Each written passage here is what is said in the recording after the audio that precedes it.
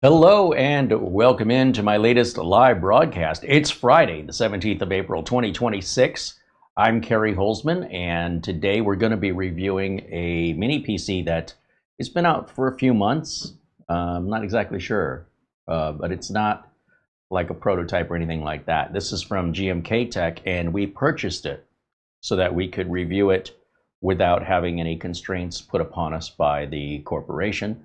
Not that they necessarily would, since we're not really communicating with them at all and haven't been in over a year, which means in order for us to review units like this, we have to go out and pay for them, which would not be possible without the support of our members. So a shout out and a thank you to everybody who supports this channel so we can remain unbiased and independent. Speaking of that, because I run my own computer repair business, I have to get legal license keys for my clients in order to compete against, the big manufacturers like Dell and HP. They're not putting pirated copies of Windows and Office on their computers. And I'm not willing to do that and throw my business away just so I can make a little money today and pay for the consequences tomorrow. So I went online and scoured looking for legitimate licensed Windows licenses and Office licenses that didn't cost an arm and a leg, but also came with support and would take PayPal as a payment. And that's when I found VIP URCD keys. And I'm going to show you, if you look at one of our videos, one of our more recent live videos, let me pull one up here and show you. Down below, including in this video you're watching right now, if you scroll down, and you'll notice it says here about, how many views it has or when it's streamed. Click on more. Those are the video notes. That's where it contains all the links for everything we talked about in the video, including these links for Windows and Office. And if you click on one of those links, it'll take you right to the product. You don't need to go to Google. You don't need to search. Just click it. It'll take you there. What I do when I buy my Windows license keys, like here, Windows 11 Pro, I just hit the Buy It Now or Buy Now button. And because I'm not logged in, I have to log in with my account. If you don't have an account, it's free to create one. Basically, you just need an email address and set a password. Then it takes you back. We see the cart. To save 25% off of that listed price there in red, just type the word Kerry, hit apply. 25% comes off of that price instantly. And this is what I do to buy my keys. I don't do anything any different or pay any different. Once you submit the order, you just go through the payment process, which, the first thing there is PayPal and then Visa, MasterCard, Google Pay, etc. And then you'll get an email with a download link from Microsoft for that product if you don't already have an installer for it. And you'll also have your product key. And if at any point you need to go back and look at your purchase history to find a product key or a download link for something you bought 3 years ago from them, every purchase you made will be associated to that account you set up for free. So you can always go back on your own without asking for any help and pull up your account purchase history to pull up any lost product keys or download links, just so you know. And if you do have any problem, they have 6 months of free support after the sale. Beyond 6 months, it's a little sketchy. It's a little something that scammers often like to do, is play games and excuses with why they're doing something so sus. So basically what I'm recommending is don't buy these keys till you need them. And if you do buy it and you end up not using it for a while, I would make it a priority to use it within the 6 months of free support. In the odd chance that there is a problem, it's not to say that they won't help you after 6 months, but it's very suspicious, and there might be a little bit more investigation into how exactly you are calling or asking for support so long after you made a purchase. It'd be like eating at a restaurant, and then you go back to the restaurant 7 months later and say, you should give me a discount, or you should do something for me because I ate here 7 months ago and it wasn't good. That's really suspicious. So it's not saying the restaurant wouldn't help you or anything like that, but that just sounds like somebody's trying to scam getting a free meal or getting a discount, or, the whole thing doesn't make any sense. If you had a bad meal, why didn't you talk about it then? Or the following day, or maybe even sometime that week? Why would you wait so long? That's when I say that's what scammers do, and it's a big red flag to business owners, so they don't get taken to the cleaners. So with that in mind, I think everything that they're doing at VIP URCD keys. I think it's, it's the right way to do it in the modern age where people are worried about, as a buyer, being scammed by the seller. And there's plenty of those people out online selling stolen or pirated Windows and Office keys, right? And that's your problem. If you buy stolen goods, that's on you. And then there are plenty of places like Amazon and Newegg that'll sell the full 100% MSRP of Windows, which is about 90%, 80% more money than what I'm paying, and what you can pay at VIP URCD keys. So it's a no-brainer for me, and I put it out there and thank the folks at VIP URCD keys for supporting us. And we hope if you need a license key and you don't want to mess around, get the real deal, buy it once, activate it once, and don't deal with any of the headaches from the other sellers online that may or may not provide you a decent product and probably won't give you any support at all, in my experience. But it's on you, right? So they support us here at VIP URCD keys, and we support them right back. I got to buy the keys anyway, right? I don't have to extend the offer to anybody else. I could keep that to myself. I could just be the middleman. I could mark it up and say, if you want to buy a key, buy it from me, and then make some money in the middle. I'm not doing that. I want you to pay very close attention to what I'm doing here in order for you to see the transparency and the honesty that when I say I'm looking out for my audience, you're paying the same exact price and buying it from the same exact place in the same exact way that I buy it. So take that for whatever it's worth, and don't be in a hurry to buy your product keys until you need them. As I previously said, we'll keep the links active. We've been working with them now for about 3 years, and I don't think they're going away, and I hope they're not going away anytime soon, so that you can not have to worry about hoarding the keys or anything. Just wait till you need one, make your purchase, and should you, in the unlikely event, have any issues, no problem with support, okay? All right, so getting back to today's video, I've been looking at mini PCs that I would recommend to customers potentially. And in particular, I'm interested in brands I don't have a lot of experience with or I've never heard of before. Because when I look at the Amazon pages for these products and I read about them, there's some omitted information pretty commonly, like is it Gen 3 or Gen 4 NVMe, and is it Windows Home or Pro? Sometimes it just says it includes Windows 11 and they're not specific. There's a lot of different ways in which having the unit in front of me to evaluate it is ultimately what's going to decide whether or not I can recommend the unit for my clients. But it starts by looking at the product page, typically at Amazon or the manufacturer's website, to see how are they promoting this? What processor does it have? How big is it? How much RAM does it have? Or is it bare bones? All these kind of things. And then, of course, how much money is it? And how long of a shipping delay is there? So with all of that taken into account, I'm looking on Amazon and I see that the budget computers now, with the price of things going up, if you get something bare bones, budget, you're around $200. If you get something bare bones that's in the higher end of the mid-range, you're at $400. And if you want to go to the bottom end of the high range, you're at $600 bare bones. And you can add about $200 to $300 for the RAM, SSD, and operating system on any bare bones machine.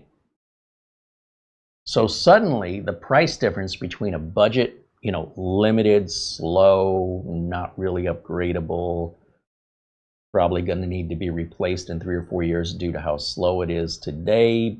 It's probably not going to be getting any faster in the years ahead. So you're likely going to need to replace a low budget computer sooner than a mid-range or a high-end. So you spend a little bit more now, but you save because you're not replacing it in 3 years or having to upgrade it because it feels slow, sluggish, or you can't upgrade it.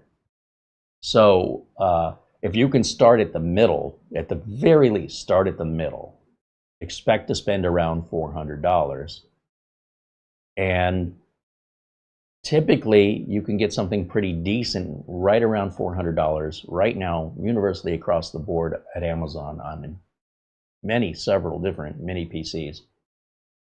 But what if you say, well, that's still a bit pricey if I still have to put RAM and storage in it?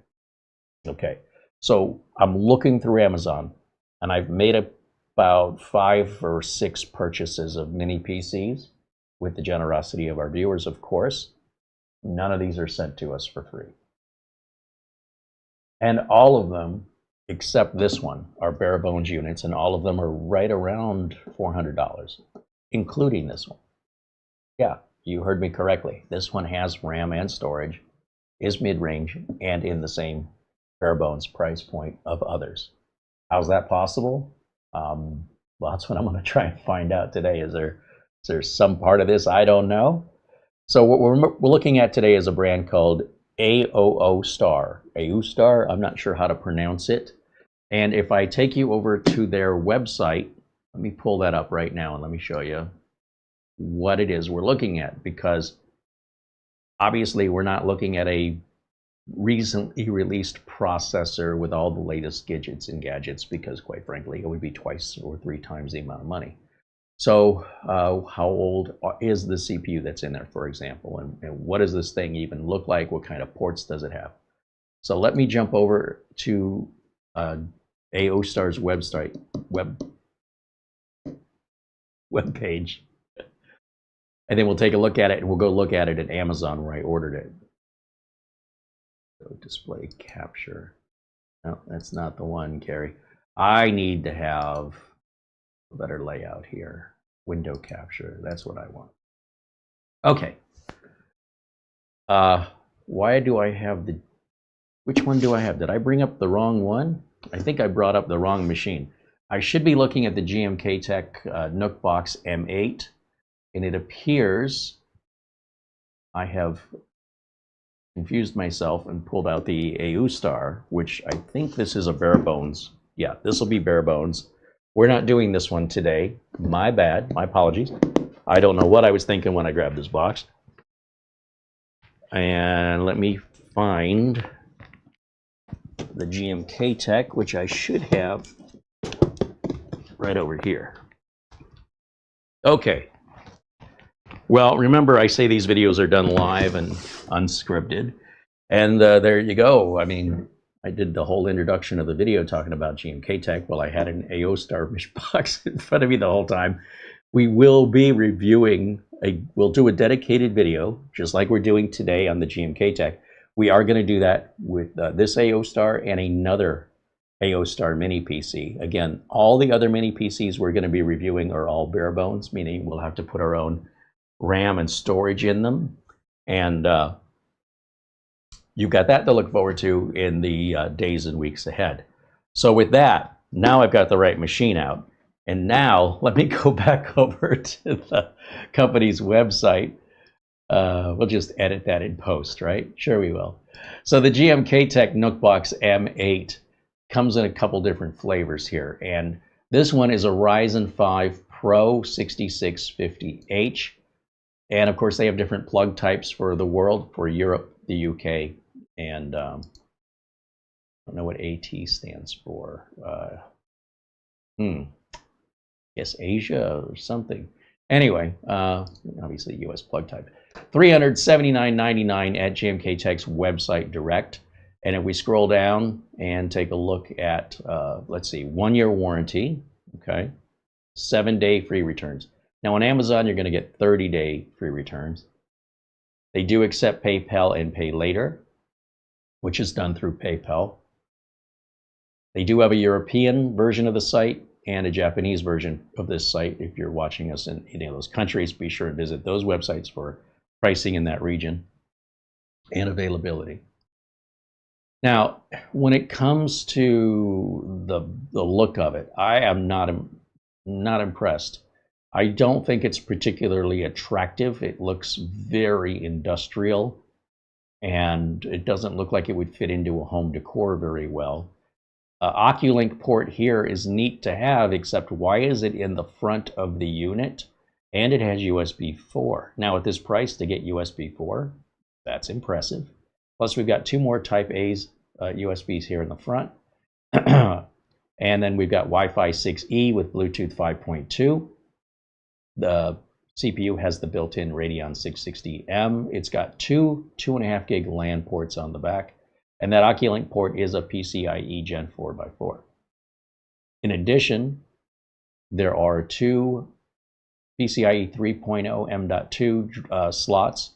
That means that you're only, well, this is interesting. It says PCIe 3, but it says it supports PCIe 4. Which one is it? Is it one of each, or are they both? So that's why we've got to get this in our hands and see. It comes with 16 gigs of LPDDR5. That's onboard memory. LP means low power. That almost always means that memory is soldered down, so you cannot upgrade the memory. On the other hand, you're not likely ever going to see a memory error in your life, and the memory is faster than what you would normally put in there, and it's cheaper. So all those people that are against onboard RAM must have a lot more money than the rest of us, because this makes everything cheaper, faster, and more reliable.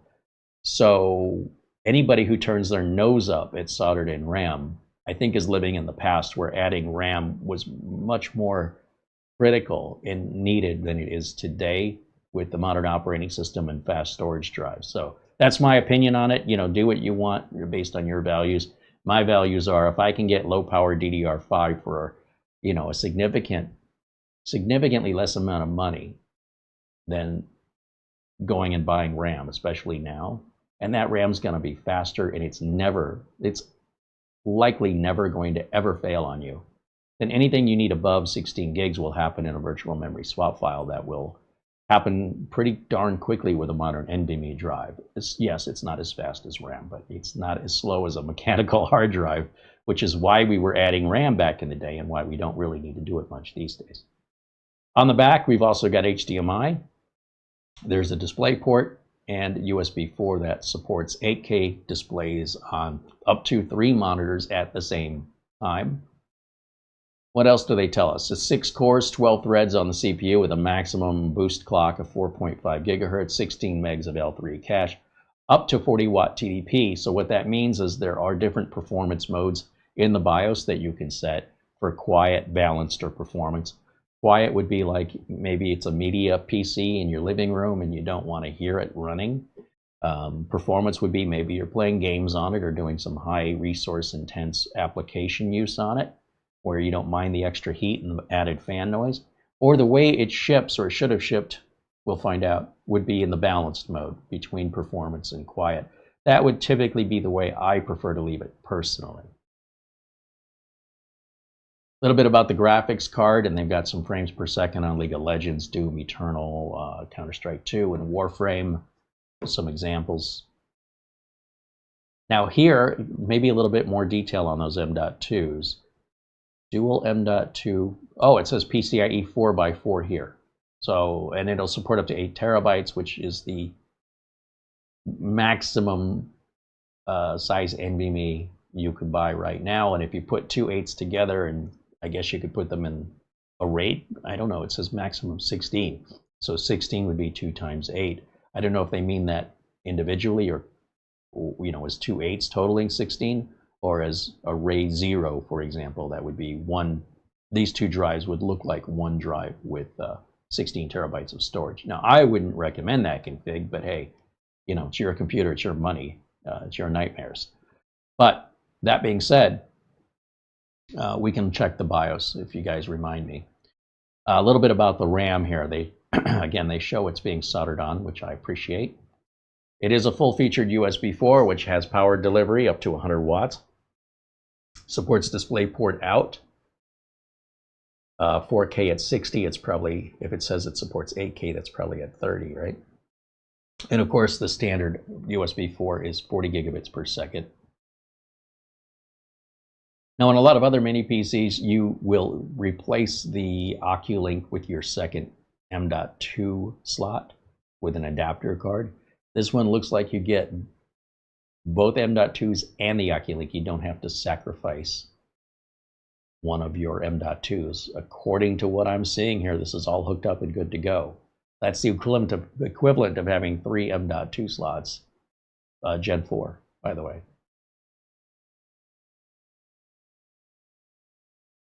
And CPU peak performance 40 watts. Again, you could go into the BIOS and change different performance modes. A little bit more about the display outputs. And so the USB 4 does not do 8K. It looks like 8K only happens on the HDMI and DisplayPort, and the USB 4 will only support 4K. So that was a little bit misleading on the earlier bit that we were looking at in the marketing materials. They talk about how hot it'll get, etc. in their tests, the Wi-Fi speeds of Wi-Fi 6E, assuming you have a Wi-Fi 6E router in a decent amount of range without a lot of channel noise or interference, then, you know, these are best case scenarios. Okay, here's a closer look at the input-output on here. The USB 4, these two USB Type A's, they're USB 3.2, 10 gigabits per second, and then there's the OCulink, the audio jack, and the power button, which GMKtec makes a neon green for some unknown reason that doesn't match anything.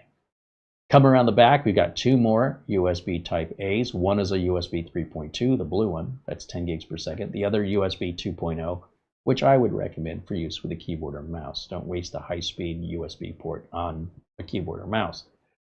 HDMI port, DisplayPort, the 2.5 gig LAN. There is a security lock slot. So if you buy the security lock called a K-lock or a Kensington lock, it's a separate accessory that they don't even make it. You just go on Amazon or wherever computer parts are sold and they sell them there. And it's like a bicycle braided cable. You would secure a bicycle to keep it from getting stolen. And then you got your standard barrel style power input jack there. A little bit more on the specs. So the AMD Ryzen 5 6650, out of curiosity, how old is that? Let's take a quick look. This came out about 4 years ago, almost exactly 2 days away from exactly 4 years ago, April 19, 2022. But the thing is these CPUs from 4 years ago still pretty much are neck and neck in most performance use case scenarios. From end users, you can't tell the difference between this and a modern CPU. So why pay the extra money just to keep up with the Joneses unless it actually has a positive impact on your what's the word I want to call this? If you can notice a difference to make it worth spending extra, then go spend the extra if you can afford it. But for the rest of us, for the majority of us, getting a CPU that's a few years old, that's rock solid, you know, still supported, and can save you a ton of money, especially when there's outrageous pricing on RAM and SSDs right now. These are looking more appealing than ever before. All right, so just getting back with the storage drives do not support SATA. Good. I'm good. I'm totally happy with that. Everything else I think we've already covered. Windows 11 Pro is pre-installed. It also supports Linux and Ubuntu. There you go. No Visa mount is included. Yeah, this seems a little chonky to be hanging it somewhere, doesn't it? Over at Amazon, this is where we ordered it. It doesn't appear to be in stock anymore. But I think we paid around $380, something like that. Now there is a version over here for $589, but this is actually a different model. This is called the K16, and it's the same case, but this will have a completely different processor, right? This will be the Ryzen 7. These are soldered down, and it will have what it says is 32 gig DDR5. It does not specify that that's low power. That would mean it's socketed. Same dual LAN 2.5, the OCulink USB 4. Everything else looks pretty well identical. The K16 Mini is equipped with dual 16 gig LP. Oh, it is LP. So this will be soldered on RAM too. Okay, but it's in dual channel mode and got a total of 32 gigs of memory. So if you want to spend an additional, well, as I mentioned, it's about $200 additional. You can double your RAM to 32 gigs and, you know, get a slightly higher end processor. The Ryzen 7 7735, by comparison, when was that released? That was released just 3 years ago. So the processor's a bit newer, it's a year newer, and a little bit more money, a little bit more power. It's still 8 cores, 16 threads. Radeon graphics are a little better at the 680M. And then of course your TDP, depending, is pretty similar to the other processor. They say this processor serves as a refreshed, slightly faster alternative to a Ryzen 7 6800. But bear in mind, those are Ryzen 7s, and what we're looking at is Ryzen 5. Okay, so just like comparing a Core i5 to a Core i7. And that's normally about a $900 MSRP, and they're saying it's on limited time deal. But we don't have that one today. That was a little rich for our blood to be buying that. But if you like the machine we're looking at today and you wish it had more soldered on RAM and a faster CPU and otherwise was the same, then I think this is the one you're going to want. But you know, $589.99 is, yeah, unfortunately going to put a lot of people off who just don't have that amount of money. But you are getting a lot of computer for that money, to be fair. So it's just my luck that the one I order is apparently sold out. I can't predict that. I mean, we just got it in last week. We haven't had it very long. And the goal behind this was to be able to, you know, if this is what I think it is, if it's what it appears to be, then it should be something I recommend that you could go out and get a really good deal on, where other manufacturers are selling things similar for the same price without the RAM or storage. That was the whole point of this exercise. Okay. And I got thrown under the bus by Amazon. Let me jump over to the chat real quick. Welcome in, everybody. Thank you for hanging out with us today. Hope you're having a great Friday. Hello to Isaiah and official Tim Tech and Jonathan Fells. I also see in our chat Boss, John Williams, David Herzog, Sean Skinner, Luke Greenia, Mark Gaines, and Ben Laird. I see Rick Lake saying hello. John Lewis and 3D Everything, Andy W6AD, Caniac44, Dazzle555. Jim Kenny says hello, as does Phil Stodd.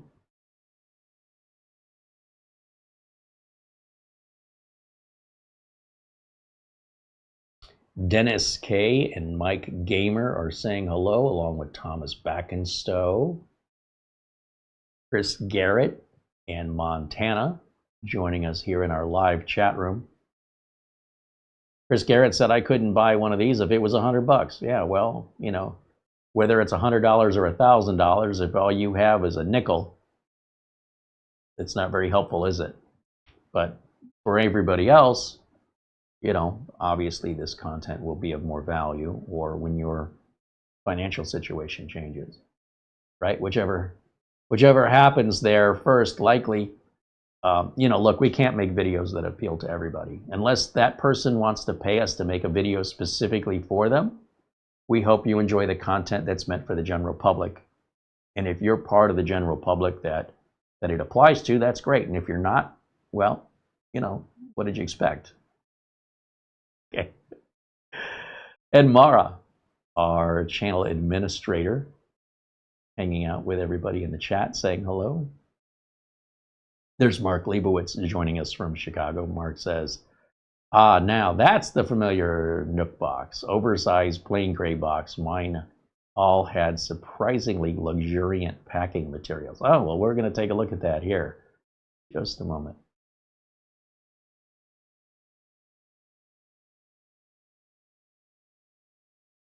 Dazzle says 2 LAN ports again. Why? Well, if you have to ask why, they're not for you. Most people, when you get a computer with dual LAN ports, only use one. Some enthusiasts, hobbyists, home lab, and experimenters like to create their own soft routers, such as pfSense or OpenSense. And in order to do that, you need to bring your internet signal in to what will be your router. Because a modern day router is a small computer. It's got a processor, it's got RAM. And the prices of RAM are affecting routers too. And some people are like, oh, well, my router isn't getting updates anymore because it's 10 years old. So I'll just make my own router. And the way you would do that is you would get a computer with 2 LAN ports on it. One is your input internet, and then the other is your output that you would run to a switch, and the computer would be your router. The other reason you might use 2 internet port or Ethernet ports would be you might be able to aggregate them and double your speed. It's a little flaky. Again, this is mostly home lab enthusiast fodder. Most people wouldn't be bothered. Also, you could have a fail-safe. So let's say for whatever reason, and it doesn't happen very often, let's say your network interface card dies. Now on a mini PC, if it's under warranty, you could send it back. If it's got dual LAN ports, just unplug the cable, plug it in the other LAN port, you're back up and running. Or of course, you could always buy a USB network interface card, or just put it on Wi-Fi. So 4 different ways to solve that problem. But I wouldn't let it keep you up at night. That's why I say, if you don't know what it's used for, you don't need to know. You won't use it. So it really doesn't matter. It doesn't hurt anything to have it and not use it. I could care less personally if it's got 1 or 2 or 3. I'm only going to use 1. So what do I care? So there's extra. If it was adding a lot to the cost of the unit, that'd be a different story. But this is already a great price. I wouldn't say it wasn't a great price because it had 1 LAN port or 2. It doesn't really, it's nothing I consider or think about to value of the machine, because I get paid to work. I don't get paid to play around at home to just, I don't know how these other people pay their bills.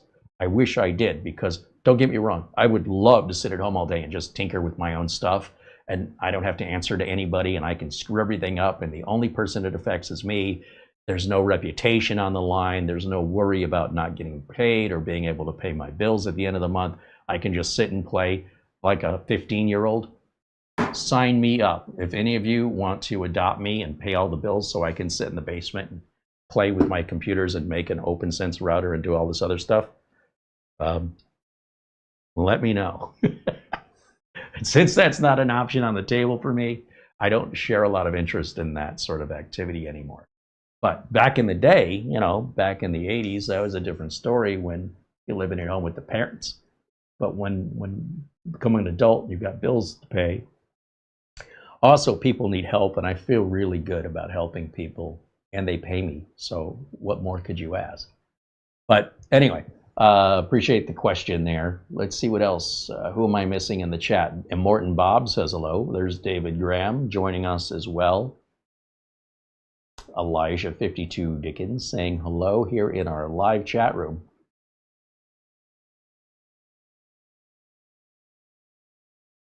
Lip de Loop says hello from the UK. Stephen DeToit joining us says, I enjoy your videos. Thank you, Stephen. Jose Lopez says hello, along with Lana Dro and Bike Man and Peter Retired and Gary Tatum. Corey Mann says hello. He said dual WAN for Proxmox and then virtual firewall. There you go. There's another example. Then you'd have to explain what Proxmox is. Yeah, Morton Bob said this thing would make a killer router build. Probably over the top, to be honest. But it could do routing and maybe something else, because it'd have plenty of power left over. Morton Bob said, I had that exact thing happen where one of my network interface cards died. I switched to the other one. I was broke and I couldn't afford to replace the parts.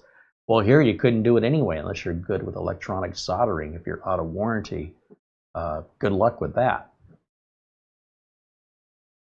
Bill Stott said, I like being able to sit at home and do what I feel like, just like a 72-year-old. Fair enough. You know, you've earned it. I haven't earned it yet. Al Perez says hello. All right, so hopefully I didn't miss anybody in the chat. Welcome in. Glad you're joining, hanging out with us in our tech clubhouse here. Andy says, I think most folks would rather have more USB ports. Most folks like you, Andy, but most folks don't use all the USB ports they have. You have to be, so we have all these different kinds of enthusiasts. You've got developer enthusiasts, and you've got hardware enthusiasts, and you've got modders, and you've got kind of hackers, and then you've got people that in general love technology. So they have multiple monitors and multiple USB gadgets. And so that would fall under my opinion. That would be kind of an enthusiast in the sense that you don't have, if you're somebody who doesn't have enough USB ports, then you have more USB devices than your average computer owner has. And I can tell you that from experience, because it's pretty rare that a client runs out of USB ports.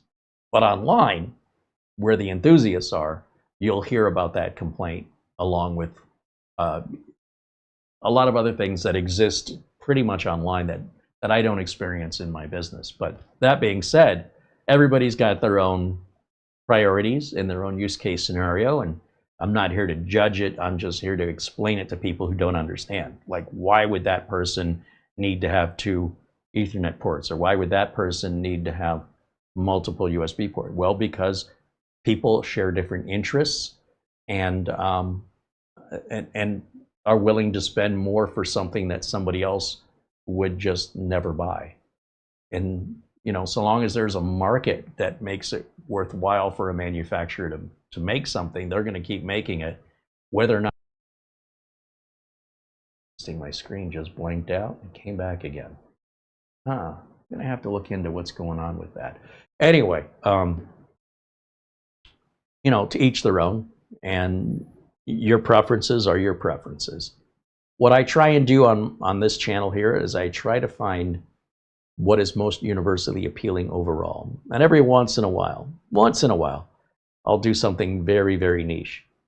But again, the niche products, those videos don't get as many views. You can just look at the number of views and say, is it just me, or am I representing the average computer user? So if you're looking at a video that's about some topic that's got pretty low views, and you're scratching your head wondering why, congratulations, you're an enthusiast. And if you're looking at a video that's got lots and lots more views, and you're interested in that as well, well, that's a video that obviously appeals to more people in general, just by looking at the view numbers. So we are trying to appeal to the largest audience possible. We don't want to alienate anybody, whether you're an enthusiast or a modder or a hacker, or just an average person with a computer at home looking for some solid advice for what should I buy, or what should I expect, what's a good price, where should I buy it from, what's the benefits of buying it from Amazon than buying it from the manufacturer, what's its availability, how fast can I get it, what can I do with it. And in general, that last bit there, that's the most demanding, most viewed content that you can make in this category. The other thing, people always want something for free. So if you're like, oh, you could boost your computer performance for free by, you know, disabling all your security and disabling all the telemetry, and then you're like, wow, that's fantastic. But you know, there's a cost to that, right? You know, there's consequences. And then when the consequences hit, people are baffled. They don't understand why this Windows update didn't work. They don't understand why this program won't run. They don't understand why their computer is different from what the content creator in some future video is showing, because they will have long since forgotten. They've listened to some other content creator on how to speed up their computer for free, and now months later, they're confused. They don't put the two together, that something's wrong with their computer, and what can I do to fix it? Well, you broke it. Yeah, but the content creator said, hey, you can be a content creator. Start your phone up. You already have a YouTube channel if you're here joining us. Make a video. Nobody polices it. Say whatever you want. Just make it up if you want to. Just talk gibberish. Make it sound, you know, confident. and people will believe you. And there's nothing they can do to hold you accountable. So you as a viewer need to know this so that when you're watching other content creators, you don't assume just because they talk confidently or just because they've had a channel for 20 years that they know what they're talking about. If you're not certain about something, research it a little bit. You've got Google, you've got AI chatbots, and verify what they're saying is true. Also, look for the downside. Search for what's the consequence, what's the possible consequence if I follow this step. If you can't be bothered to do that, then at least accept accountability that it's your fault when your machine doesn't work anymore, long after you've made the fix that you thought made everything better. It did, until it made everything worse. Or just leave it alone and follow the steps and advice from somebody you trust, and make as few modifications as possible if you want to maintain system reliability and performance.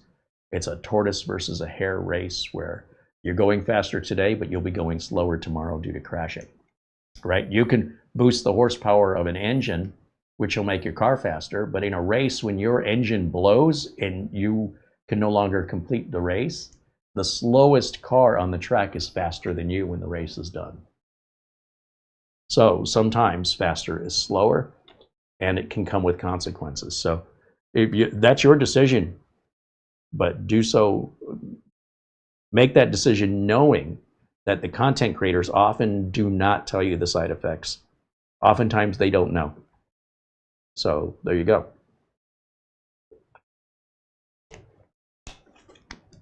There was a recent Windows update. This last Tuesday was Patch Tuesday.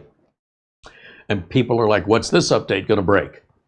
Well, it's breaking some BitLocker, where it's coming up with asking for a BitLocker key, but not for any home users. This is because the people in an IT department at a corporation did something they shouldn't have done, thinking they were getting away with a shortcut. And Microsoft, doesn't advise they do it that way, and they did it that way and said, see, there's no problem. I don't know what Microsoft's big deal is. And now everybody that works at that company that had that group policy set that should have never been set the way they set it up, the way the IT department set it up, may not be able to get into their computer after this last update because it's now activating a BitLocker and nobody's got the key. So this is a professional IT department that has no clue. It's not just content creators on YouTube.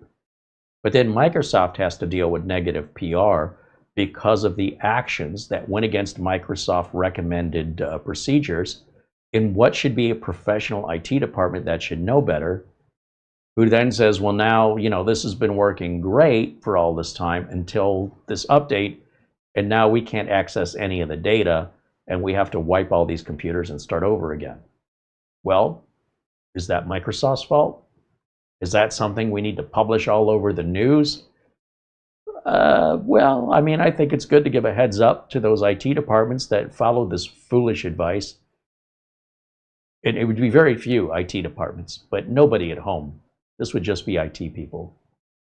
Professionals, I'm going to throw that word around lightly, that should have known better. Well, there you go.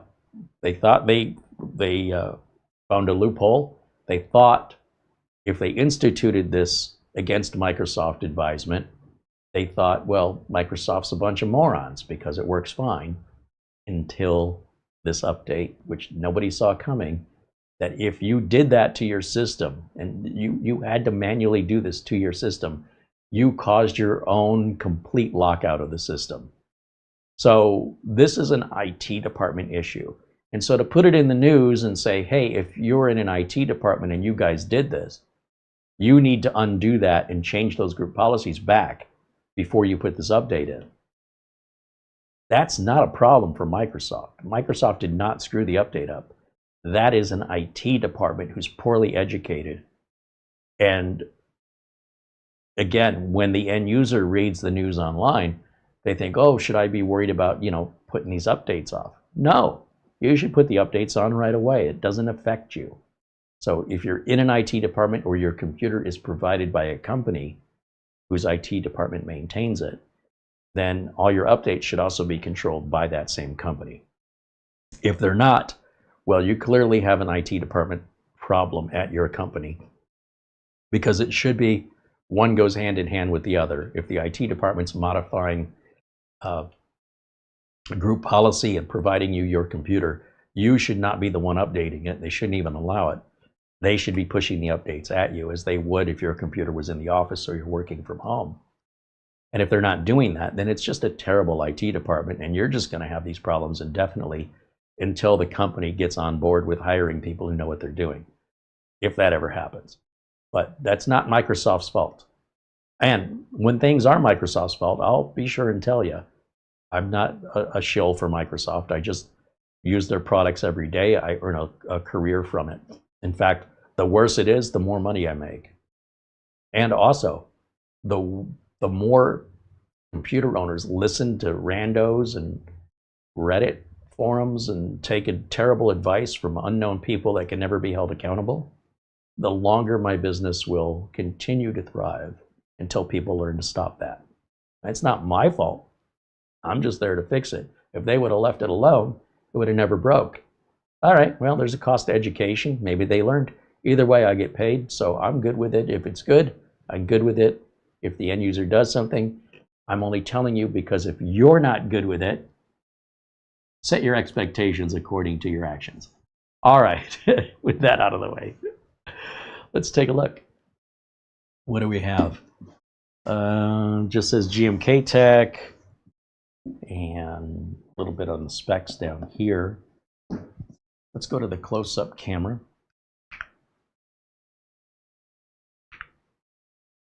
Let's unbox this bad boy. Move this over here. Okay, here we go. Kind of exciting.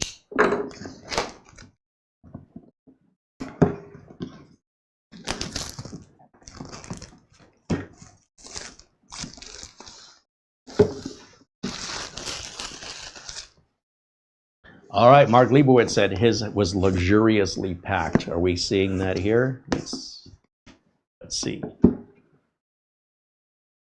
It's the slow reveal. Hey, that looks like a nice presentation, doesn't it? There's no plastic bag around it or any protection. That's kind of unusual. But hey, it keeps it out of the landfill. I'm okay with that. It's a bit taller and a squatter than most common mini PCs. And I think these feet just unscrew. In other words, you don't have to remove the rubber feet. If I recall, on these GMKtecs, it's quite common for them to simply have an entire foot that works as both the screw and the rubber that prevents from scratching the surface you've got it on. I wish that was more adopted by other PC manufacturers. GMKtec has a great idea here that no tools are required to open this. Now, I don't know what to do next. Somehow, oh. Well, that was easy.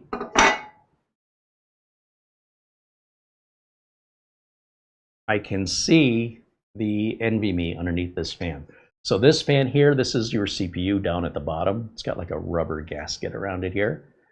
And that's where the feet are on that side. And then this side here, it looks like there's maybe 4 screws, and then this top comes off.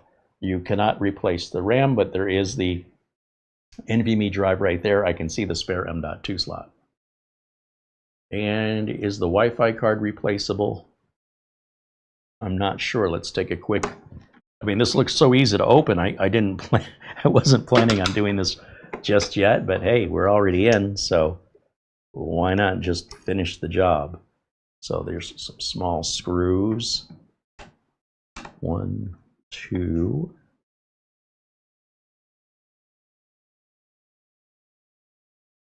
Get this out of my way.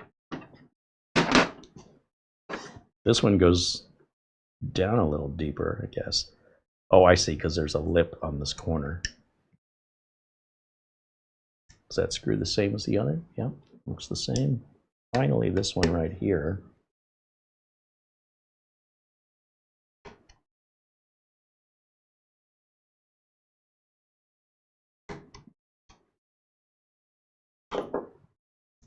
I think that'll just pull straight up, maybe. Maybe. There it goes. There is going to be a power cable on that fan, so keep that in mind.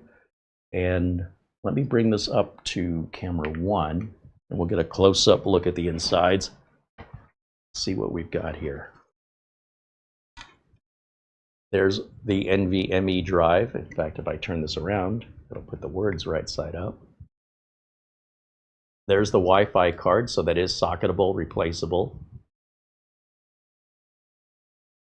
RAM. It's in there somewhere. Maybe over here. But that's all soldered in, as they said before. And then, of course, the model. Let's see, which way do I turn it? This way.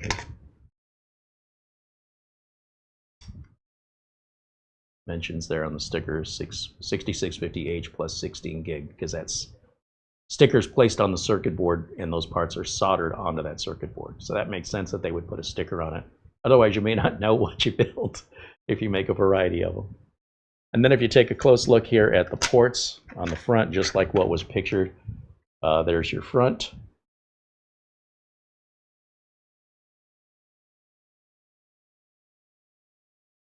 Side is ventilation, other side, more ventilation, back, the rest of your ports. Now you'll notice the yellow sticker that says do not plug in your internet or connect to your internet until after you get to your Windows desktop. Now Microsoft, I think in an update, has disabled or is giving you an option now. After the latest Windows update, my understanding, I've not verified it, is that now during the new Windows setup, if you were to install Windows like I show you from a USB flash drive, and you are connected to the network and it senses your network card in your connection, then Windows will say, do you want to go online and do updates or no? Can you imagine giving the user a choice? It took Microsoft long enough to get there, but anyway, we're glad to see that they're there, and something we can look forward to in future installs where we don't have to worry about unplugging that cable anymore. So yeah, when you set up a new computer, whether it's a laptop, a computer you built yourself, or one of these mini PCs, it is highly recommended you get it, just plug in the bare necessities. Don't plug in your printer, don't plug in any flash drives, don't plug in anything but keyboard, mouse, monitor, and power, nothing else. When you go through the out-of-box setup on a pre-installed operating system like this should have in it, it'll want you to connect online. If it doesn't sense a cable plugged in, it defaults to the Wi-Fi. There's a little box you click at the very bottom right that says I don't have internet, and then continue on with finishing your out-of-box experience, and it'll take you to the desktop. Once you're at the desktop, then you can go ahead and go online, whether that's wired or wireless is up to you. That's going to save you a big headache. Well, potentially. Not everybody will experience the same negative, but you can all experience the same positive if you follow my steps. All right, and then this is all metal. Obviously, that's the bottom. And then which way did this go on? That's my question. Did it go on this way?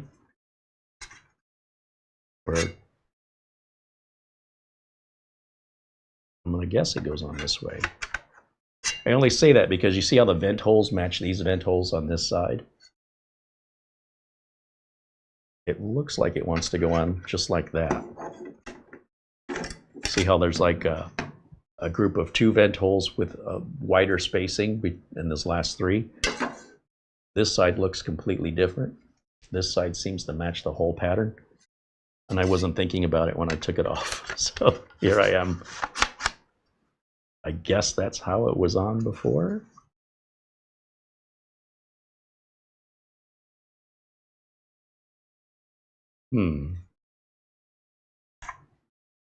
Okay, yeah, there's a corner cut right here. Right here, see that corner? It's flat. You could say GMKtec cuts corners. And that's how you know. If we flipped it around the other way, this would be over here, and it wouldn't look right. So that confirms that because I wasn't paying attention.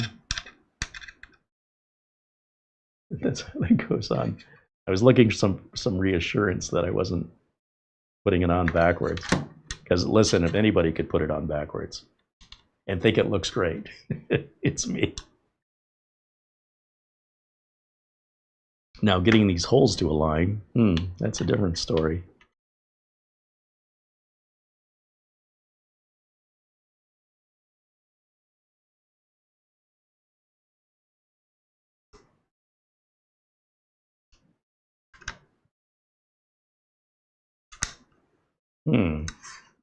Why am I having some difficulties here? Unfortunately, this thing doesn't really click into place or have any guides or keys to sort of lock it into a certain position.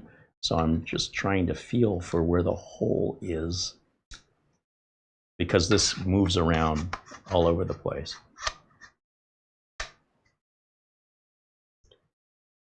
Well, I can already see a problem here, and that is if the hole we need to go in is here, in order for this to get over there, we'd have to go a lot further. We're way too far away from that.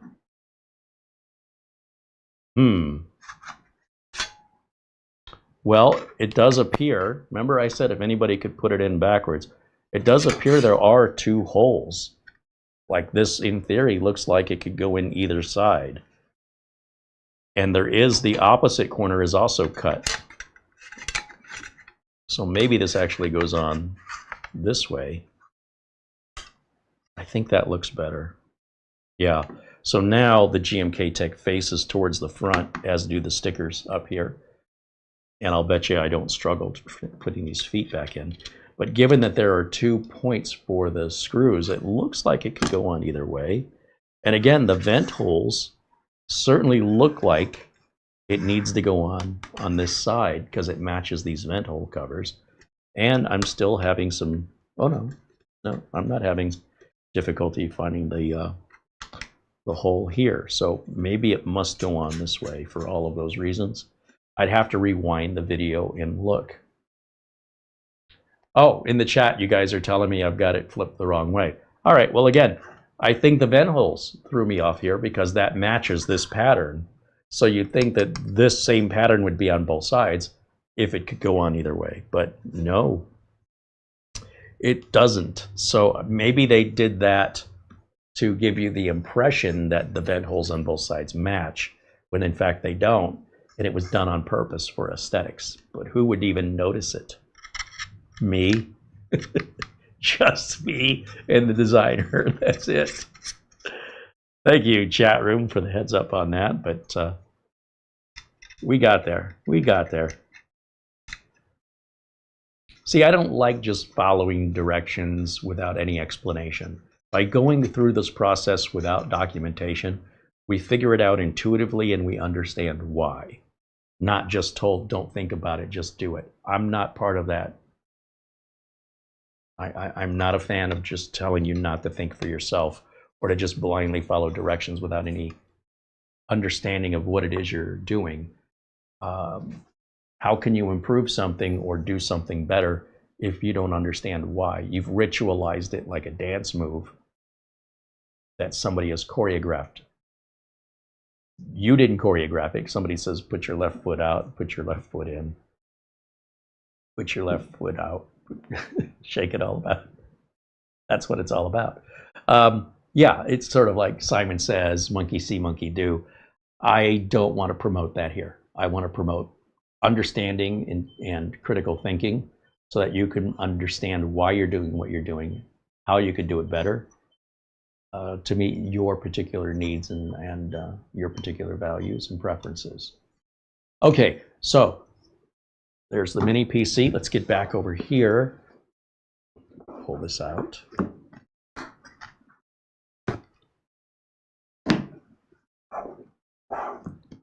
We have this envelope that looks like it contains our documentation.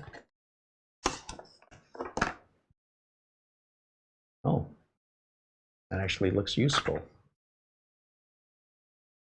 Don't worry, it's not actually that thick. It's actually only a couple pages in several different languages, the same thing over and over repeated.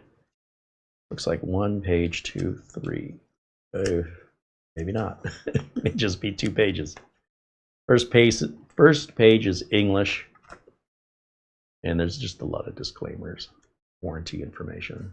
And then once you turn the page, you're already into another language. Turn the page again, and we just keep starting over in lots of different languages. That's a big waste of paper. But hey, you know, appreciate it, because this is all going away. Finally, we've got 2 boxes down here. See, I put my finger in the hole to lift that box out. That's what that's for.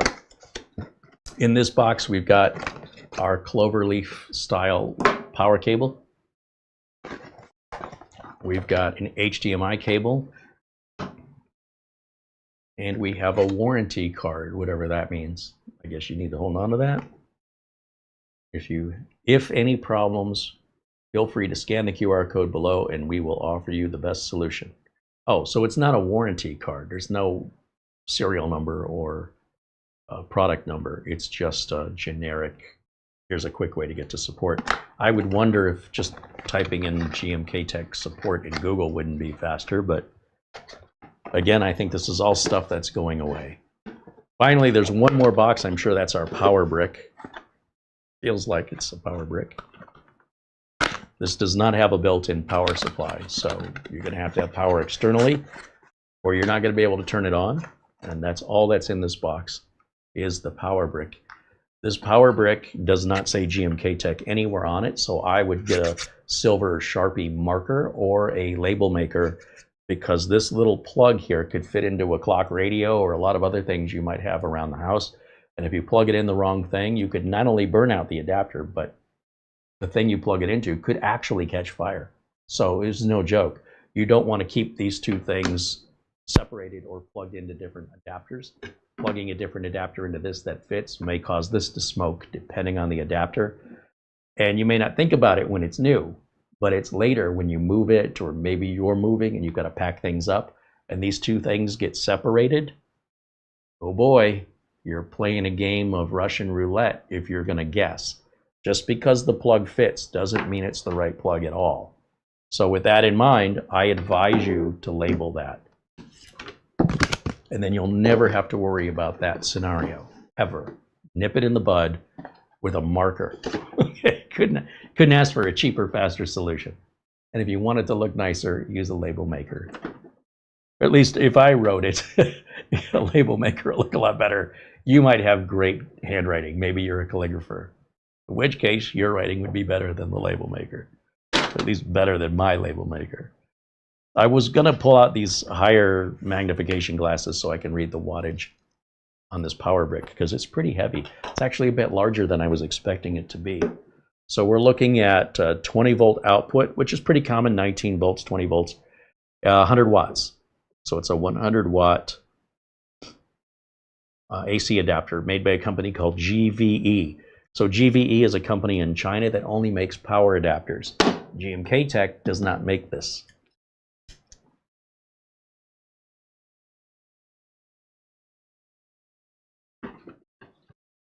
Are we ready for our first power up? I know I am. Let me clear some space on the desk. Let's get rid of all these cables for now. I'll just put them, where were they? They were in the big box, weren't they? I'll put them back in here. And we'll just toss it in here with the documentation. Put that there. I'll just set it down here. There we go. Get it out of my way. I'll leave this up so you guys can remember what we're working on. I'll plug the power adapter in. And let's see. I need a keyboard and a mouse. So let's grab that.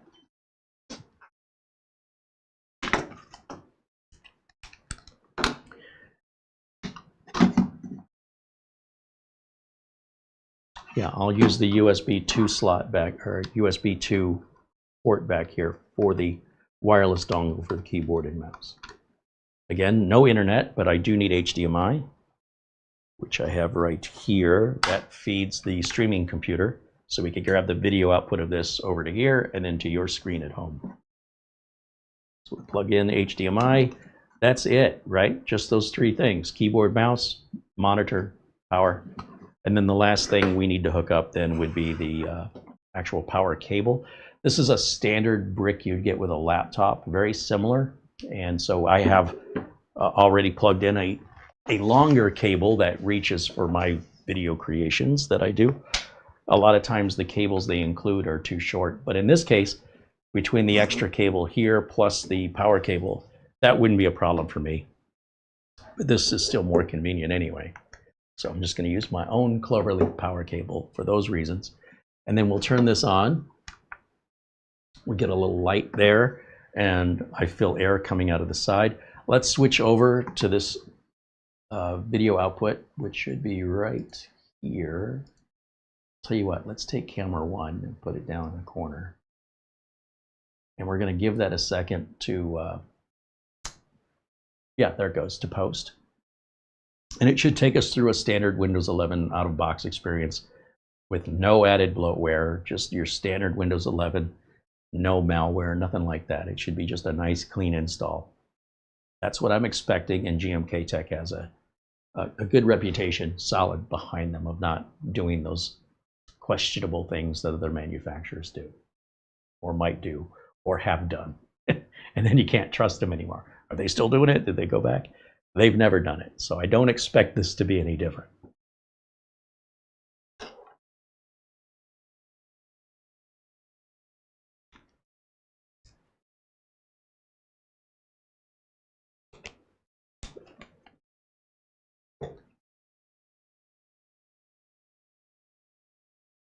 Okay, here we go. Let's see, does my mouse work? Yep. And let me get rid of camera 1 for a second so we can walk through this together without any video obstruction. Okay, English US, that's what I want. Continue in English. Where do I live in the world? I live on the continent of the North American continent. United States is my country. So yeah. United States is my keyboard layout. No secondary language keyboard layout. Thank you for asking. Accept the license agreement. Username, I'll just put user. Did I not turn the keyboard on? Yeah, now it's working. You have to turn the keyboard on, Carrie. It's wireless. Okay, user blank password. That way it just boots right to the desktop without any waiting for a password nonsense. I turn everything off but location. That'll keep the auto set our date and time so we don't have to go into the BIOS and fat finger that. Just leave location. I leave location on. I think it's very convenient. And then that's it. Now it's going to go through and configure Windows according to where we live in the world to follow the local laws and the national laws of your country with regards to what Microsoft is allowed to do. Like the GDPR stuff, the privacy stuff. Well, it's very different in the European Union than it is here in the US, and it can vary from country to country. So that's why it has to ask you these questions. They don't want to. It'd be great if you just turn it on and get right to the desktop, but unfortunately, different countries have different rules, and Microsoft sells in every country on the planet. So if they want to continue to do business in those countries that have different rules, just like anybody else, you got to follow the rules of that country. So they ask you these questions, and in case you were wondering why, just like there are cars you can buy in Europe you cannot buy in the USA because they don't meet requirements that that the US government places on fossil fuel burning vehicles, or collision safety issues, brake lights being in the wrong place, or not having a third brake light, or not having a bumper on the car. Stuff like that would prevent the car from being sold here unless those modifications were made to meet the requirements of the National Highway Traffic Safety Administration that doesn't control what safety and rules are required in England or Italy or Germany or France or any of the other 190 plus countries. So each car manufacturer has to accommodate the country they're selling in, or they won't be allowed to sell there. And Windows is no different in that regard.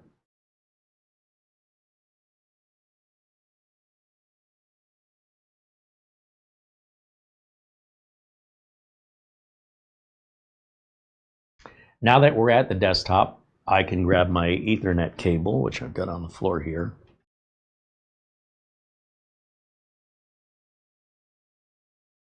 Or you could hook it up via Wi-Fi. Because I'm live on camera, I'm not going to do that. But either one of the LAN jacks back here will work equally. Doesn't matter which one you use.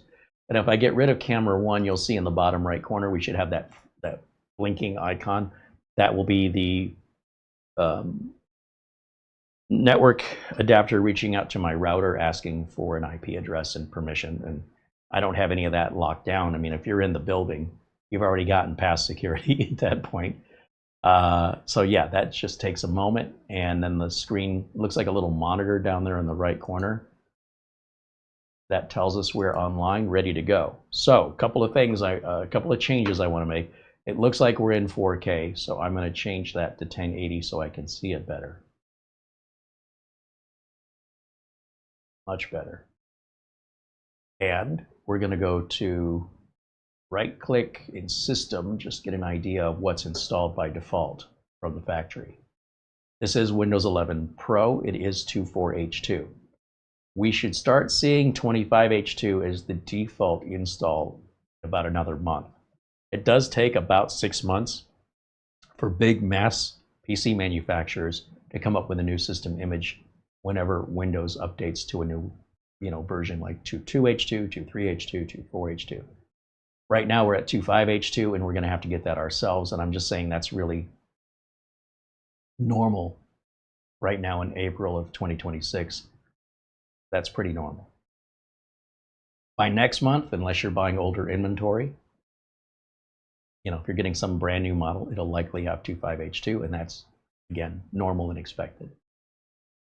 The device manager should look good. Here's our processor, verified Ryzen 5 Pro 6650, 16 gigs of that RAM soldered in, and you're going to find that this system's pretty much the same speed as a system with 32 gigs or 64 gigs.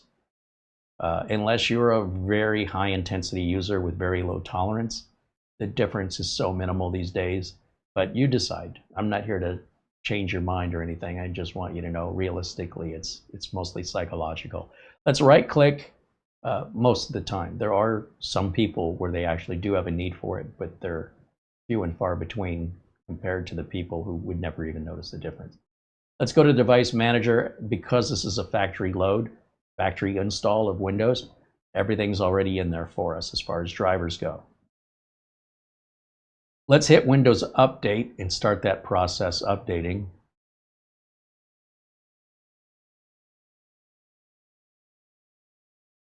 And while it's checking for updates, I like to turn a few things on. These are my preferences.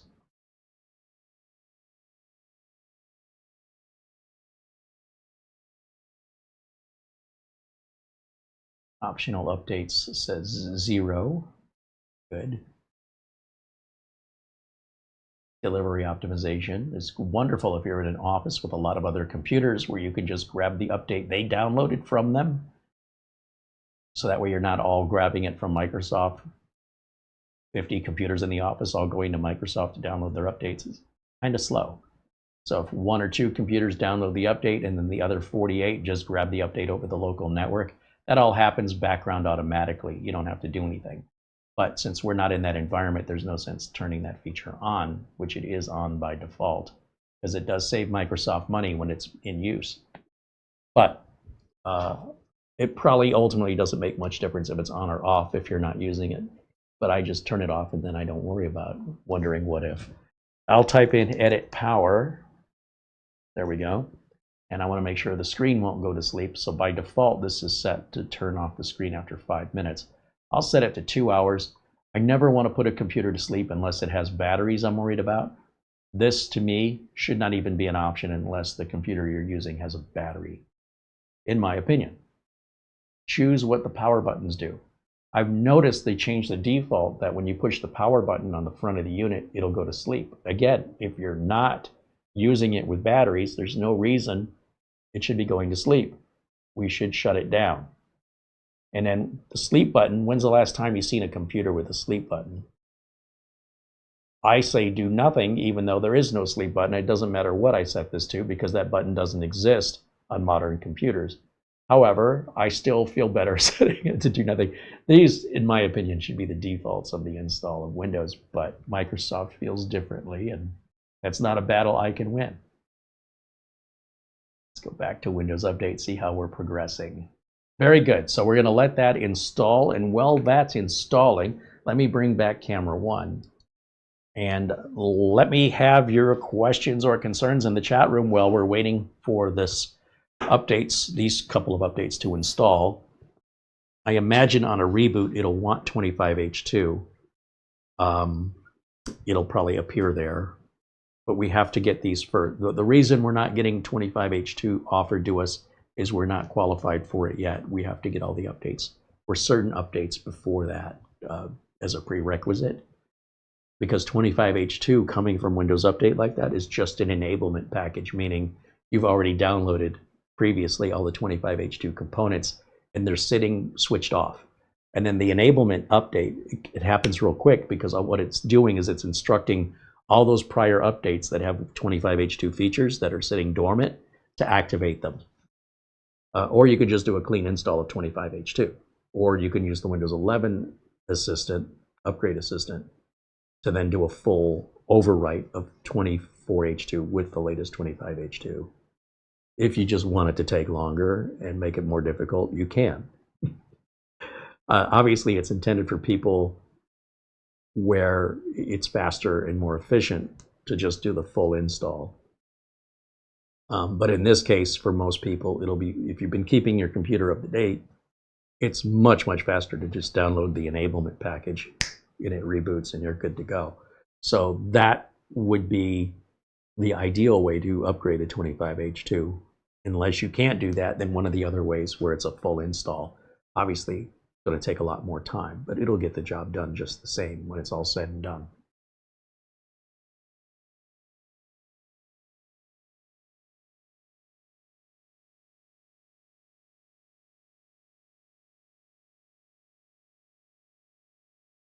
Jim Kinney says, strange, the computer at work is running Windows 11 Enterprise 23H2. Well, whatever your IT department at work is being instructed to do is what they're doing. So that's a question only they can answer. But I assure you, it's not a mistake. They are doing that on purpose. And if you ask them, I'm sure they'll tell you why.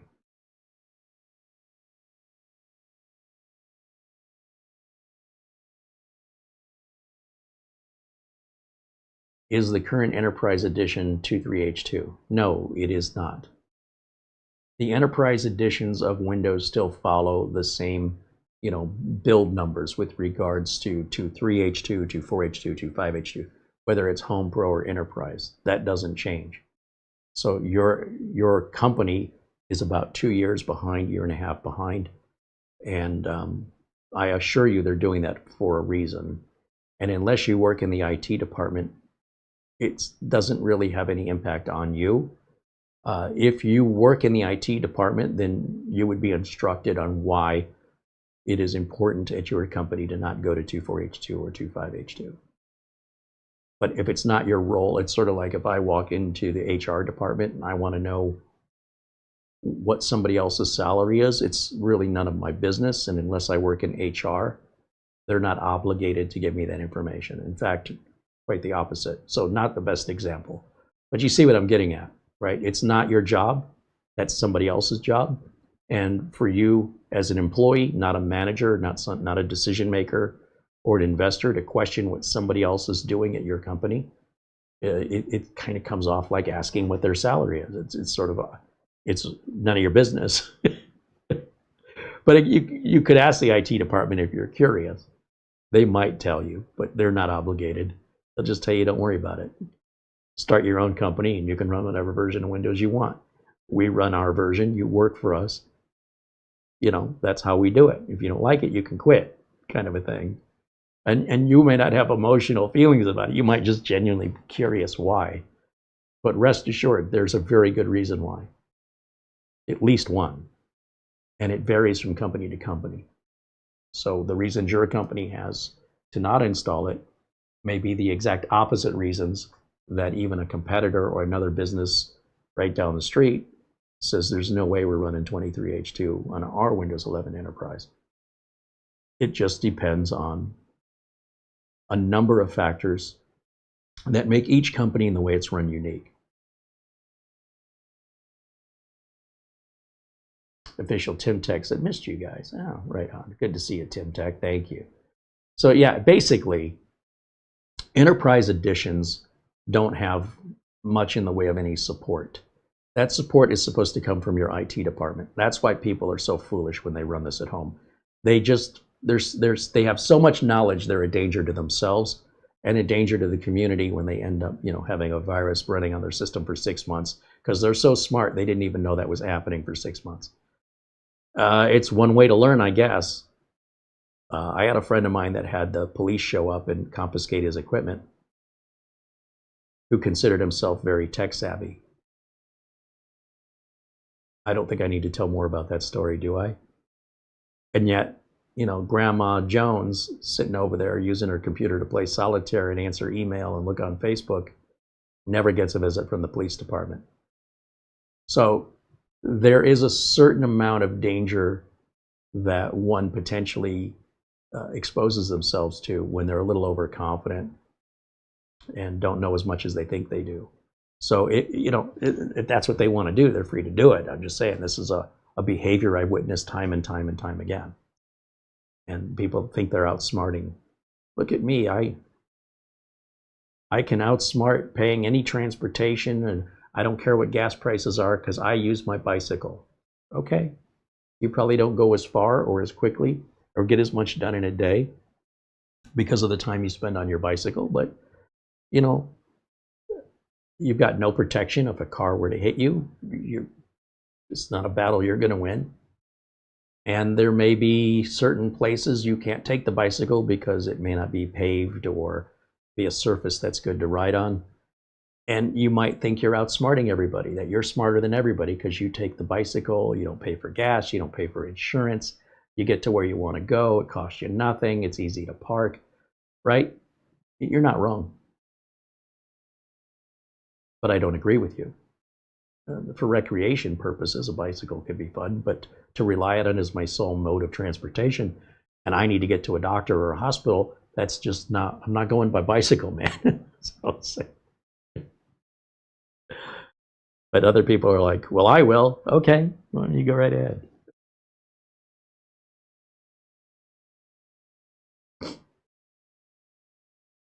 ENIAC said, I work in the healthcare industry. We typically are 1 year behind in all the Windows updates and stuff. And this is because all of the health applications need to be tested after they've been updated for compatibility with the latest updates and changes.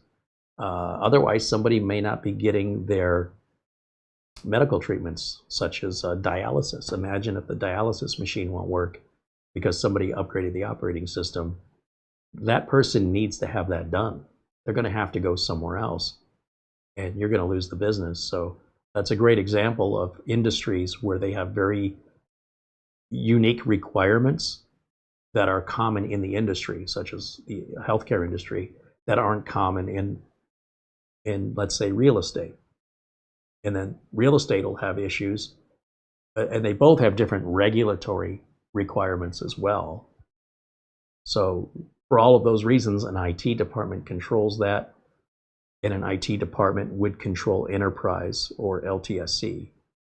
A home user is not an IT department. I don't care how smart you think you are not an entire IT department. And therefore, in my opinion, you have no business running enterprise or LTSC at home. But if you choose to, I'm not going to tell you you're doing anything wrong, but I can't help you.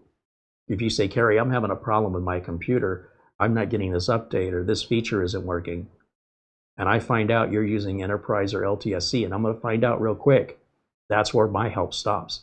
I go, I'm sorry, I am not qualified, nor do I have the knowledge necessary to manipulate your version of Windows in a unique way that Windows Home and Pro do not require. So because I lack that knowledge, because it's not a job I do, I'm not being a jerk by saying I'm not going to help you. I don't know how to help you. You have isolated yourself. So good luck with that. And it doesn't even help me to know what you did to fix it, because once again, I'd say you would have never had to have fixed that if you weren't running that version that you're not supposed to run. It was never intended for you to begin with. So what did you expect? And if you want to keep going that path, go down that path. You'll go without me, that's all. I'm not joining you, and I cannot help rescue you. The best thing I can do is wipe it and reinstall the Home or Pro Edition and be done with it. Then if you have any problems, I can help you, because I have knowledge and experience with that. If you need help with Enterprise or LTSC, you should be taking it to an IT department, hence the company you work for. But it's not a law, it's just common sense. If you want to do that to yourself, knock yourself out. But you may find when you need help, it's going to be very hard to find it. Unless, of course, it's provided by your company, and then the help is also provided by the company. That's why different versions exist.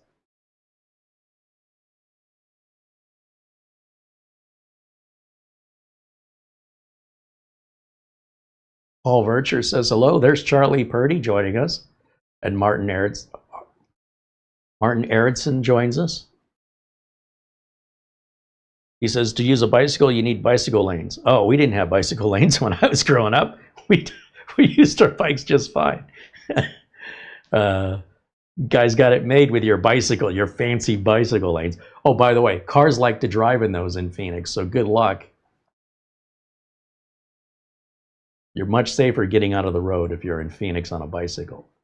So people on bikes on the roads are just oblivious to the cars whizzing by inches away from them. Whether or not the car's in the bicycle lane or not, nothing the bicyclist can do about it. What are you going to do, chase him down?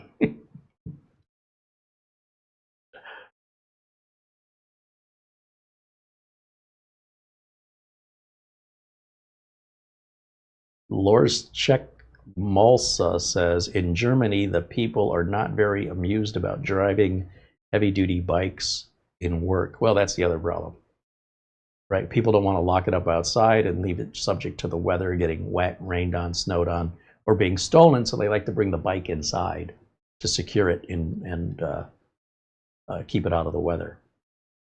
But also in Germany, which I did not know, you're not allowed to work on a Sunday. I mean, there's certain exceptions, but overall, the general population, you're not going grocery shopping on a Sunday. All the grocery stores are closed. That is a day of rest, whether you don't have to like it. Too bad. Germany shuts down on Sundays.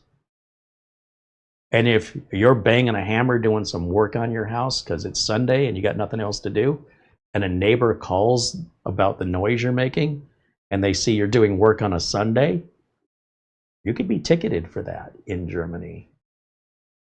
And it's interesting to watch some YouTube videos from people from America that moved to Germany and were very confused why the store was closed. It was going to do some grocery shopping on Sunday. Nope. And that they didn't like that initially, but then they realized this is forcing me to take a day off. And every country should have this. And I don't want to go back to being able to work on Sundays, because I will work. But if you force me not to, it's actually forcing a day of rest and a reset time, whether you think you need it or not. And once he started getting accustomed to that, he does not want to go back. He's like, this should be everywhere. And you'd think that'd be common knowledge, right? Something like that's pretty major about the culture of Germany, that up until recently, I had no idea that that even existed. Remember, I mentioned different countries have different rules, different cultures. There's an example.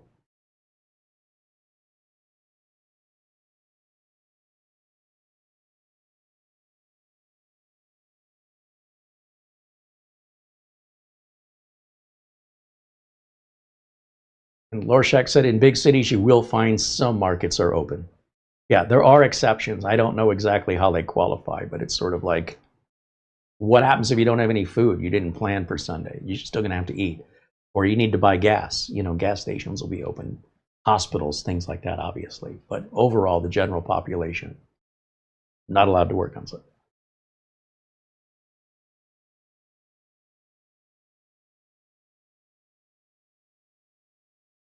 Calvin is in Houston, Texas, says it's 86 degrees Fahrenheit there today. That doesn't sound too bad. It's not bad for spring in Texas. Houston can be very humid. Like, that's the most humid place I've ever been in my life. Of course, I haven't been to Vietnam or anywhere like that in that part of the Southeast Asia. But in the Americas, I thought Florida was humid. I thought Michigan was humid. And then I went to Houston. I found out those other places aren't very humid after all.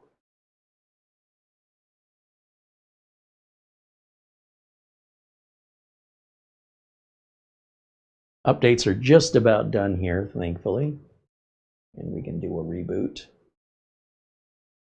I guess the next thing I should check is if we wanted to reinstall Windows on this. You know, one of the issues potentially that you have from some of these mini PC manufacturers is that they may not have a website. And we're going to explore that in an upcoming video with a mini PC that doesn't seem to exist except as, I don't know if it's an Amazon thing, but it only exists on Amazon. It's only sold bare bones, and there is no other location for a website, support, or drivers.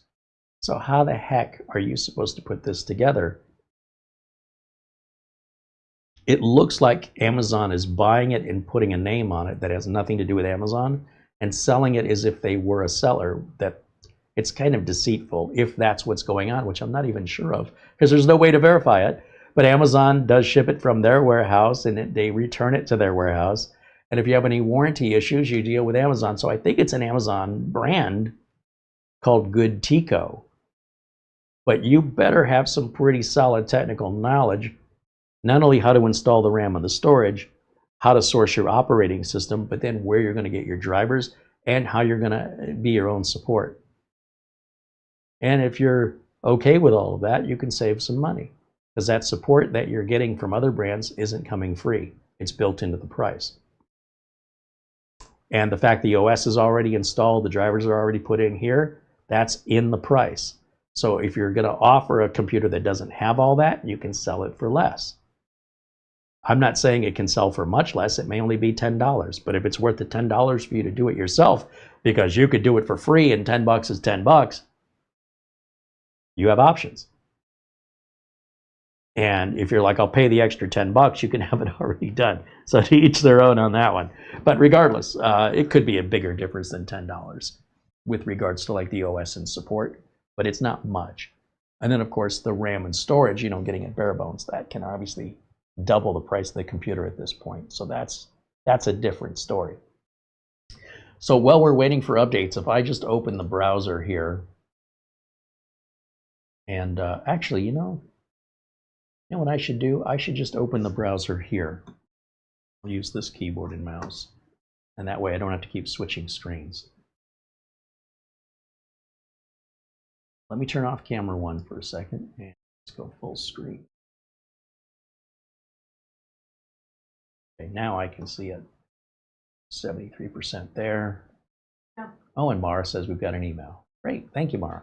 So we're going to check that in a minute. But first, before I lose my train of thought, we have, go through this.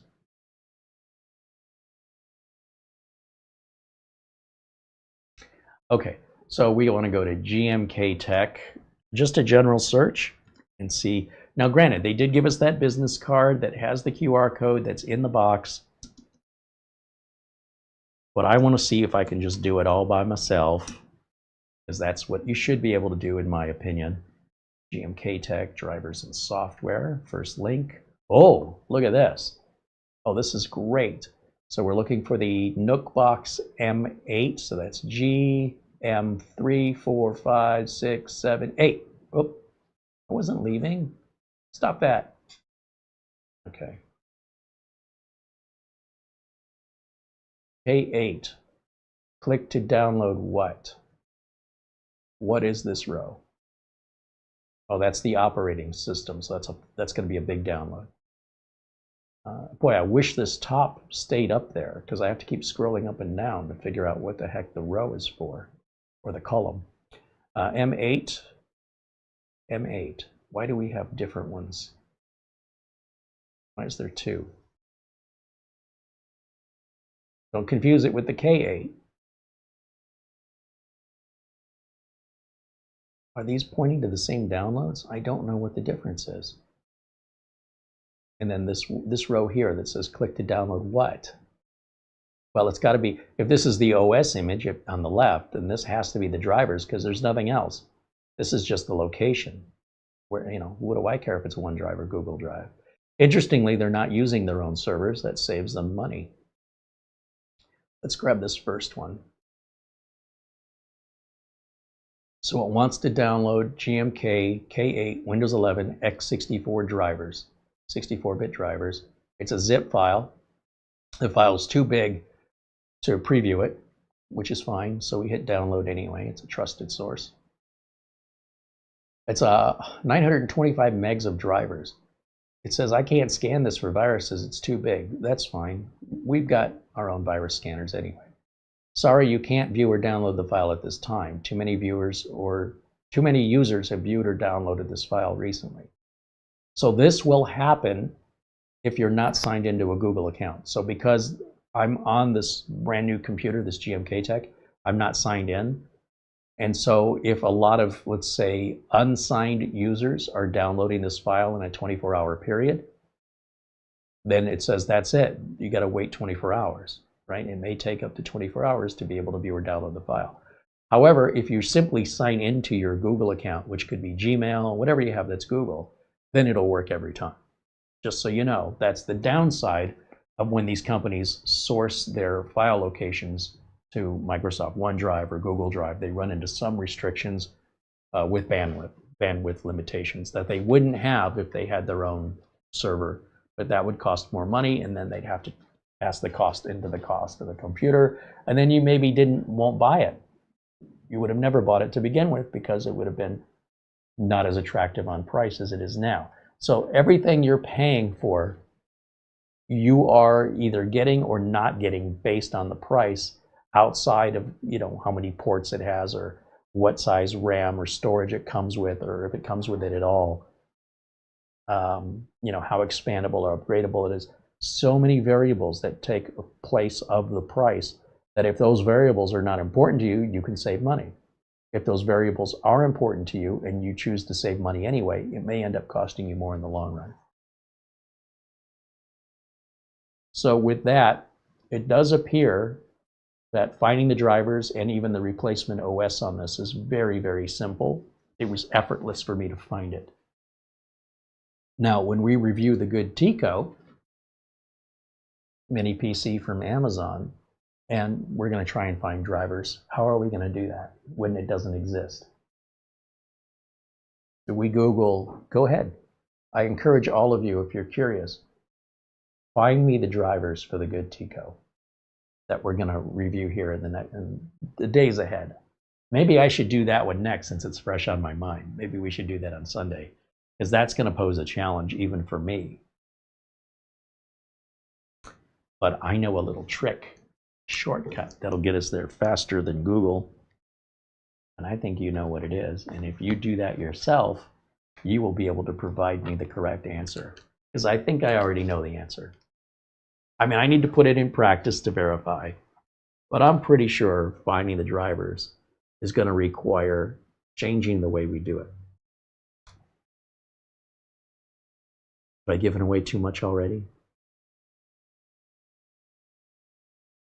Andy says that GMKtec, in his experience, makes it easy to populate a bare bones unit. It certainly appears that way. Getting into that system, very easy. Everything looked easily accessible. And you know, the fact that we have OCulink and a second M.2 at the same time, that's usually reserved for higher end systems. The fact that that even has OCulink at all is a bit surprising. Slappy is renewed membership, now a member 28 months. Thank you, Slappy.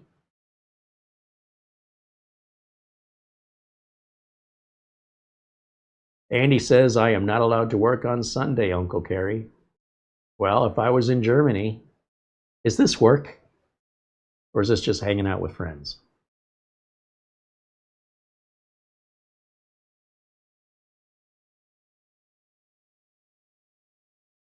Paul Vercher said 70 degrees Fahrenheit in St. Louis, Missouri. Johnny Weld said 79 Fahrenheit in Palm Beach, Florida. 49 degrees Fahrenheit, says Bikeman in Trenton, Michigan, mostly cloudy. Sounds like a wonderful Michigan gray day. Bring it on.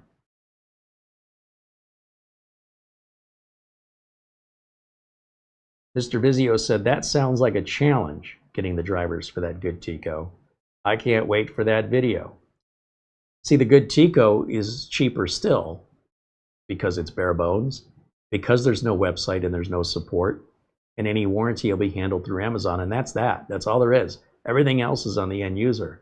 So that's not exactly something I'm going to recommend for the average user, but if you have a bit of tech savvy, it's not much. You don't have to be what I would call an enthusiast, but you'd have to have more than general knowledge, as most people only have general knowledge. Or you made a really bad purchasing decision, and you'll be sending it back, I hope, within 30 days to get a full refund. In fact, when the computer arrived from Amazon, the box was all torn up. The actual packaging, you know, the shipping box, it was like ripped open, and it looked like somebody threw it off the back of a plane, picked it up off the ground, shoved it in my mailbox. And when inside of that box is another just brown box that says mini PC. That is it. It doesn't say good Tico. It doesn't say what it is. It is the most generic box with the only lettering it has is 6 letters. Mini PC. That's it. There's no other writing. It's very sketch. Huh. Is this legal? I feel like this shouldn't be legal. But maybe we'll look at that on Sunday. It seems like it'd be a lot of fun.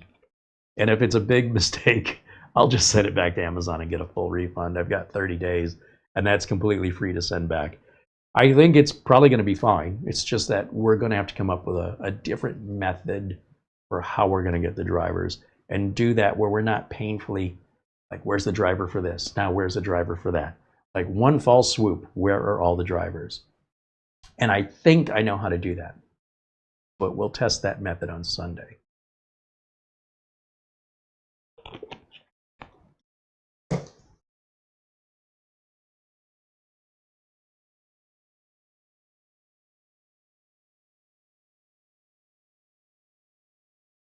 Shane Perkins says, use another manufacturer's drivers like the last issue with the ISP camera hardware.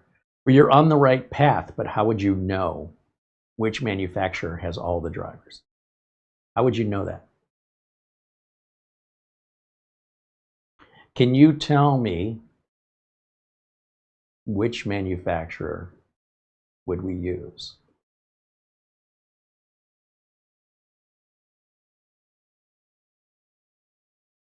And how do you know? Mr. Vizio said, I'll be watching on Sunday.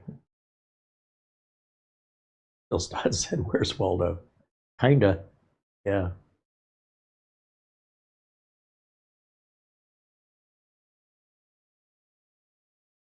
Rick Lake says 38 degrees Fahrenheit there in Minnesota. Mark Leibowitz said Chicago's partly sunny today because I'm an optimist at the moment.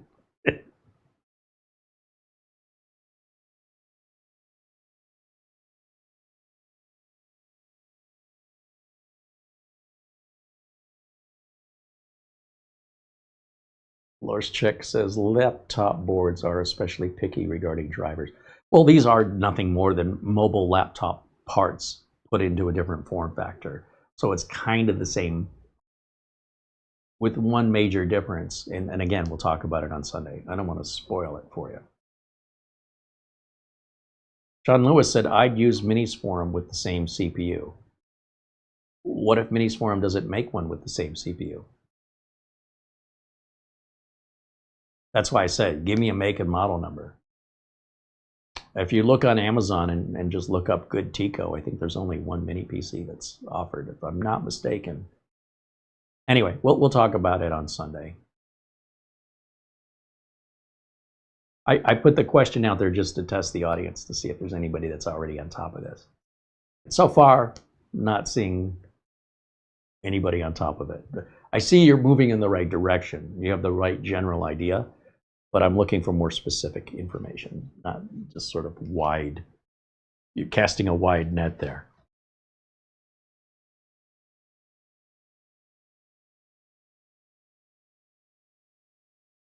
Boy, this one update just seemed to be going a bit slow here. It was moving along pretty good there, and then it just got this one. And oh, this is that big security update, 3769. I remember that. Okay, that's the one that just came out. So this is one that does take a while. Regardless of how powerful your computer is, this just takes a while on all computers. There's not much you can do, but most people don't sit here and watch this like we're doing right now. Most people, this will happen automatically in the background, and you'll just get a pop-up that says your computer needs to restart. Or you'll see the little icon in the system tray with a little yellow dot. Usually says, you know, some updates were installed, and you didn't even know it was going on, right? You were using the computer, or the computer was left on idle, and it just did all this in the background. For us to go there and do this manually is primarily for the purpose of when we test things like drive speed or Cinebench, we want to do so with all the latest updates so that we get accurate test results.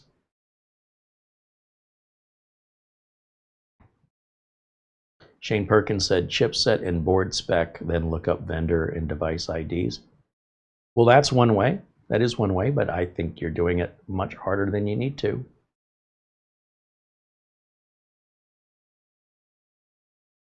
Thin Trojan Sports says Harbor Springs, Michigan, some of the most beautiful views in the world. I don't recall ever being in Harbor Springs or knowing where that is. I'd have to Google, figure out where in the mitten that is located. North, south, east, west. Michigan is one of the most beautiful states. You got some urban areas that are a little downtrodden, but that doesn't make up like 0.02% of that entire massive state. The rest of it's just drop dead gorgeous.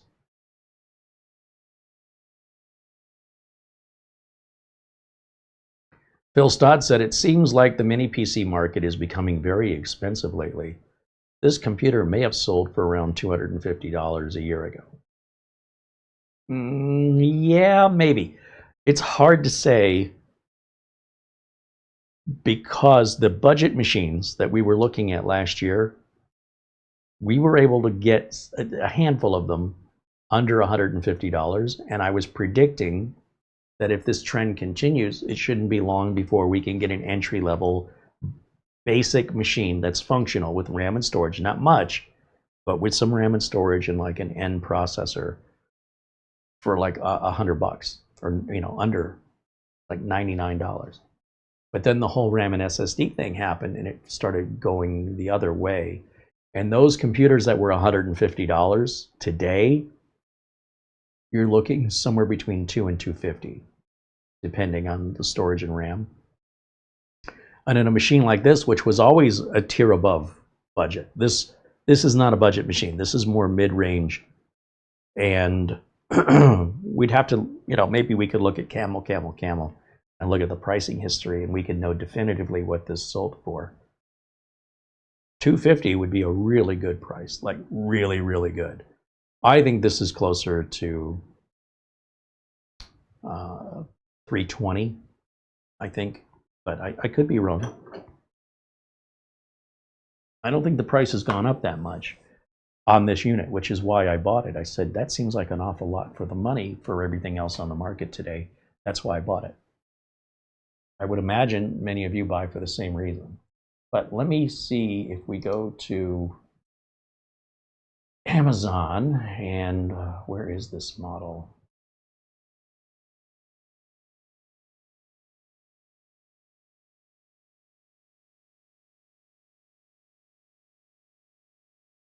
Okay, let me copy the link. Let's go to Camel.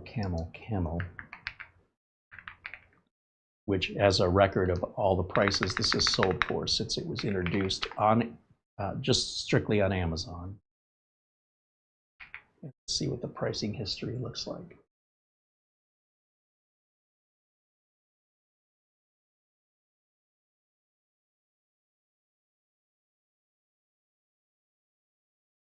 Okay, this is us right here, 512 gig NVMe, 16 gig soldered on RAM. It looks like it's sold at $480, and at some point it had dropped, which looks like March and April of 26, right when we bought it. We bought it in a dip.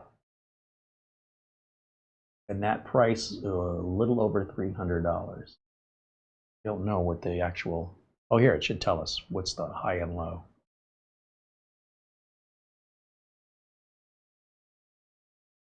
Highest ever price was $480, and that was just recent. The lowest ever, $160 cheaper, and that was last month. So at $320, that's a great price. You know, for me to pull a number out of the air like that and to be dead on, I'm gonna pat myself on the back. It's almost like I'm in the industry and I'm paying attention. The average price at $415, we paid about $389, I think is what we paid. So it kind of puts us in the middle between these two extremes.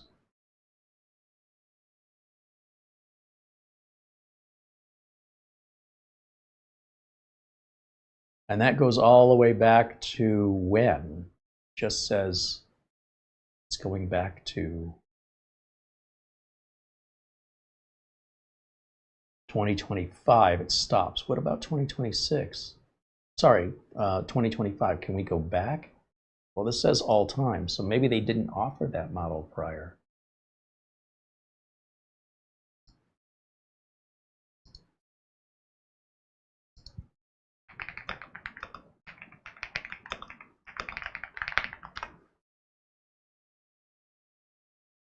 Okay, it was only offered late in 2025. So that's when the RAM crisis really started. We started to see it around September, October. So by November, it was already well in play, but it was obviously not in as bad of shape as it is today.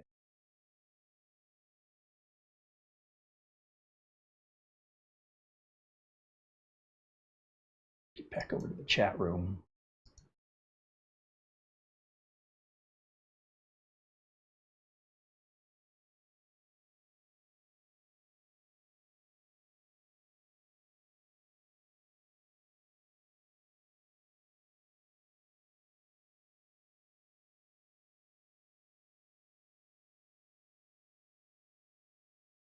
Lorscheck said I'd put a 5080 dual GPU in the slot of the Nook 11, the streamer.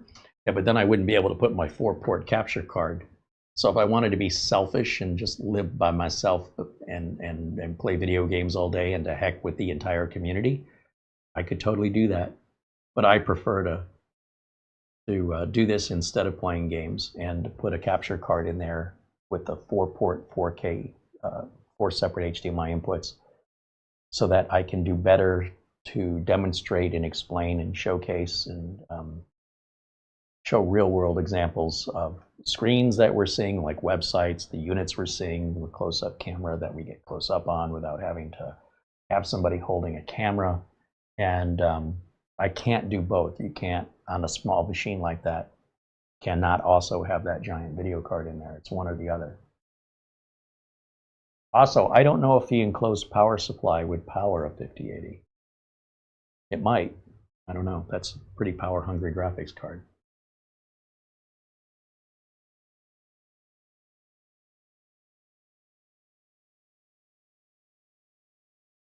Jim Kenny says, why do I think you're going to be talking to Grok again on Sunday? I will definitely be demonstrating how using AI, this thing everybody hates, at least online, is going to be your best friend, and you're going to wonder how you ever lived without it. Or it's all going to go terribly sideways.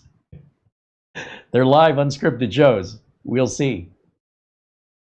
But yes, you are correct. It will involve Grok.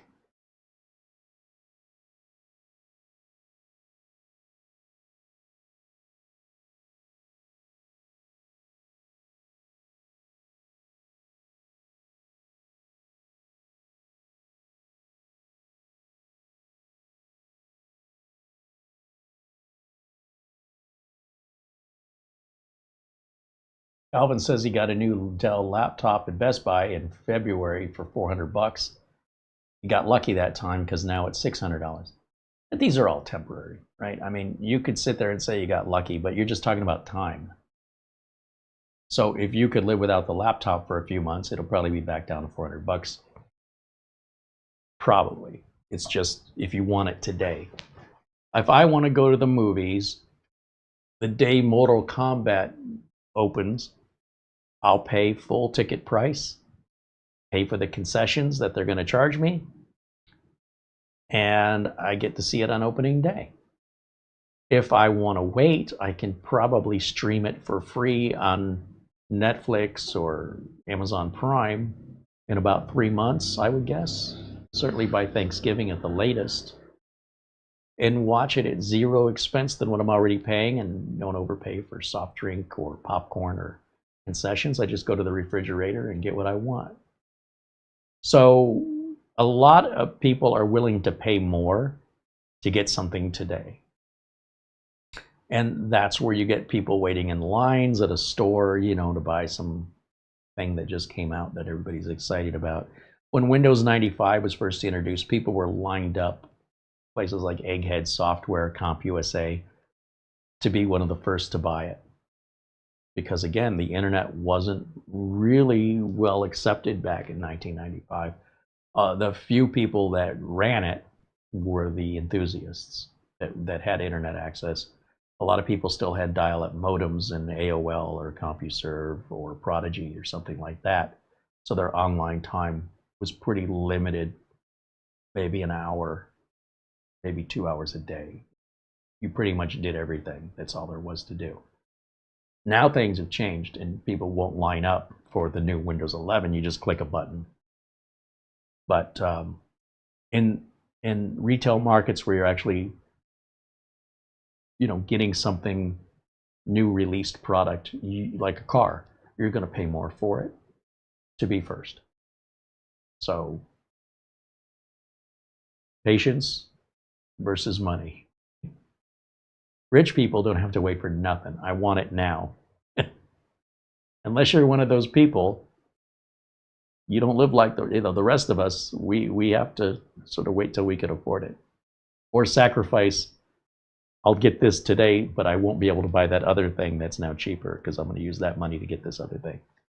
We gotta sacrifice one thing to get something else. I'm reminded that there's an email waiting. Let me check email real quick.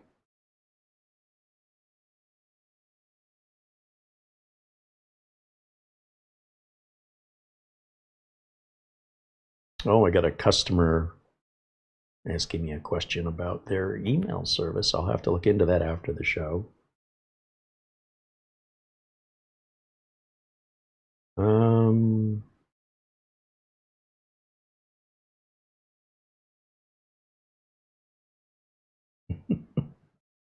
Someone's sending me an email that says it's a voicemail. Voicemails don't show up in my email. You think I'm that stupid? Come on now. I'm a little disappointed that Office didn't just filter that. I'm getting a little spoiled with AI and email filtering. It's like, holy cow, I very rarely see anything in my inbox anymore that doesn't belong there. And I don't recall ever having an issue of misdetection where I have to pull something out of junk. It does happen, but it's so rare now. Another advantage of AI.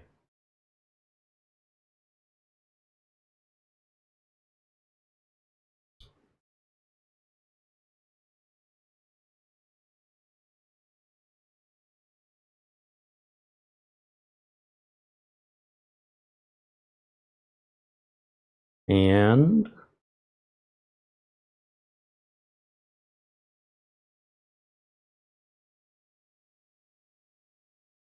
see, I've got a FedEx notification. Well, a lot of emails have come in.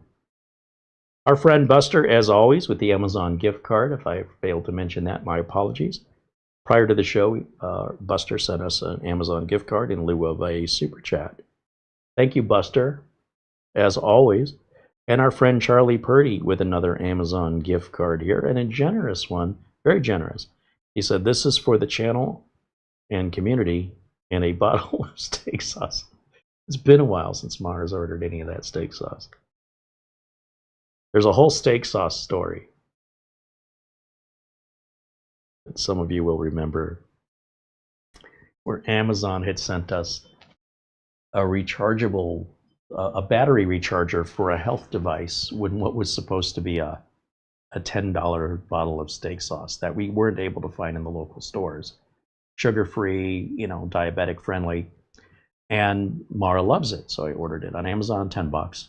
I get the package that arrives, it says your steak sauce is here. I open it up and it's a battery charger for a medical device that appears to be around $200. I call Amazon customer support and I go, hey, this isn't steak sauce, so let me send it back. No, you can't send back a food item. I know, it's not a food item. And they say, I know, and you can't send it back because it was sent out as a food item. I say, I know, but it's not what it is. And they said, I understand, but it's in the system that that package contained a food item, and the system will not allow food items to be returned, regardless of what was actually in the box. As far as our computer is concerned, returns are not an option on that purchase, and it will not allow us to return it. So you can sell it, give it away. You could check with your neighbors. Obviously, it wasn't a neighbor that ordered it. Or you could throw it in the trash for all we care. Donate it to Goodwill. We don't. And it was like a $300 device. Yeah, it's $200 or $300. They don't care. They're like, listen, our computer system simply does not allow a food item to be returned, even if what was in the box is not a food item. The computer says it was, and because it was, it is not eligible for return, and there's nothing we at customer service can do to override that. So that's our loss. It's not your problem. Just chuck it in the trash if you want to. I said, okay, so about my steak sauce that I never got. Well, I could refund your money. I said, okay, but all I want is the steak sauce. Can't you just send me the steak sauce? No. But what I can do is I can refund your money.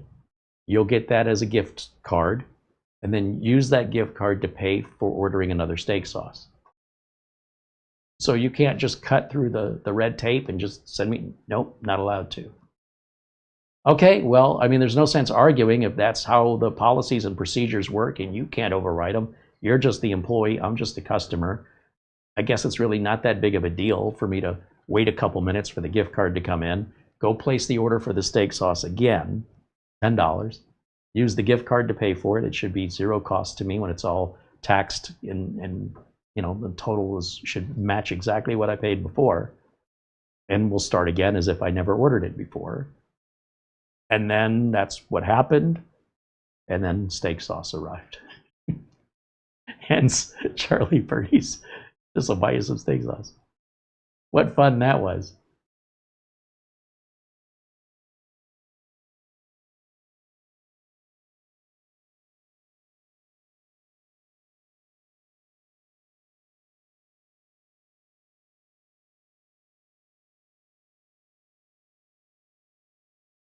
Supersonic says, hello, Carrie. I bought a Minis Forum Elite Mini, the UM890 Pro.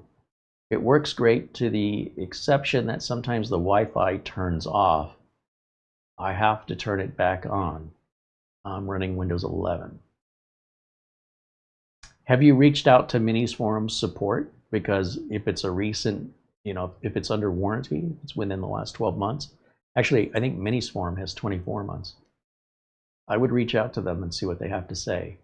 As a tech, my question would be, do you have other wireless devices connecting to the same channel? Have you tried changing the channel?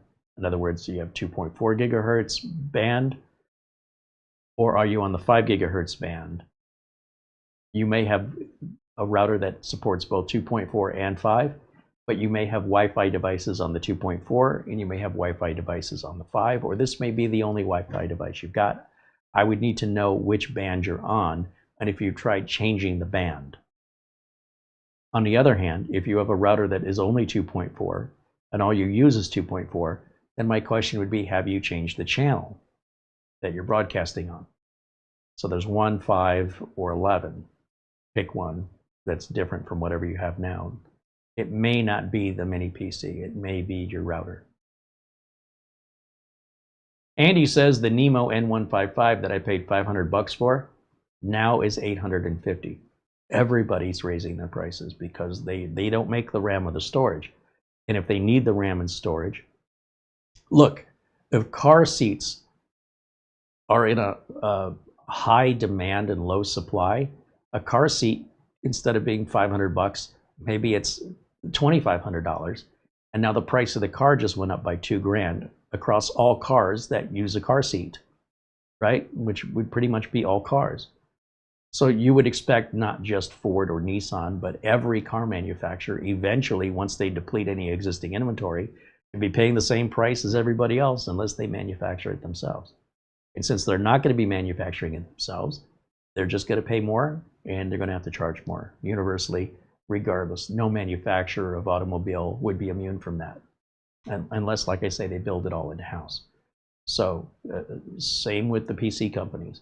The same if you're going to the grocery store and a bag of Doritos used to cost $2.99 and now it's $7 for a bag of Doritos. Are you kidding me? Now it's on sale for $5.50. $5.50 is a sale price on a $3 bag of Doritos. Well, it's not a $3 bag of Doritos anymore. Inflation, prices go up, the value of the dollar goes down. So yeah, you get used to it, I guess.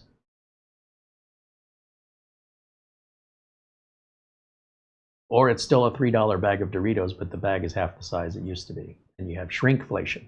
That's always fun.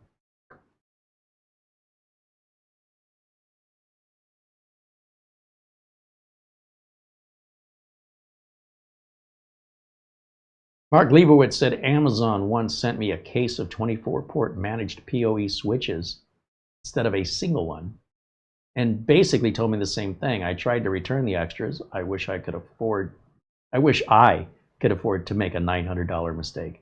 Yeah, $900 is like a quarter of a percentage of one penny. It's not even their money. It all belongs to investors. They're more than making a forwarded profit. So it costs them more to try and get that $900 back in labor and restocking than to just say, you deal with it, you keep it. It costs us less for you to just keep that. And then they'll deal internally with whatever went wrong and correct it. Amazon systems are set up where you basically have to scan a barcode. And if your barcode doesn't match what the customer ordered, it won't allow that to be shipped out. So somebody made a mistake in programming the barcode that was on the box of the case, that when the picker went to that barcode and scanned it, picker doesn't know. The computer says, this is it, this matches, and that's what gets shipped. It shouldn't have matched. So they had an internal programming issue. I was at Walmart, and this was just a couple weeks ago, and they had an item I'd never seen before, and I thought, oh, I'll try that, and I put it in the cart. And when I went to pay for it, it wouldn't scan. The cashier's confused. Where did you get this? Well, I can show you. It's right there in the freezer section. So they call a manager. Manager comes over, looks at it, says, this has not been programmed into our system yet. I go, well, your stockers stocked it. I'm just a customer. I saw it in the, in the display case. I grabbed it. Looks good. I don't need to have it. Set it aside. I don't know how much money it is. I have no idea. So it's not like they can override, and they wouldn't be able to anyway because it would screw up their inventory. They'd appear to be missing a bag if they just said merchandise generic $8.50. How would they be able to verify I'm telling them that's what the price said? They'd have to go over there and see if there was a tag. If there was a tag, then there'd be a barcode. That would mean it's in the system. But there was no tag, and I didn't care. I said, oh, that looks good, I'll take it. I don't often look for the tags. If I want something, I buy it. It's just a grocery store. You know what I mean? Like, if the bag of Doritos is $3 or $8, it's still a bag of Doritos. I'm not buying a case, just buying one. All right, we're ready to reboot. Let me get the reboot kicked off here. Email. Oh, another email. Wonderful. Perfect timing, because while we're waiting for the reboot, I will check email. Oh, our friend Mark Gaines in Northern Ireland sends us, oh, a very generous Amazon gift card as well. Hope you enjoy this gift card. This is my contribution in lieu of Super Chat. Well, that's a very generous contribution. Thank you, Charlie Purdy. Thank you, Mark Gain. Thank you, Buster, Peter Lightcock. I've got a couple other mini PCs in the cart of my Amazon cart that I don't have the money yet to pay for. And I'm not in any hurry because, you know, we still have several to do. But I was just kind of looking through other potential good deals, set them off to the side. And when the gift card money is enough to buy one of them, I think I've got 3 or 4 kind of put aside, then we'll purchase another one. Thanks to your support in contributions, that's how this channel is currently working, since YouTube advertising no longer pays any bills. It's a joke now. Boy, YouTube advertising, we were cleaning up pretty nice there in 2019, 2020, and then it all just kind of went away. So we're just finding another means by which we can continue to buy products independently and maintain our journalistic integrity and tech integrity by being honest about it without worrying about backlash, you know, from the manufacturers. Let's face it, if a manufacturer sends you a product for free and then you turn around and just slam on it, they're likely never going to send you anything for free again. Why would they? Oh, let's send it to the guy to bash us. That's not the point. But my point is different than theirs. Theirs is to sell product to get free promotion. My job is to expose the benefits or consequences, the pros and cons, in my opinion as a professional technician, of the products I'm reviewing here in 100% honesty, as though I'm talking to a customer that's paying me for my advice. That's not necessarily what companies want, unless it just so happens that you really like their device and you're like, hey, this is a great deal and I recommend it, then they love you. But they should love me no matter what, because I'm giving them honest feedback that's only intended to make their product more competitive and to represent the average person that doesn't, the companies don't hear the average person. They hear influencers, they hear investors, they hear managers of their department. Many of them don't have a clue. I mean, how do you think Disney screwed up the Star Wars movies so badly? The people in charge making the decisions are not the fans, and they're not listening to the fans, because the fans are making themselves loud and clear and they're being ignored. The investors are being listened to, and the investors are also the ones losing money. So eventually, given enough pain, they won't have any choice but to go, well, if everything we think the viewers want isn't working and we're going to lose our shirts indefinitely until we change how we're listening, then and only then will they then hire people that are either fans themselves to make these decisions, not just money people, or will actually start listening to feedback, as Microsoft claims they are doing now, listening to users' biggest complaints on Windows. And that's because of a shakeup in the management, where people have been replaced at Microsoft, and the new people in charge claim to want to now, suddenly they're interested in what the end users have to say. However they get there, let's just be glad they're there. And furthermore, let's hope they actually put action behind these words, because the words are meaningless if they don't follow through. We'll see.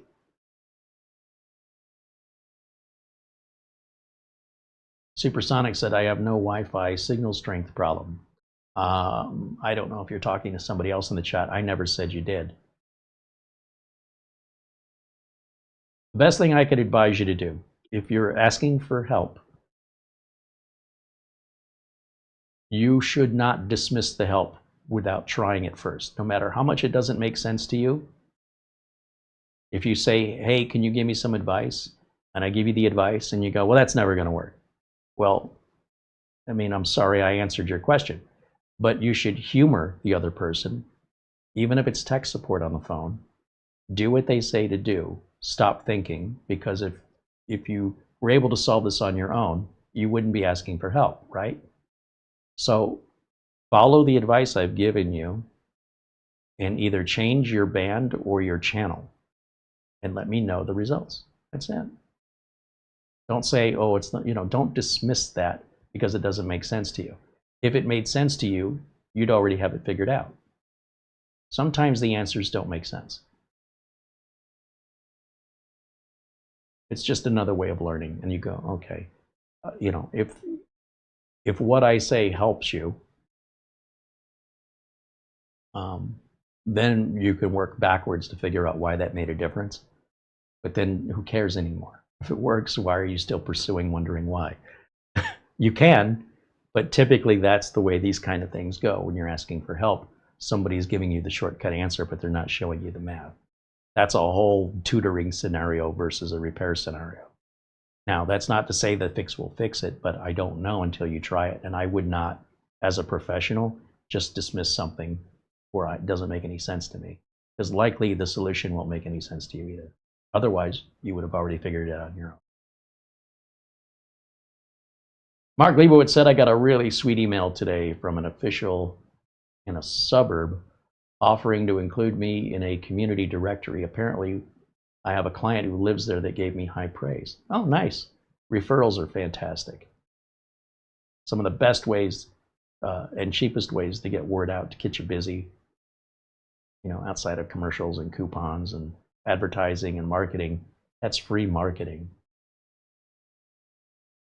And when it's coming from a trusted resource that people would say, hey, do you know a computer service? And they go, yeah, we use this one.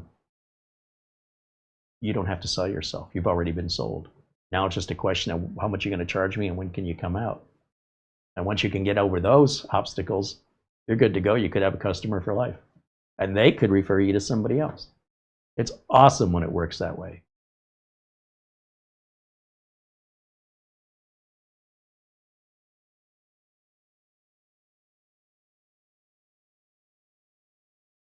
He said, they're too far out for me to want to try to get more business there, but I wrote them a nice response. Ah, well, that could be a problem too, right? If you're in the pizza delivery business, you will only deliver to a certain radius of your location, or it's going to cost you too much money, take too much time, the food's going to arrive cold, you're going to have unhappy customers. You go, I'm sorry, I'm outside of your delivery area. If you want to come pick it up, you know, you can drive it to another state for all we care. But we're not going to pay our delivery driver to drive for a half an hour to bring this pizza to you. We've got other deliveries to do, and and you're going to get a lukewarm pizza. You're not going to be happy with it. And the delay between cooking it and getting it to you, it's going to be an hour, hour and a half. You will have starved to death by the time you get it. So for all of those reasons, the same applies with being a computer tech or any other service like a plumber, air conditioner repairman, where you have to go on site. Phoenix is a gigantic city. When you consider all of the suburbs, it can take an hour to get from one side of Phoenix to the other side. Going from Surprise, Arizona and the northwest and going all the way up to Apache Junction in the southeast, easily an hour. And that's without traffic, road construction, or other accidents or delays. That's if things are going well. So it's not very profitable. If you have to spend an hour to get somewhere and an hour to get back, then that means the service call is 2 hours of travel time. Are you doing that for free? And who's paying for the gas? And then how many hours do you have in a working day? 8 hours? And you haven't even, that's just the time in the car. You haven't even done the work yet. So if you're an hour doing the work, and that means 2 jobs, if each job is an hour, and the travel time is an hour back and forth, that's 6 hours of your day in just 2 jobs, where you charge for just 2 hours for 6 hours of your time. Therefore, what choice do you have but to say, well, we're going to work within this radius? That assures our customers that we're not going to take a long time to get there. We don't have to charge as much money. And if we don't service your area, you shouldn't be offended by it. Just call somebody closer to you. You should appreciate that the company cares that you're going to have a good experience. You're not going to be waiting forever.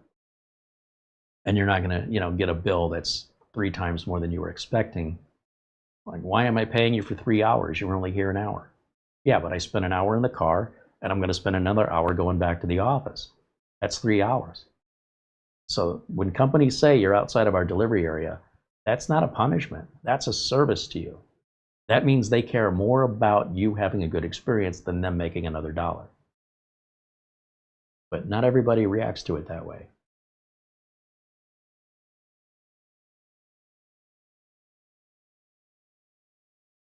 Ron Toomey wants to know, after the updates, can we put it in performance mode and see if it can handle the temp test? I bet that GMK heatsink will keep it cool, unlike the last one in beast mode. I don't know that we're going to have time for it today, but we could revisit that. We're already at 2 hours and 20 minutes of today's broadcast. I'd like to cap them around 2 hours. Sometimes lately, especially, they've been going over 3. And we're not even done with updates yet. So this may be one we need to come back to a part 2 to do the final testing on it. At this point, we're pretty much out of time. So I'm just going to let it continue to do updates off camera. And we'll just do a part 2.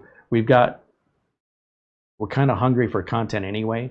So if we can get another video out of it, that makes the investment even more worthwhile. Overall, from what I'm seeing out of this unit right now, seems like a really good deal compared to everything else available at Amazon at this price. I've not found anything better. If you do, please let me know. I found a lot of like Ryzen 3 or Core i3s or Celerons or N100 or older budget computers for about half the price. But I would not sell one of those to my clients because they're only going to last about 3 years. You're going to need to replace it on average. So I'd rather at the very entry level go mid-range, and this fits slotted right into mid-range, but significantly cheaper. Or it was when I bought it just at the beginning of the week. I think I bought this, and it's already unavailable. So I must not have been the only person to realize that's a really good deal, and they sold really quickly. Maybe they'll replenish the stock. I don't know the current status of it. It might be something to keep an eye out for. Now, as I mentioned, when we review these now, since we're buying them, we can sell them when we're done. And we can take, we're going to sell them at a loss, obviously, because why not just buy one new for the same price if we sold it at cost? Unless you really wanted to support us here. But, I guess at this point, if it's not available new, what can you do? I think GMKtec has an eBay store where you can buy this directly from GMKtec on eBay for about the same price, except returns and shipping times aren't going to be Amazon. You know what I'm saying? But I think they're still available on it. We can check. We're just waiting here. Let's see. Let's go over to eBay and take a look.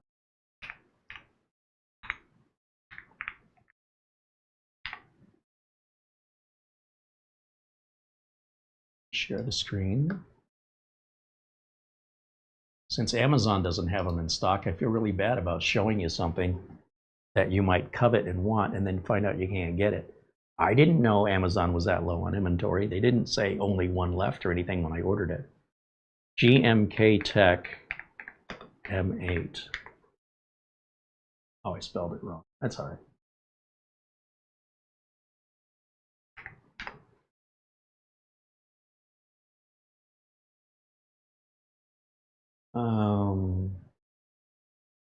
This one says it's brand new. Oh, it's got a 1 terabyte SSD. Ours is only 512. 330 plus 1935 delivery. Is it? It says it's brand new, but is it? Ah, this is GMKtec official. So they do have an eBay store. It says it's a 1-year warranty. OCulink. This is it. This is our exact one right here. $376.99. I think I paid $379.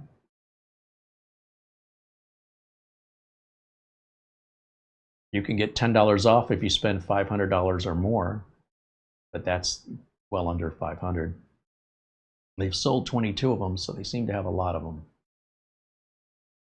This is also GMKtec's official store, their official store. I don't know what these are different. How are these different? Why is this one $1 more? $2 more. Everything's the same. What about this one? It's all the same. $369.99 with a coupon. Why is this one on sale when it's the exact same one as these, and it's from the same seller? Oh, no. Wait a minute. Why does this GMKtec official US only have 3 feedback, but this one has 363? One of these is a liar. This is official US. This just says official. I think this is a fake. This is not GMKtec official. I could be wrong, because this says it's located in the United States with free delivery. So does this one. So why does this one say US when these are clearly US without saying so? I think this is a fake imposter. But you know what? They could be legit. It's just they're maybe jumping on somebody's coattails. Look at the difference in feedback between 363 and 3. So if I'm going to spend that kind of money, I want to make sure that they've got a lot of positive feedback.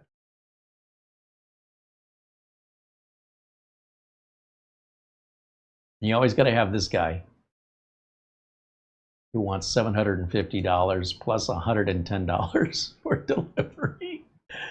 So if you want to spend $859.95 on a place that doesn't even have 100% feedback, but they've made a lot of sales, they're going to profit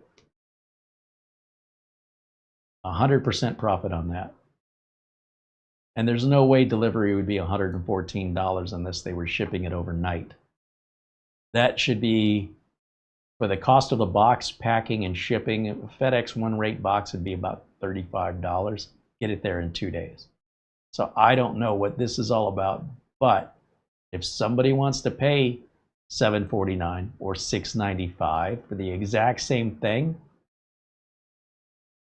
and look at, I mean, this guy has 54,000 pieces of feedback. This is working. I mean, people are paying it. Here's another one. $890 plus $56.90, and they can't even be bothered to put a picture up. And they've got 28,000 sales. So I have no doubt they're legit sellers, but they're also adding quite a bit of profit on that, which you could pay if you want to. So here's a Ryzen 5 3500. That is a very old CPU, and finding the video drivers for this could be quite difficult, except GMKtec probably has them available. Other manufacturers don't. But it's not that big of a price discrepancy to kind of go Ryzen 5 3500 to more mid-range, which put us at what, 370? Didn't we see one at 369? Yeah, right here. And that's the official real deal. So that's not a whole lot more. $100? And instead of being on the low end, you're in the mid-range. So they've already sold 30 of these. Doesn't say how many they've got left. It just says almost gone. Okay, so that satisfies that curiosity if you're really wanting to get one.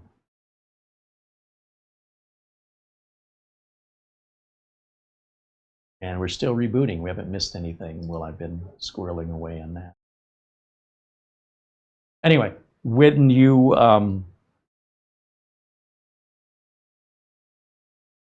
hopefully join us on part 2, remind me to change that to performance mode and run that test. I'm happy to do it. Just not today. Not enough time. Andy says still available on your link.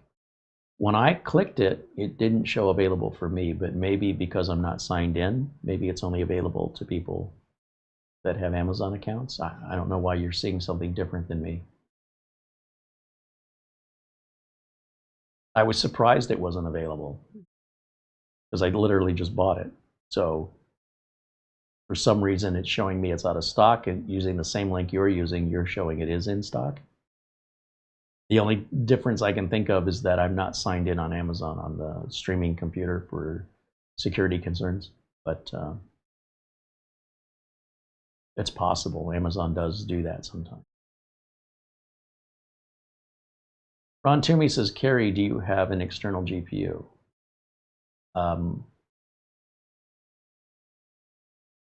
Do I have one?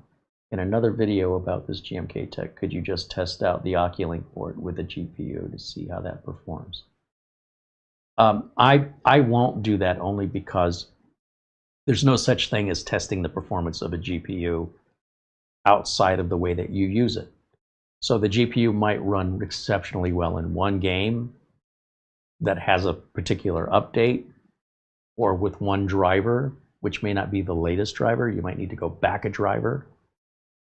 At what resolution with DLSS on or off? It's completely a pointless exercise. Essentially, the logic of it is that every GPU works exactly the same. When you look at the specifications of the GPU, it will tell you the core, number of cores and CUDA cores and what its frequency is and all this other stuff. How you translate that depends on how you use it. So that information in and of itself, those specifications are universally true, regardless of how it's used. However, depending on the games you play or how you're using the graphics card is pretty much on however the authors of the software designed it, and you as the person playing the game, what preferences you've set for your visual quality, resolution, etc. So the same graphics card that I demonstrate under certain conditions can fly and impress you, but the same game and the same graphics card under different preference settings could be unplayable. So therefore, it's pretty easy to know ahead of time, without having to do any testing, what the graphics card is capable of when it's installed directly into a computer. You can search YouTube and find all the specs for any particular game with the settings that you like and how that card performs. That's usually pretty easy to find. When it comes to the OCulink, where you may be bottlenecked, depending on the graphics card, is just the amount of traffic flowing through that OCulink allows. But OCulink is the fastest way you're going to connect it. So there's nothing you can do to make it better. That is the limit of the technology, and if it's not good enough for you, once you reach a certain point of graphics card capability, the OCulink becomes your choke point, and nothing above that will make it any better. So it's kind of pointless to go through a test like that because there's way too many variables and individual preferences that make that way too subjective. It's like asking me to try on a bunch of winter coats and pick the one that's best. Maybe I want a leather coat. You know what I'm saying? Maybe I want a trench coat. Maybe I want it waterproof. Maybe I want a hoodie. Maybe I want buttons. Maybe I want a zipper. Maybe I want pockets. Maybe I want inside pockets. All of this is going to change what that jacket's going to cost, from a $30 jacket to a $2,500 jacket. And you might say, I would never pay for a $2,500 jacket. And I might say, that's the cheapest jacket I own. We're just not going to see eye to eye on that, negating any advice I have to give you about jackets. And I would say the same holds true with a GPU dock, in that it's a waste of time because the math won't change. Every OCulink port operates at the same speed. Every dock operates, if it's OCulink, at that speed. Then the question is, does your graphics card operate at that speed? If your graphics card is like a lower end graphics card, it'll pretty much operate the same. If the game, whether it's OCulink or internal, it will be the same. Or the game you're playing. Maybe the game you're playing plays the same because the game doesn't utilize the graphics card as much as it utilizes, say, the CPU. And so therefore the gameplay is identical regardless of how high-end your GPU is or your dock is, or if it's plugged in USB 4 or OCulink. OCulink is definitely superior to USB 4 in data transfer speeds. That's just math. And then how you set up the game, what game you're playing, how it's been developed, whether it's more CPU or GPU intensive, whether it prefers AMD or NVIDIA, is all on the developer. So A lot of games that don't play well on graphics cards are because of the graphics card or necessarily the drivers. It's because of the people who programmed it. That's it. A lot of games that are this massive size are simply not optimized. It costs money to spend time to optimize the game, and the manufacturer doesn't want to spend the money. So you can pay for the space, and that's your problem. We need more RAM and we need more storage, and you're paying for the game, and you're going to pay for larger storage capacities and more RAM because the company doesn't want to spend the money to pay their developers to refine and optimize the code. What's in it for them to do that? So in that case, the video card and the driver play no role in it. So you can't really ascertain how good a graphics card is going to perform universally, internally or externally, because the way two users will use it will be very different. It's unlikely you're going to find somebody else that has your same interests with the same hardware and the same dock. Very unlikely. Just so you know, I'm not being resistant. I mean, that's just reality. Let me get back over to Windows Update. And I'm just curious if we're going to get offered 25H2 now. Now, I will say, if there was a game everybody played, right, then we still don't know what resolutions and settings and their preferences. But if there was like something like Microsoft Office, where every office pretty much has it, if it was a situation like that, it would be worth testing it because it would appeal to so many people.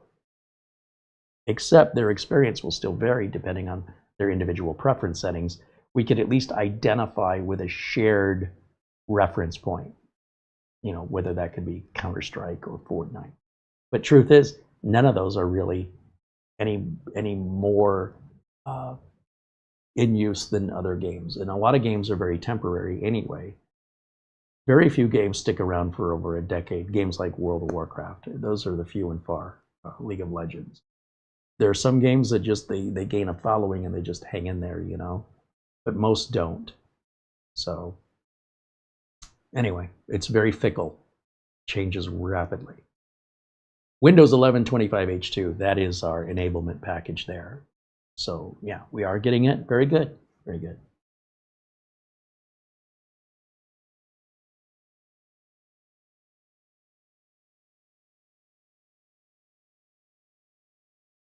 More often than not, what holds people back from any GPU or graphics card isn't about the performance. I'll have people ask me all the time, what's the best graphics card that I could buy right now? I don't know. It depends how you use it. But the question that everybody seems to overlook, that I want to draw your attention to, is how much money do you have to spend?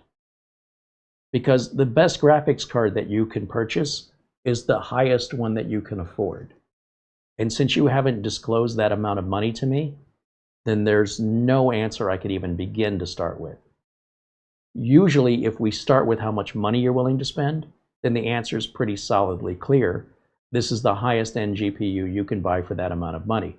And how it performs is tough luck if you don't like it. You understand what I'm saying? Like, unless you're willing to spend more money, that's as good as your money can buy, regardless if you like those numbers or not. It's the same for everybody else. They're going to pay the same price you do. They're going to get the same performance you do. And if that performance doesn't match your needs, then you need to increase your budget. And likely you just can't afford it. That's the most common reason people don't have higher end graphics cards. They simply cannot afford them. But that's not what they're asking, right? They're asking what's the best one. Well, if you're asking because you sincerely want to buy a better graphics card, tell me what your budget is, and I'll tell you the best graphics card you can afford for that amount of money. However, if you're just asking because you just want to play the wonder game, like, oh, if I won the lottery one day, well, you win the lottery first, because a lot's going to change between now and then, and anything I give you for advice today is going to be out of date in 4 weeks, 4 to 6 weeks. So if you're not going to buy in the next 4 to 6 weeks, it's just gossip. It's pointless to discuss it. And if you are going to buy, I need to know what your budget is. And those prices are going to change rapidly. in about 4 to 6 weeks. And they're likely going to get more expensive until things change. So all the information you're asking is of the moment. Like, how much is a gallon of gas? I think I'm going to go fill a tank maybe next month. Okay, well, asking me how much a gallon of gas is today it isn't helping you prepare for how much money you're going to need to fill the tank, because I don't know what the price is going to be. I also don't know how big of a tank you have. So some of these questions you're asking, nobody on the planet can answer them. So I appreciate your question.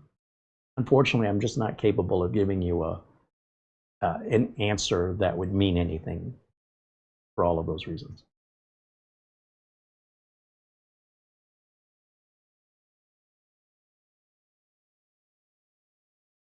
Ron Toomey said, I've never seen an OCulink port. Oh, it's nothing special. I mean, it's just basically, think of it like an M.2 slot with the kind of bandwidth PCIe 3 or PCIe version 4 would have with an NVMe drive. It's the same on the OCulink. I think the OCulinks all use Gen 4, and so you're just limited to the same speed as you would be on a Gen 4 NVMe, right? It's still the same number of channels. It's everything's the same. It's just like connecting it to a graphics card. And whether or not the graphics card can perform at that speed, some can exceed it, some will never match it. So there's plenty of reviews on YouTube if you want to learn more about OCulink and eGPUs. And we do have a DEG2 eGPU dock for Miniswarm, but I've not had any Thunderbolt 5 devices to plug it into. So I'm waiting for something I can demonstrate it as Thunderbolt 5, which in theory should be faster than OCulink, at least, you know, today. And then USB 4 version 2 may be the same speed or faster. I don't know yet.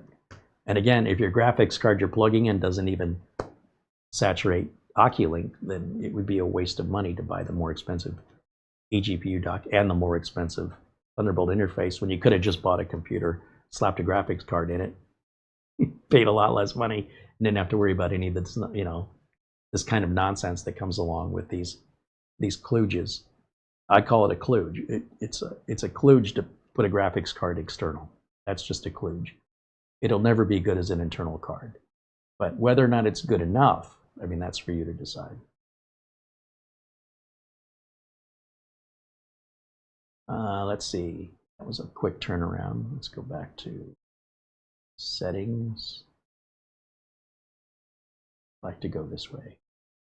And Windows updates. We'll check again. And while it's checking, let me right-click on the Start menu. We'll go to System. We can see our version of Windows here is 25H2, build 26200.8246, which I believe is our current, as of Tuesday, is the current build number. Why was I thinking yesterday was Tuesday? It's Friday, darn it.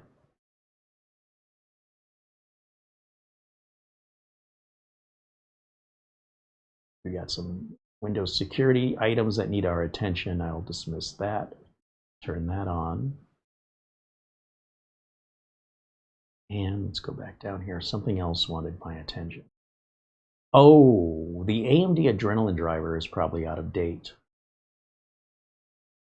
Let's bring that up. See if we get a version of this that checks for updates. We do. Manage updates. That brings up the AMD Install Manager. That'll check our Adrenalin and chipset drivers against what's online. Notice auto update is turned off. That's why you guys can't trust automation. You have to go in and check. Even if you did turn it on at some point, it may have turned off as a result of another update. Auditing and verifying every couple of months is always a good idea. Worst case scenario is it's already done, but at least you've confirmed it. If you just assume it's being done, for all you know, it hasn't been done in a long time. And this can make a big, big difference on an AMD-based computer for performance, security, and reliability. And primarily performance. A free driver update that you thought you were getting automatically or you never even gave a thought about, the results of which could make it seem like you just got a brand new machine when it's done. Like it'll run potentially it could run faster and more responsive than it ever ran before, simply because all you did was notice you weren't getting these updates. It's completely free, but those who don't know they don't know. You know? I know. All right, so while that's working, I guess I'm going to check one more time. I just don't trust the first check. I suspect, though, we're fully up to date here. So yeah, we can do this at the same time. Yep, we're up to date, so no more Windows updates.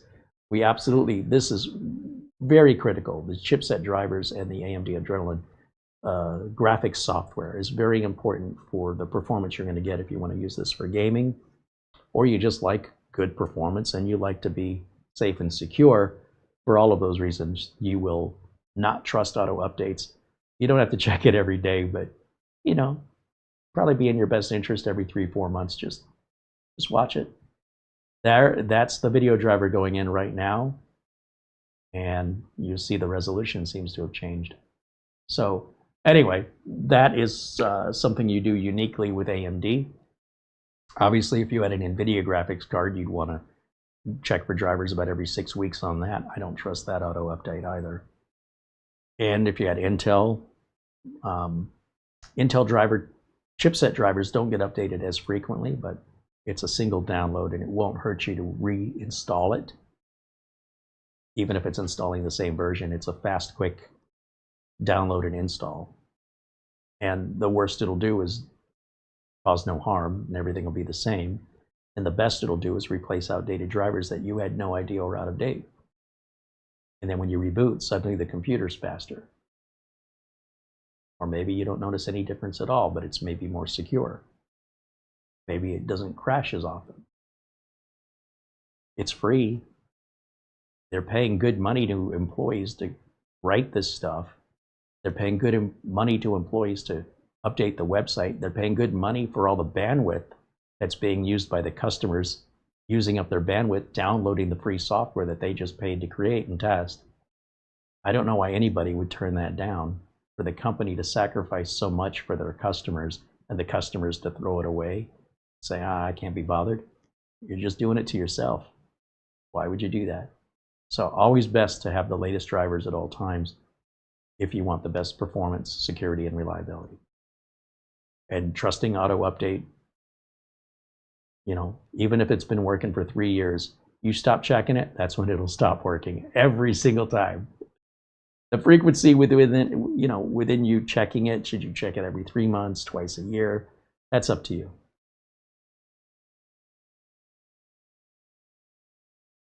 Shane Perkins said, that's just like my TP-Link router. It was not updating to the 1225 update until I did it manually. Yeah, you're preaching to the choir. You cannot trust auto updates. And if you never bother to look, then you just are happy because your ignorance is bliss, right? I don't know any better. I'm here to make you miserable, educate you so you have these things to be worried about. Thanks. But they're very simple. They only take a few minutes. And the benefits, you know, there's no downside to it. And on the upside, it could make a huge, noticeably performance difference in the computer and its responses. And then you didn't have to upgrade your RAM like you thought you had to. So often I've seen people throw money at a problem pointlessly because they're under the impression that that's going to fix the problem when they never had the driver installed. People are people. What are you going to do? That's why I have a job, quite frankly.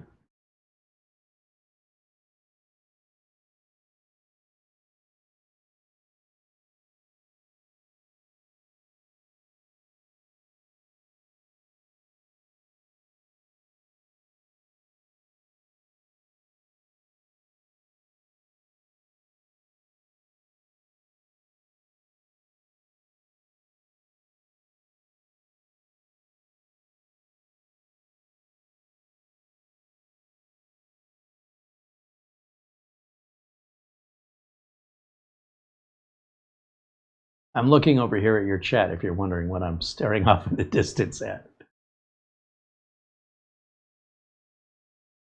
Dennis says I've had a local large language model for about a month. Oh, you guys are talking.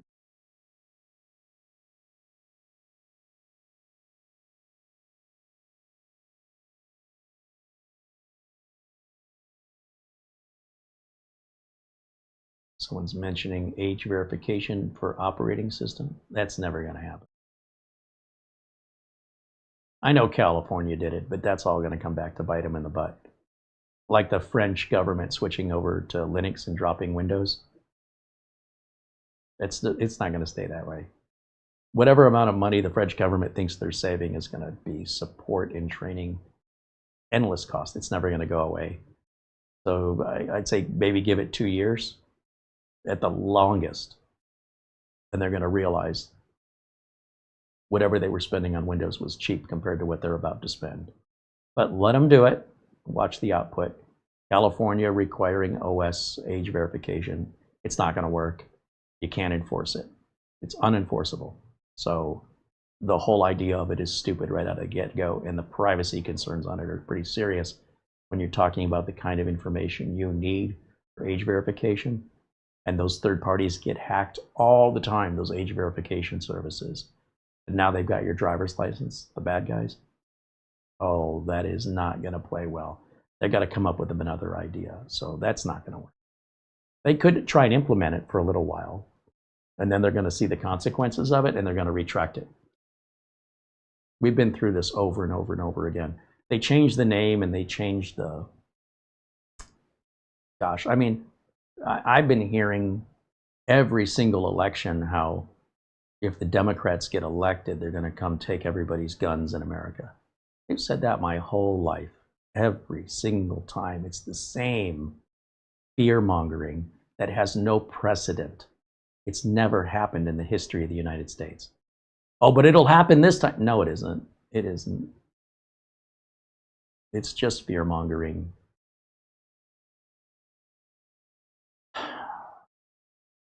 People need to come up with some new ideas. This gets boring and lazy, that people just keep banging on that old drum, and it's like, dude, buy a new drum or just give up the drumming.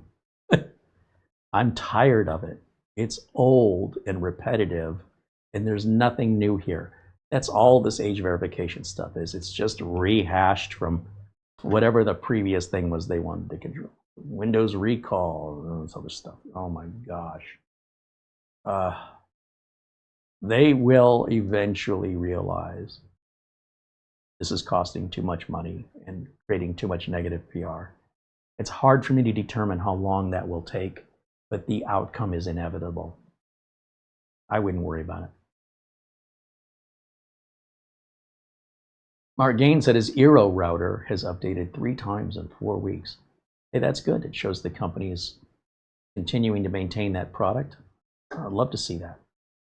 Okay, I think our AMD updates are done here. Let me go back full screen. Don't know what privacy view is. I don't install it. Oh, I think it did say restart now, didn't it? That's all right. Since we've just done a driver install, it's a good idea to restart for those drivers to take effect. If the drivers already took effect and didn't need a restart, it's no harm to go ahead and restart it and make sure everything's okay. We don't have to assume everything's okay, because if we do and we don't restart, the next time we turn the computer on and it doesn't boot, we're going to be dumbfounded. And then, oh, wait a minute. What was the last thing I did before I turned the computer off? So let's say you did this on a Friday, which today is. You go home for the weekend, assuming this is at work. You turn this back on Monday and it doesn't boot anymore. What happened? Well, you tell me. Well, the last thing I did on Friday, oh, I did put those drivers in. And you rebooted? No, I don't think I did. Well, that's your first reboot since the drivers? I guess so. Well, then those drivers caused your reboot problem. I'd rather know that now than wait till Monday. That's just me personally. So by rebooting it now, I know everything's okay. So if it doesn't start again on Monday, it's something else entirely. It helps the diagnostic process be much faster. I also don't like this wallpaper. I think I'm going to just change that to the default theme. Personalize that. Obviously, we've got an active license, or it wouldn't have allowed me to do that. So Windows is activated, is what I'm trying to tell you there. All right, let me go back full screen on camera 1. Now, if you have questions when we do part 2, put those questions in the comments below this video so that when we do the part 2 to this and we run Cinebench and Crystal Diskmark or change the performance mode, I can tell you from my own personal experience in general, those modes you're changing in the BIOS are mostly psychological. The difference they're really making, if you calculate out the math on it, 3% improvement. Like if 3% makes a difference to you, you're one of the few human beings that could notice it.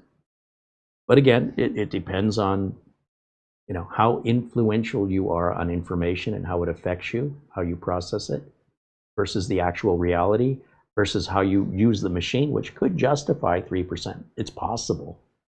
But I would say if 3% makes a difference to you, you probably bought too low end of a computer. It's sort of like buying a little tiny car and what you needed was a truck.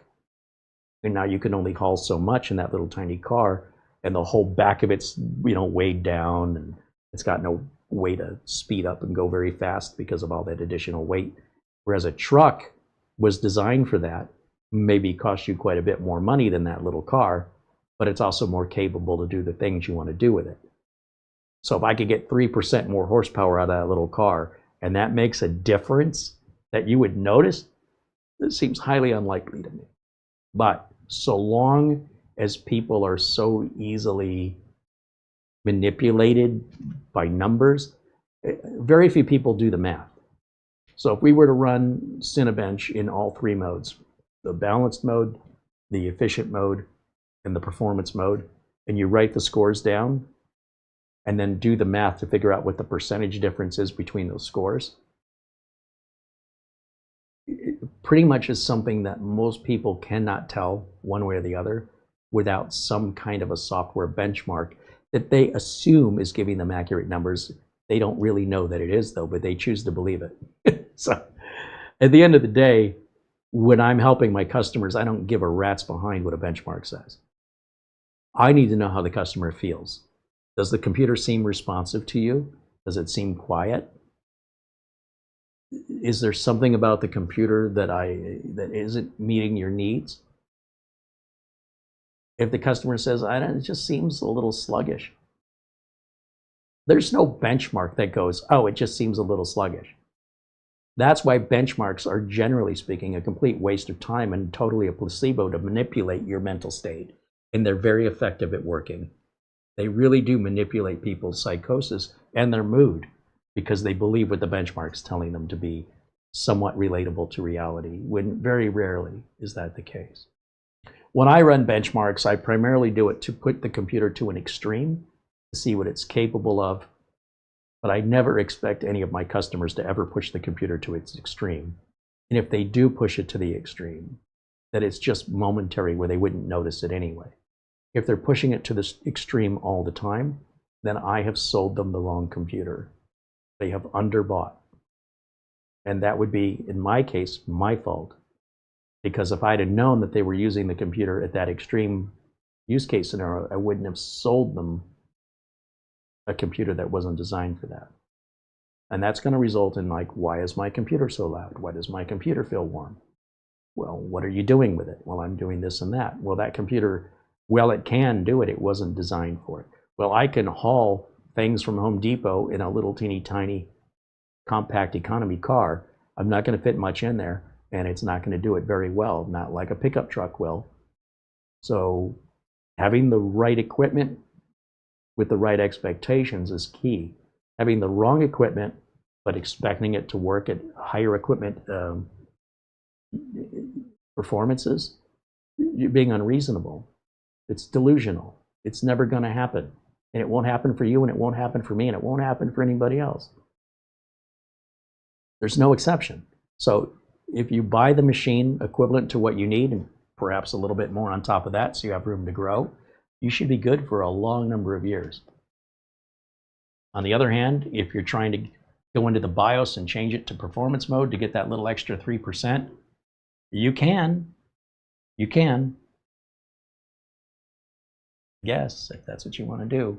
Seems pretty silly to me, but there would be some scenarios where that would make a difference, but they're very much an exception and very uncommon. Anyway, that's my thought on it. That's why I don't obsess about that too much. If you need this in performance mode, then you underbought. That's all I got to tell you. You should have bought something higher end.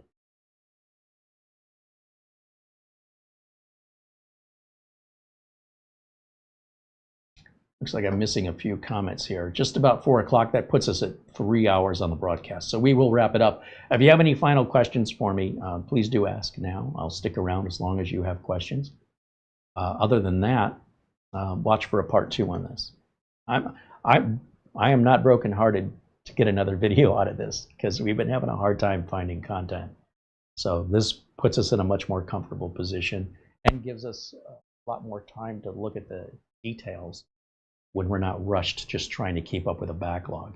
So I'm trying to make lemonade out of lemons here, and hopefully you'll join us on the part 2 for this.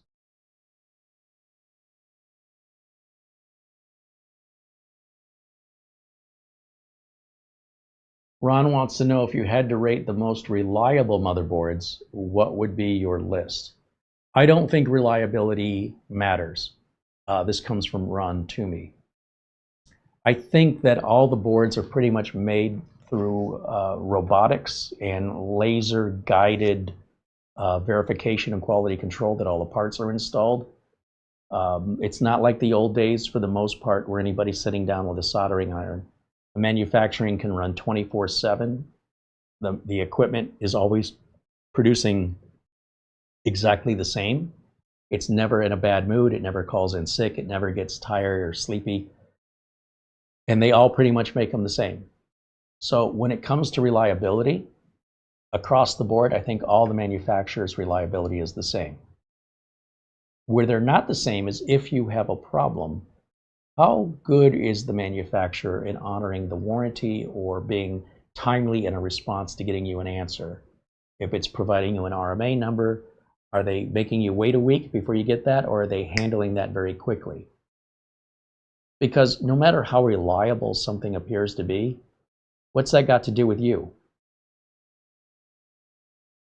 An airplane may be the safest way to travel, but try telling that to somebody who's lost a loved one in an airline accident.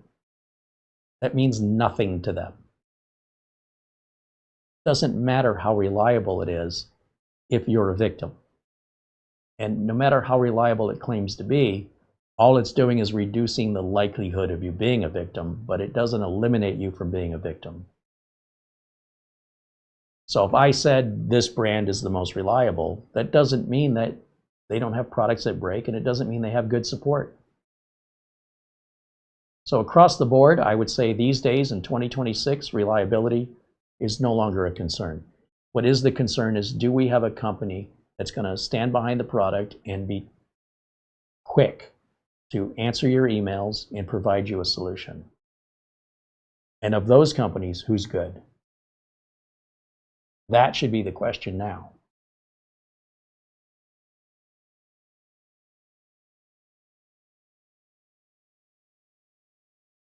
Anyway, I appreciate the question. I just feel that that's an outdated question now for those reasons.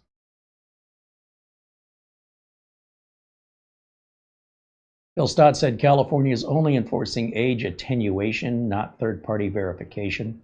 So how does California enforce that? As far as I can tell, it can't.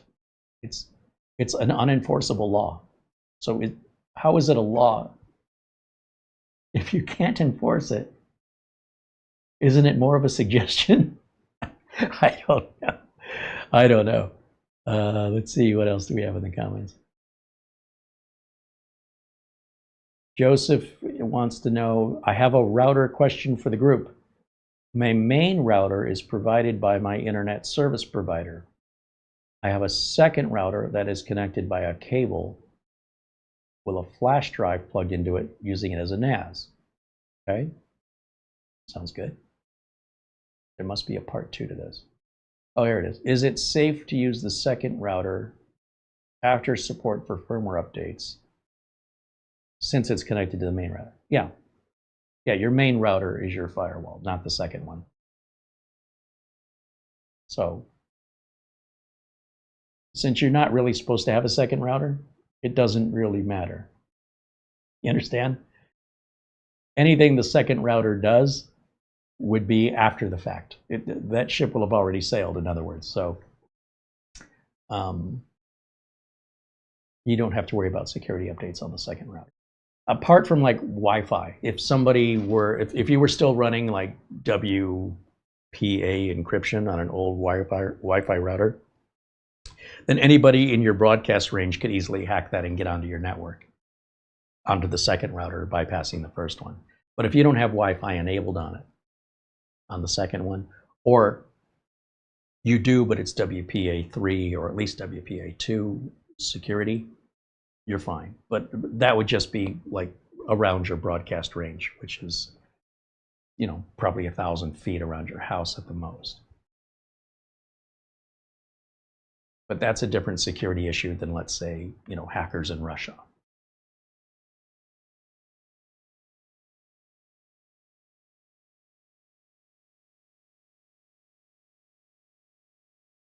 Lars Chick said, I don't know why Intel has such a bad name. Things I experienced with AMD never did happen with the blue. I don't think Intel has a bad name. I don't know where you're getting that from. If you search for why Intel has a bad name, you're going to get results explaining why Intel has a bad name. And if you search why Intel has a good name, you're going to get results that say Intel has a good name and point you to articles on why. The internet feeds you whatever it is you want to see, and you may not even be aware you have a bias and that you are setting yourself up for getting one side of the story. You have to consciously look for the information you don't want to look for. So if you want to find out, for example, this is the way the internet works. Linux has been around over 30 years, and it's never maintained more than 4% of market share. I want you to think about what I'm saying here. This isn't a dig. I'm just pointing out something very obvious that it seems people on the internet refuse to listen to. And I'm going to say it on the internet because those people that won't listen to it need to hear it, in my opinion. What you'll see on the internet, not in real life, on the internet, is people saying how Windows 11 is the worst operating system. Never use it. It's terrible, blah, blah, blah. But if you pop your bubble and realize and accept the world around you in reality, that whether or not you like the reality is not optional. The reality is it's the single most used operating system on this planet and has exceeded any other operating system in popularity in the history of mankind. That's why it's so terrible, right? Because nobody uses it. And the one nobody uses is a 4% market share. That's Linux. And according to the Linux users, that's the good one. Okay, so you've got reality, which is this thing that most people don't use is far superior. And the thing that most people use is inferior. When the data suggests the reality is opposite of that, and it goes against how you feel. You're welcome to feel however you want, but that's not facts. And to deny those facts, to not acknowledge and admit there is an appeal to Windows more appealing to most people that makes it the most popular operating system on the planet, period.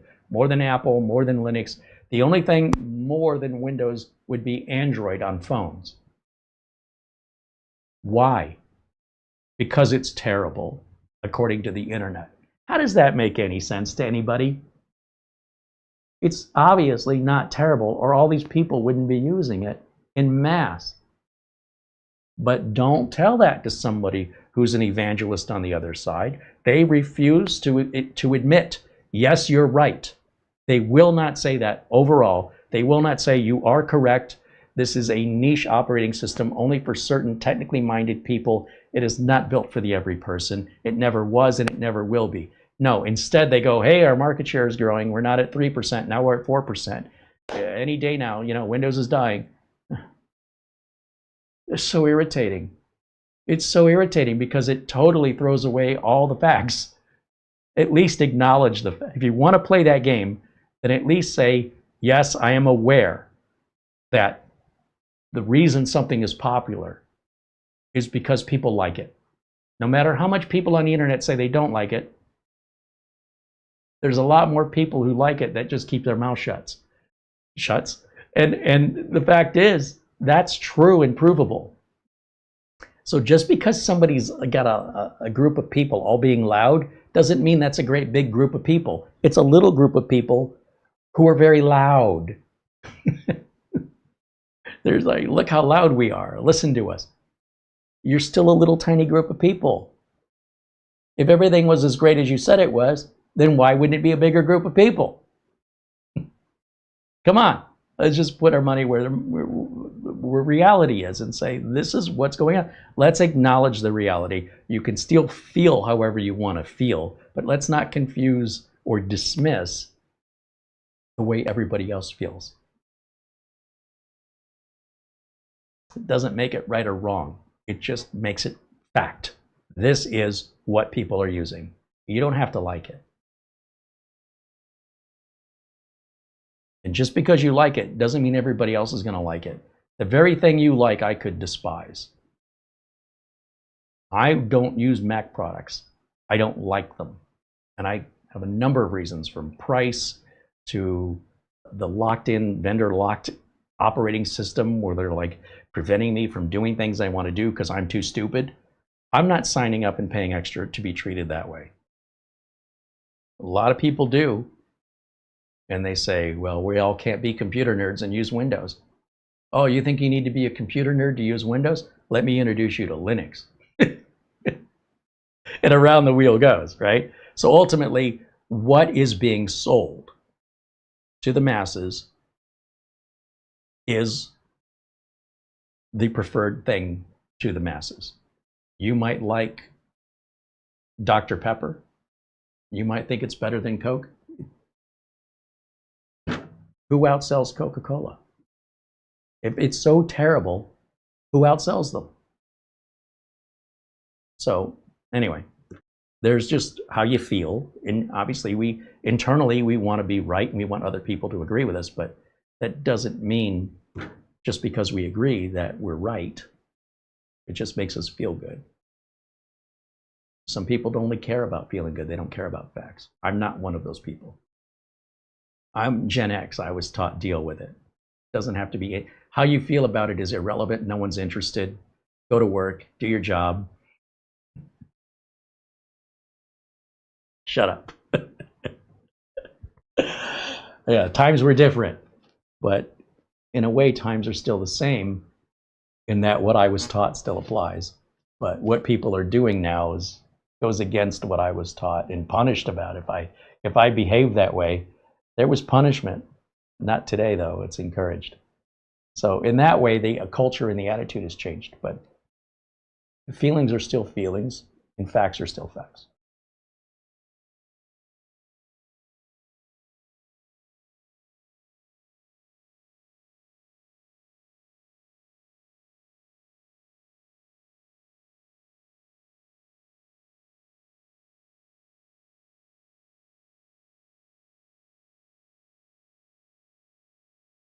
Looking for any other questions, comments.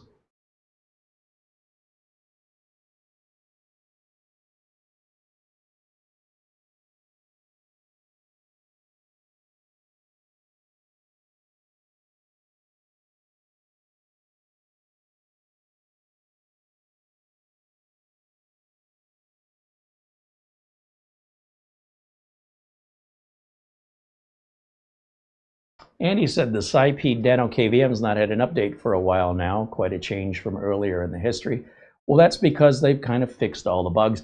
Now, the original Nano KVM did get an update just last week. That's for using OpenClaw on it. Not on the Pro, which is odd to me, which has more processing power. And it doesn't really do anything else, so I'm not going to update to that. It doesn't do anything. I don't use OpenClaw. So, and I don't know how I would use it on a Nano, but they did have that update on the Nano. The Nano Pro hasn't had any update because it hasn't needed one. And they announced a new USB-C nano KVM that you can attach to the USB-C charging port of your phone to have a truly portable nano KVM. I don't know when it's coming out, but they just posted it on Twitter today.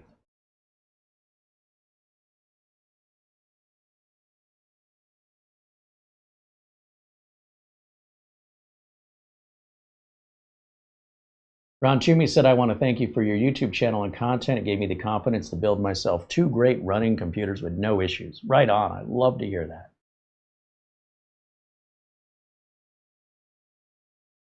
Barry Klein said, I love the competition between AMD and Intel. Agreed. It keeps them innovating, for sure. It's like Canon versus Nikon versus Sony in the camera world. They keep leapfrogging each other. It drives innovation and it lowers prices. Everybody wins. I totally agree with you. That's why, to feel any sort of evangelism or loyalty to one of these companies is just your personal feelings. They don't feel any loyalty to you at all. They don't even know you exist. So to get involved in a one-way relationship, it's only going to end one way. They're not going to be heartbroken at any point. You might be when you feel betrayed, but that's why I don't put any feelings into these companies. I want to sell a good quality product at a good price and make my customer happy. And if that's AMD one year and Intel the next year, I just go with it. I don't have feelings either way.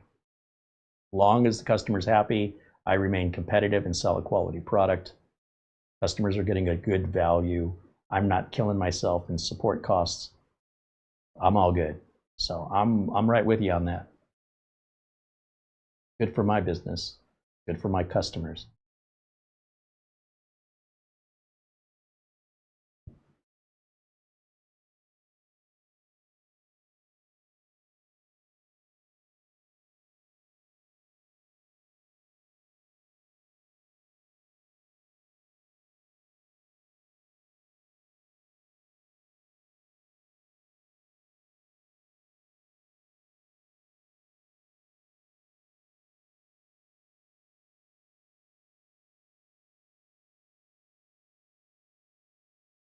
Morton Bob said, popular opinion is not a technical assessment of capabilities. Most people don't care about a technical assessment. If you start talking about technical assessments to ordinary folks, their eyes are going to glaze over and you're just going to have a one-way conversation. Now, if you're talking to other technical people in a little tiny group of specialized technical people, that is not making up a majority of a population, but rather a small enthusiast or specialist community, then you're preaching to the choir. So, pick one. That's all I'm trying to say. Of course, when you preach to the choir, there's not going to be much debate. But if you want to have a technical discussion with a non-technical person, you're just like, you might as well start barking at your dog. Let me know what progress you make. Seems very unfulfilling, but that's just me.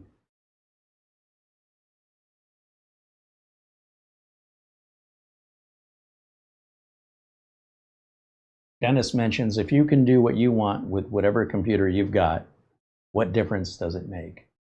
Agreed. 100%. Exactly my point. They don't care.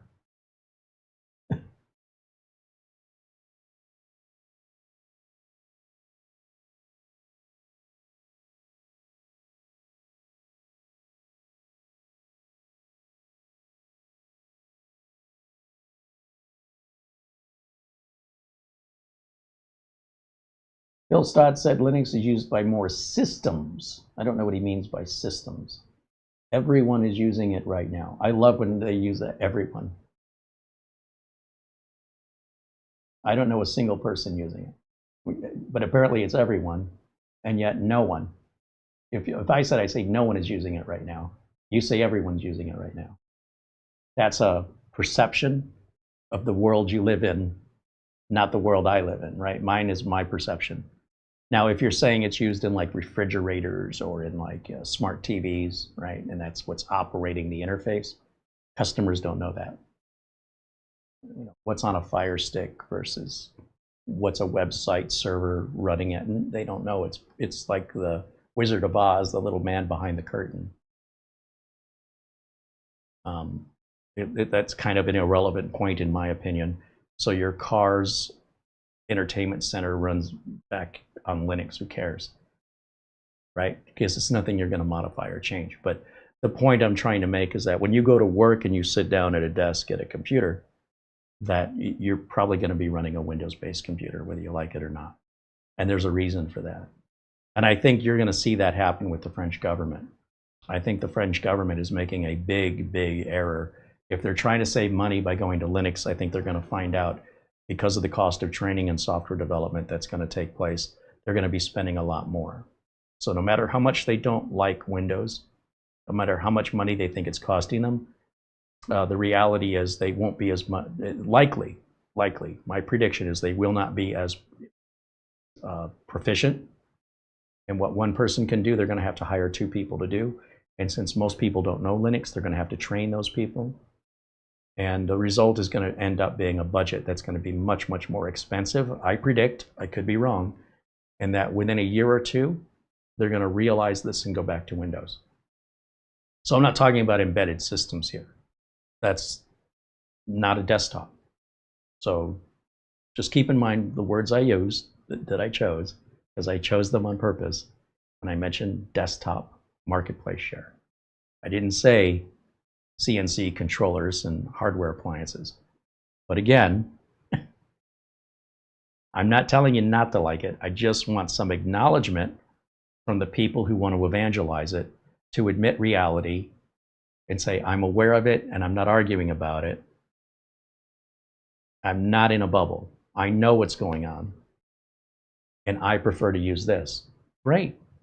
It's not convincing me to use it, but at least it's a more complete assessment of acknowledgement that what you're doing is the unpopular choice, unless you're a specialist engineer developing code for appliances and vehicles and things, in which case that may be in your world, but doesn't represent the average job. The average worker doesn't use that.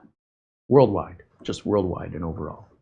But it's really about employment opportunity. So if you have a job skill, maybe you're a welder. Getting a job that doesn't involve welding probably isn't very appealing to you, right? I'm trying to say, I'm not saying whether or not welding's a good job, but if that's what you know and that's what your experience is, you know, if you do underwater welding and that's all you do, that's a pretty specialist, you know, probably well-paying job if you can find the work.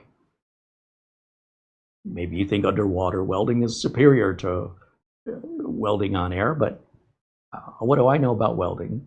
I don't know anything about it. But I would say that underwater welding would be a specialist, and there wouldn't be very many people with that specialty. As a result, those people would be worth more money, but also those people probably have to travel to go to wherever the work is. You can't just work remotely from home on a situation like that. So if you want common opportunity, you would learn Windows and Office, because that's where the most opportunity for work in an office is going to require that level of experience. And since so few people have any experience, let alone even know what Linux is, when you start telling your employees they have to use Linux, you're going to have to train them. And they're going to be very slow, because where is this and where is that and how do I do this? It's going to take a while. And all that's going to result in much less getting done. And that's going to start to back things up unless you hire more people. And you're going to realize whatever you saved in your operating system, you're more than paying twice or 3 times in labor, in training costs. So I think this is, we'll just watch and see if I'm right. By 2028, France will have undone this. And I don't know if it'll take that long, but I think at this point, 2 years from now, in 2028, my prediction is they realize this was a big mistake. But I can only tell you based on precedent. I've seen this tried before, and they always come back to the same problem. And so Windows may not be the operating system you want it to be, but at the end of the day, if it's about making money and getting to work and being efficient, I don't think there's anything better for the general population. So if that's as good as it gets, how can you complain it's not good enough? It doesn't make any sense. But those are just my personal feelings. No facts involved in that other than just looking at what's happened in the past and seeing it going around again. Life, as I get older, is getting a little more, noticing a lot of patterns, a lot of the same repeated behaviors. And I don't expect the end result to be any different, but I could be wrong. It's happened.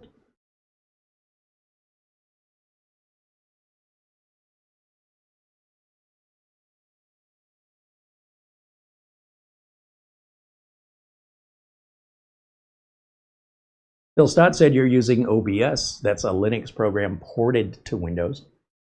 All I know is it runs in Windows. And if I try and use this Windows version on Linux, it probably won't work. I'll probably have to download a Linux version. And if they don't make a Linux version, you understand what I'm getting at? Like, what do I care if it's coded in Rust, if it's coded in C++, if it's coded in Java? What do I care? It doesn't matter to me. Learning how to use OBS is a talent in and of itself. Learning all of the lighting and the audio and the delays and the feeds and the adding images and text overlays and, oh my gosh, just running the program requires an education. Coding it, that's not even in my wheelhouse. I could give a rat's behind if they wrote it in binary. I don't care. That's the point I'm trying to make. I'm not saying it doesn't exist. I'm just saying it's not everyone's choice. It's still a very specialized piece of software that has its place. And there's more places for Windows, is all I'm trying to say. At least when it comes to desktops, Windows is it, and that's what the facts show. Doesn't mean there's not exceptions. I never said it was absolute, but it's the evidence is there. I'm just saying, what's wrong with admitting that? Why is there so much shame in that? I don't get it. Why would you deny it? I don't understand the mentality there. I'm not saying it's worthless and has no place. It's just not as common.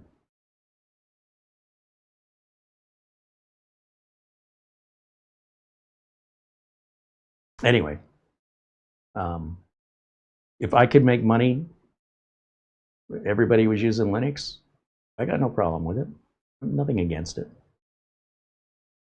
I'm happy to work on computers, and I want to work on the computers that are, you know, the most popular, where I don't have to struggle to find the work. So there's work in all different areas of computers.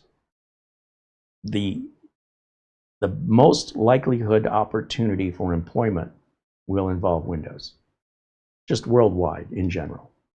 Whether you're a tech supporting it or you're the user, sorry, you're the employee that sits down at a desk and uses it, having those Windows skills give you more opportunity to get hired than any other operating system currently. I don't care why. Like, it doesn't matter if it's good or it's bad. The only way a company gets that big is they're obviously doing something right. And to deny that is kind of silly to me. It's like, it's raining outside. No, it isn't. Okay. Well, I don't like the rain. I never said I liked it or I didn't like it. Just saying it's raining. I don't know why it has to go any further than that. But, you know, it's people fighting for feelings, and I guess you can, but I don't get it. I don't understand why you would feel the need to defend something. If it's that good, you shouldn't feel it. It shouldn't require any defense, right? That's the way I see it. When I was growing up in like junior high, someone would say, "Your mama," they'd like insult your mother. And other boys that I grew up around with would get really lit up on that. "Don't you talk about my mom. I'll kick your butt." I had a tough mother. She took care of herself. So when someone said to me, "Your mama wears combat boots," I said, "You should walk up to my mom and tell her that to her face. I dare you." I would love to see what happens next. I never felt the need to come to her defense. She was fully capable. So when somebody always comes to the defense of something it kind of tells me it's weak in some way and it needs it. And that in and of itself is a big red flag for me personally, that somebody feels the need to defend something, when if it were truly as good as they're saying, that would be a waste of time. You wouldn't need to do that. It would take care of itself. In much the same way, if somebody wants to insult my mother, it didn't bother me. I was quite amused by it. I was like, really? Go tell that to my mom. Go ahead. Let me go with you. I want to watch. I never felt upset. I was amused. I thought it was funny. But maybe these other people grew up with mothers that were more meek or more vulnerable, and they felt this male need to protect them. Not my mother. Oh, no, no, no. She's way tougher than me. I'll tell you that right now. No matter how much I could kick your butt, she could kick it 3 times harder with less effort. So you go right ahead and tell that to my mom. Did not get under my skin one bit. That's all I'm trying to say. That doesn't make it good or bad. I'm just calling it the way I see it, right? The way that that universally, you can count the numbers and you can see where it's at. And it doesn't really matter how I feel about it. That's all I'm saying. Dennis says, I was at my company when engineering took care of the network computers in AS400. Yeah, my dad, the last system he worked on was an AS400. He thought these home computers were toys, and he allowed any opportunity to grow his business to pass by him because he said they're never going to amount to anything other than toys. Of course, he just saw me playing video games all day, so it's easy to see how he came to that conclusion. But boy, once he realized that all the job opportunities were drying up for programming RPG on System 34, System 36, System 38, and then finally AS400s, that was the end of the road. The call for that kind of skill set was going away. And he just happened to live in California, where the housing prices were really, really going up, much higher than what he paid for the house in the 1980s, and realized that if he sold his house at current California real estate prices, he could take that money and buy a house in Las Vegas and live off the proceeds and retire early. And that's how he dodged the bullet. Just timing and luck. That last company my father worked for that had the AS400, a little company you might know here in the United States called Penny Saver. Where are they today? So he was doomed by refusing to accept the reality of home computers, being anything more than a toy. And likely the same awaits me with these phones, which I think, you only consume things with phones. You can't create anything. But now, people are creating TikTok videos and things like that, and they're doing it all on the phone. So while I'm here dismissing it as being any way to really make money, unless you're a developer, it may soon turn out that they become viable creation devices. And because I did not adopt them early, it may be a career opportunity I never have. And if that happens, let's hope I'm in a situation where I'm ready to retire and got money, because otherwise, I don't know what I'm going to do. I guess I could always push a lawnmower.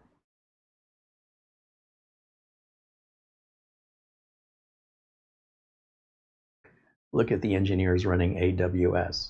I don't know a single engineer that runs AWS. Never met one, but I'm sure they must exist. I know plenty of people that go to work every morning. All I got to do is look at the traffic Monday through Friday from about 6 o'clock in the morning to 9 o'clock in the morning, and about 3 o'clock in the afternoon to about 7 o'clock in the evening.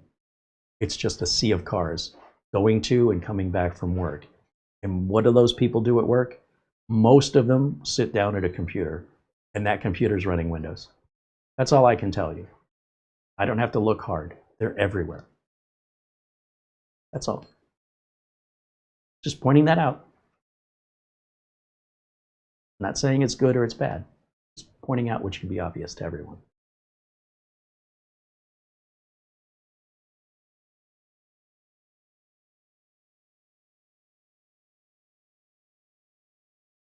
Dennis was mentioning OS 2, Windows NT, Novell.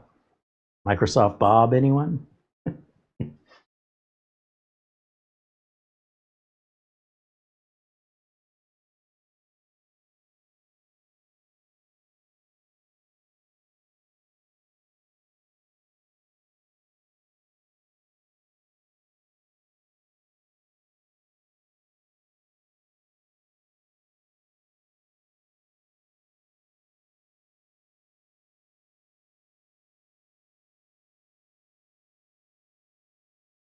Phil Stott said Windows is not an operating system, it's a desktop environment. If you tell me that's not sand, that's dirt, it's kind of, really? Not, it's just semantics, but I'm not saying you're wrong, I'm just saying it's not really relevant, is it?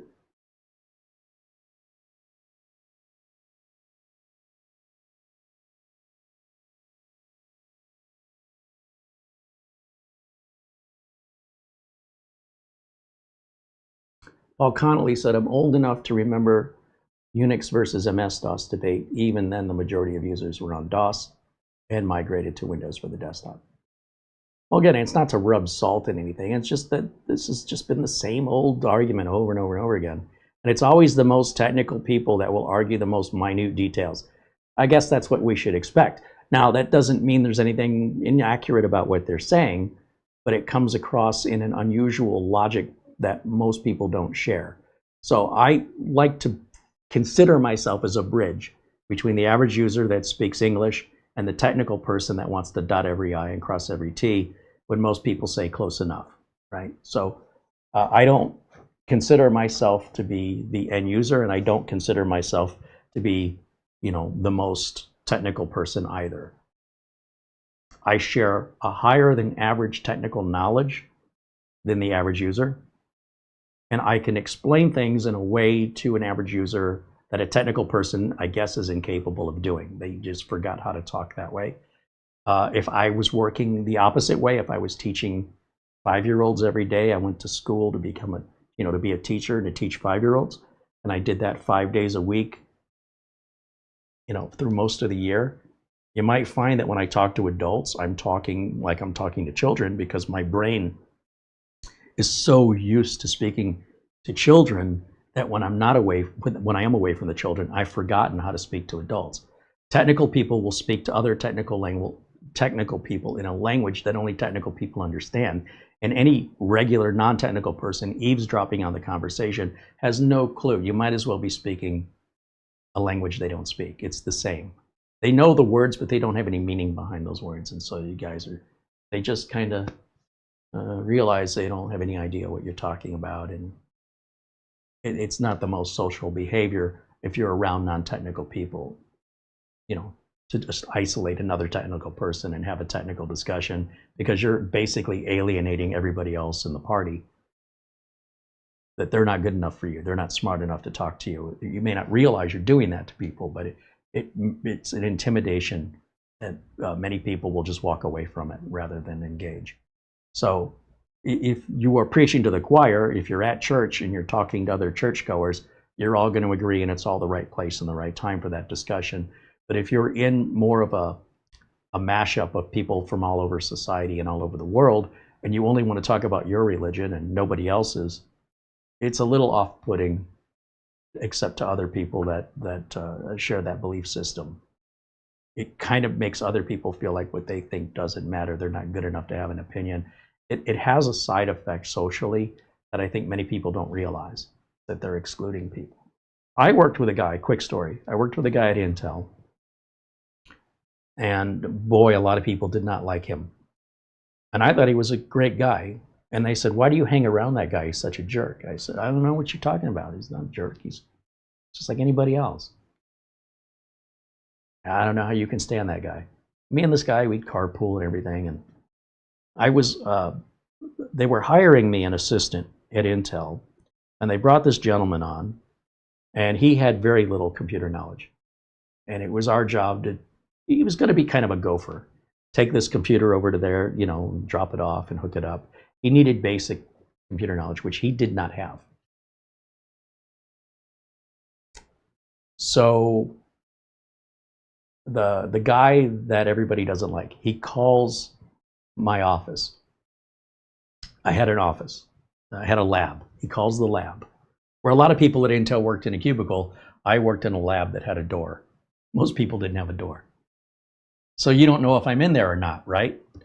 Anyway, he calls from his desk, and my new assistant answers the phone, and he says, this is the lab, how can I help you? He goes, is Carrie there? He says, hold on, let me check. And he puts the phone on hold, and he goes, who is this? Okay, hold on. Carrie, there's a person on the phone named so-and-so that wants to talk to you. They want to know if you're here. What should do you want to take the call? And however that worked out, I don't remember. But then when he got out of his cubicle, this guy that nobody liked, at some point he walked over to the lab, and he had never met this new employee before. And I say, oh, hey, this is so-and-so, and so-and-so, this is so-and-so. And the first words out of his mouth to this new employee are, everybody knows Kerry works in this little tiny lab. You don't have to put the phone on hold to see if he's there. It's obvious if he's there or not.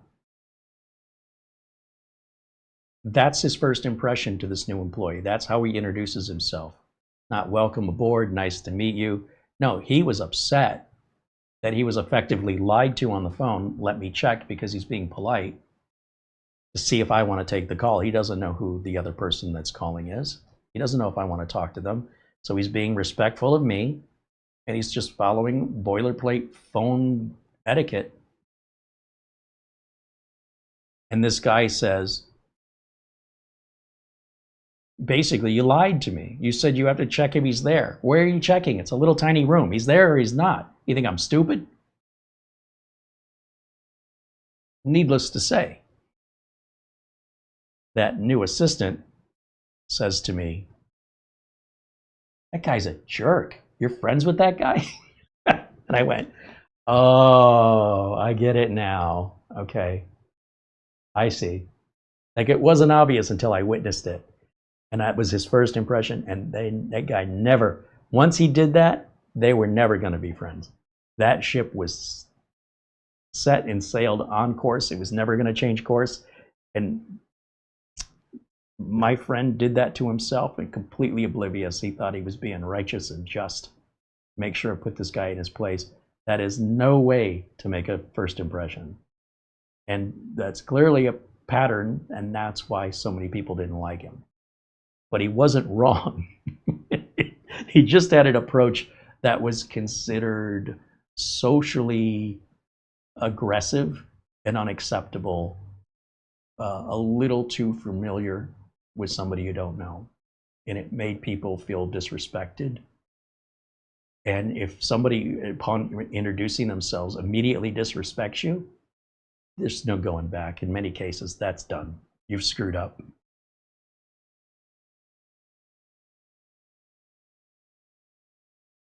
But, that was his personality. He didn't care. His attitude was, I didn't say anything wrong. Everything I said was right. I'm not going to apologize for that. Never mind social decorum. This is about principle, damn it. And that's why people didn't like him.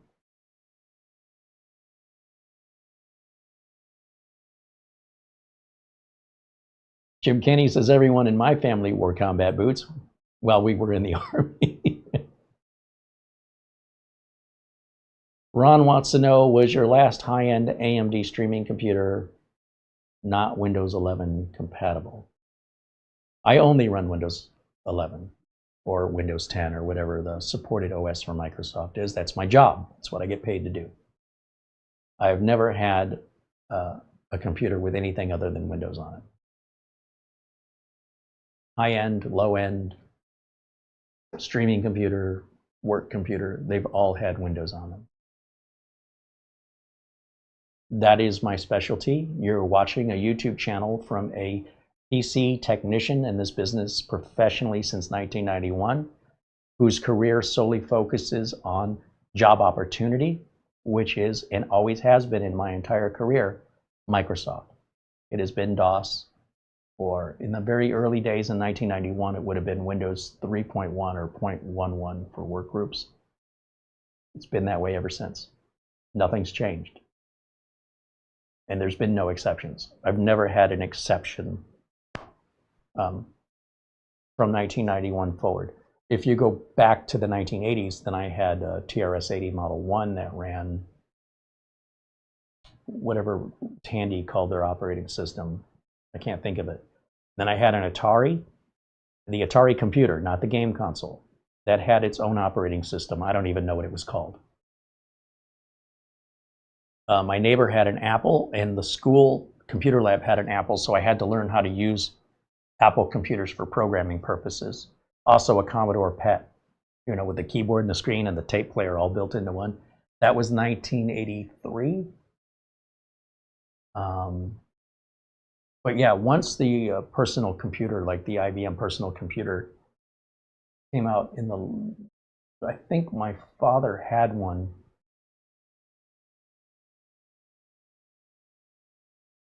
around 1983, 84. And he barely used it. So I started to play with it. And that's how I taught myself DOS. That would have been DOS 5. No, I think it was DOS 3.3. And my father had a book about this thick, how to learn MS-DOS. And I knew all the computer commands that I wanted to do. Like I wanted to make a new directory and I wanted to copy files. And I knew how to do it on the Atari, and I knew how to do it on the TRS-80, but I did not know how to do it on the IBM. It's a whole different language. So this book he had, I never read the book. What I did is I said, okay, I want to make a directory. That's the first thing I need to do. So I go to the glossary and look under the M's, make directory, go to page 382, go to page 382 to make a directory, type this command. Okay. Perfect. Now I want to copy the files from this directory to that directory. How do I do that? So copy files. Okay, there's copy, source, destination, da da da da da. Perfect. It all aligns with the TRS-80 and the Atari in the logic, but the commands were foreign. It's sort of like you're going to greet somebody by saying hello, or you might say shalom, or aloha, or bonjour. You understand? Hola. Buenos dias, etc., etc. So we understand in our minds what we're trying to do. We go, oh, well, I want to say hello, but I don't know how to say it in French, or I don't know how to say it in German. Well, that was what I was doing. I said, well, I know how to do this with the TRS-80, and I know how to do this on the Atari. But DOS was a whole different thing. And there was probably more similarities to TRS-DOS, or whatever they called it, to the IBM DOS or Microsoft DOS that was on the IBM compatible computers. That's what we called them back in the day. They weren't Windows compatible, they were IBM compatible. And as I was trying to get things done, and my brother had a large record collection of 45s, singles, and I thought, I'm going to make a database. And I'm going to put all these songs in alphabetical, or put all these artists, whatever side A of the record is, in alphabetical order in the container that holds all the records. But then I want to print out a list of what all of side A and side B of each record and artist. And I entered all that data by hand, and I figured out how to do all that by just going into the book, figuring, how do I do this? Okay. How do I do that? Okay. And I wrote this database to then print out on the dot matrix printer with the tear-off tracks. What do they call it? Tractor paper, tractor-fed paper, to then be able to print out the sheets would fold, and I would take that and fold it and stick it in the container with the records. Then you knew at any given point, which did I have this song or did I have this artist? And you could look without physically digging through the records. And then you could also bring up the program and just type the name in and do a quick search and see what comes up for the title of the song or the artist. And I just did that for fun. To me, that was fun. I didn't really know anybody in high school. I wasn't very social. I didn't have any self-confidence. I spent a lot of time alone in my bedroom. And this is what I did to occupy my time. I would listen to music. I would read books. I enjoyed having a dog. And that was it. That was my whole life from ages 12 until about 19. It went on a very long time with just this solitude because I just didn't fit in. And I didn't need to. And people would come over and say, "You have a computer?" "Yeah." "Why?" They were baffled. What would you do with that? And I play video games with it. I go online to bulletin board systems and talk to other people. What does that even mean? I said, I can't explain it, but it's the future. I don't know why. I just know you're going to be using a computer one day. And I cannot tell you why. I don't know why. But I just knew this is going to get big. And I didn't care because I was having a hell of a time. I couldn't imagine my life without it. And we're talking the 80s, right? That's how big of an improvement to my life that made. Otherwise, it was a pretty dreary life, you know, just a lot of alone time. So music and books and the computer and the dog is what got me through the 1980s. And if you ask me, what was the best era to be alive? 1980s.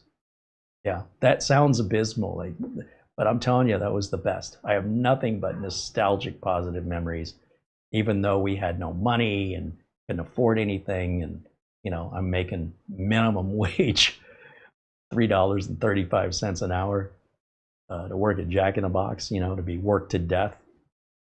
Don't stand around. We're not paying you to stand. You got time to lean, you got time to clean. That's the era I grew up in, and gosh, it was a great time. It was great. People like, what are you doing with a computer? It's so weird. Oh, that's great. Can we go back?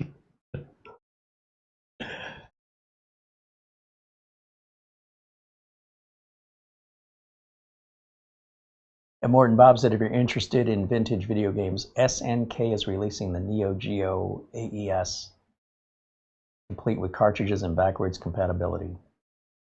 The only retro games that I want to play, video games, are arcade, physical stand-up arcade machines like Galaga, Joust. That's 80s, man, all day long. I don't want replications of it. I want the real thing. Give me the real thing or I don't want it. I don't want a Nintendo. I've never owned a Nintendo. Well, I did own a Wii, but I never owned the NES. I never owned a Game Boy. None of that stuff. I don't find it appealing. The real arcade games, those, oh, such good times. Marble Madness and Centipede and Elevator Action and Gorf and Tron, Star Wars and Battlezone. So much variety, fighting games, Mortal Kombat, Street Fighter, cartoons played into video games like Dragon's Lair and Space Ace. And, oh my gosh, games that would move as you steer them. Driving games, battle game. Oh man, yeah. So I do have a Galaga machine at Studio A, and whenever I get Studio C figured out, I intend to bring it over here and bring back those 1980s. And it does accept quarters, just like it's supposed to. If you don't have to put a quarter in to play it, or if it costs more than a quarter, I'm not interested.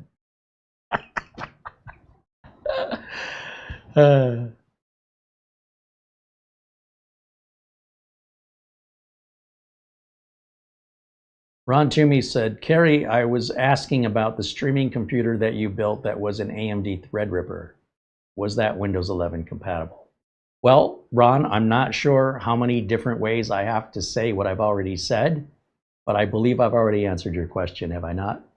There's never been a computer I have had that does not run Windows or a Microsoft operating system, period. Not even as a hobby or a thing off camera. Doesn't exist, never has. So, while I appreciate your question, I feel like I've already answered it the first time you asked it. And you can ask it 6 other ways. My answer is going to be the same, my friend. Just so we're clear.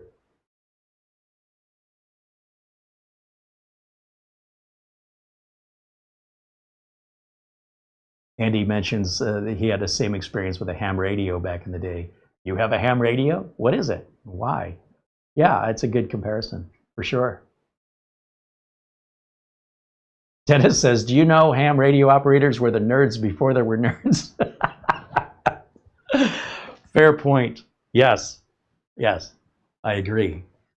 I don't think of it that way, but yeah, I agree with you. It wasn't for everyone. Technical people. I was one of those kids that liked to look through the Heathkit catalog to see if I could build my own transistor radio for fun. It's like a puzzle, but involves a soldering iron and a schematic and electronic resistors, transistors. That was fun for me. So I was kind of born that way. A lot of people would be like, why the hell would you want to spend money to build your own transistor radio? You just go to the store and buy one already made. And you just shake your head and go, you don't get it. Nope. And that's why those Heathkits didn't sell as many transistor radios as pre-built transistor radios sold by anywhere near the same factor. But we had fun. And we learned.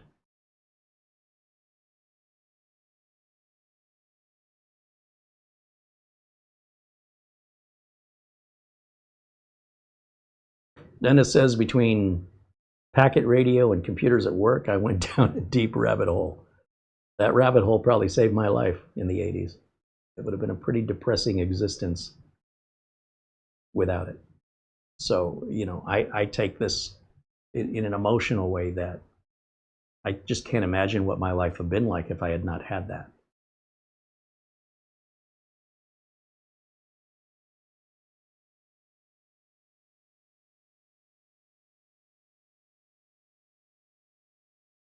Dennis says it's all an environment variable. It is literally environment variable.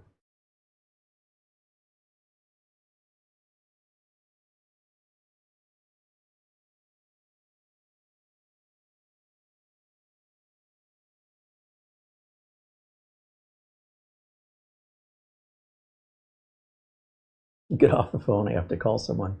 Oh man. We only had one phone in the house, and if I was online and someone picked up the phone, I was pissed they interrupted my connection, and they were pissed. Are you still on the phone with the computer thing? And then my mom got mad. One time she got a big computer bill, a big phone bill, and she said, I don't know what you're doing with that computer, but you need to stop because we can't afford to get a bill like this. That wasn't me. All the numbers I'm calling are local numbers for the bulletin boards. I'm not calling long distance to get on any bulletin boards. She's like, well, this doesn't explain why this phone bill's high. I go, well, it wasn't. See, the ignorance is the winner, right? Because they go, well, I don't know. You're doing something weird with the phone. That's obviously tied into why this phone bill is so weird. That's unusual. This phone bill's unusual. These two things must go. No, had nothing to do with it. And my mom would not believe me. And I'm like, call the freaking numbers on, because they give you a list of each phone number and how many minutes were used if it was a long distance call. I go, call them. Ask around the other people that live in this house. Ask family members. That was not me.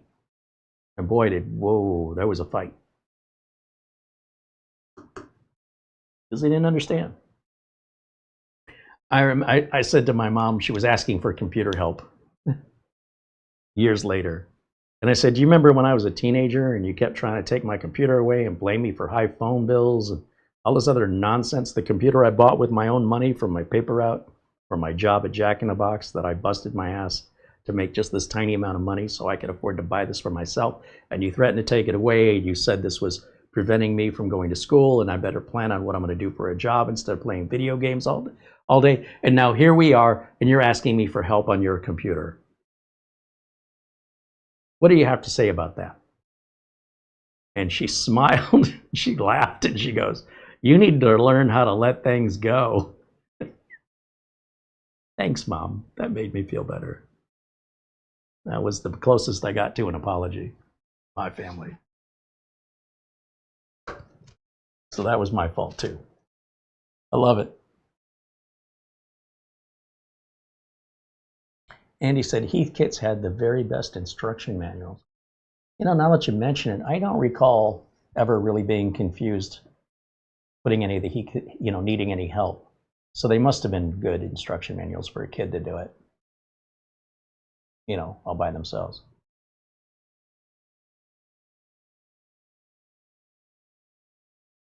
Laura's chick said some fanatic built a mechanical square root computer with Nixie tubes. You know, takes all kinds.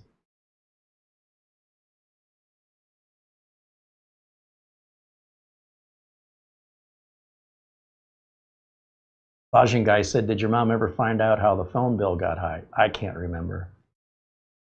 I'm sure she did. Had nothing to do with me, because I was still dialing BBSs long after that, and there wasn't any other high phone bills, so, you know, it wasn't like anything changed.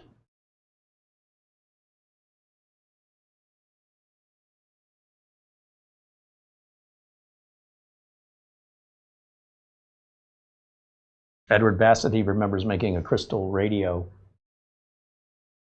Crystal, yeah, what were those called? Oh, I can't think of what they were called. It was a little silver, it was referred to as a crystal. Oh, it's been such a long time.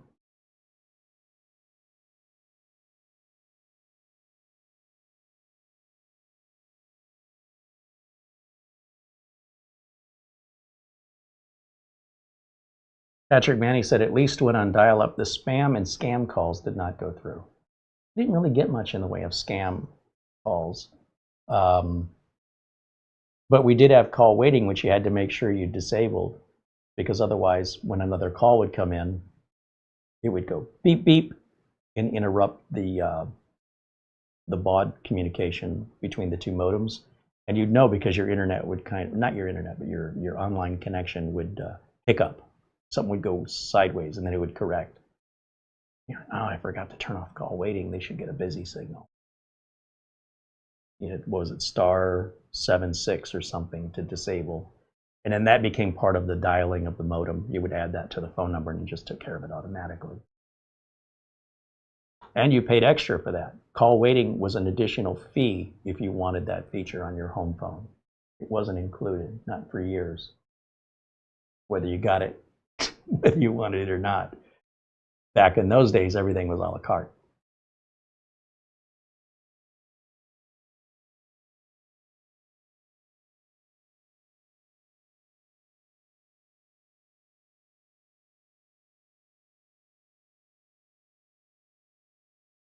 All right, I think that'll wrap it up. Chat room's quieting down. I certainly love hanging out with you guys and talking, you know, kind of after the show. Because to me, this ended the last update. We've been just hanging out ever since, just hanging out. Ron says he misses the sounds of Windows and AOL dial-up. Just search on YouTube for the sounds of an AOL connection, and you can satisfy that nostalgia pretty quickly and realize, okay, I don't need to hear that again for a few more years.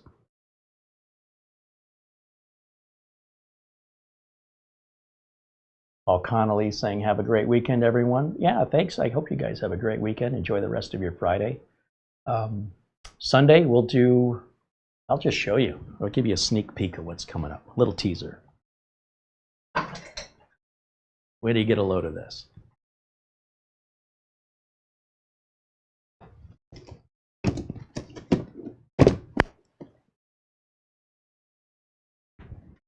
With all the marketing and advertising that's always in our faces, everywhere you go, pop-ups and billboards and commercials, to just get a brown box that says Mini PC is so quaint.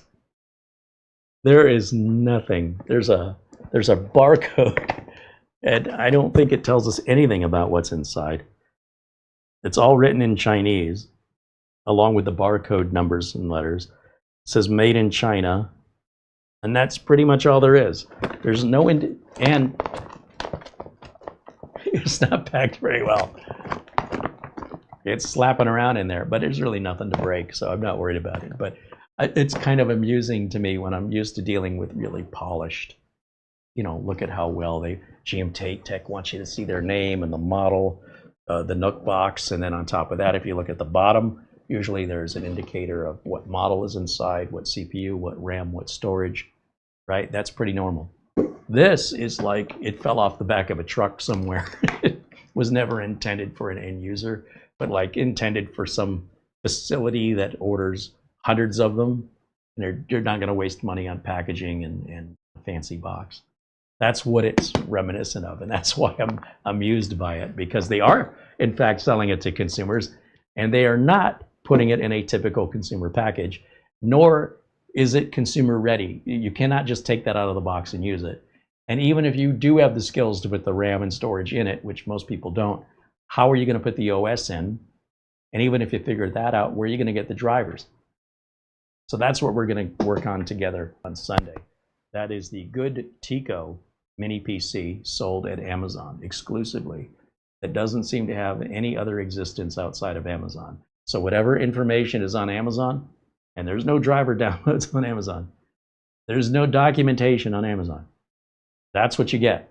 But it was cheap.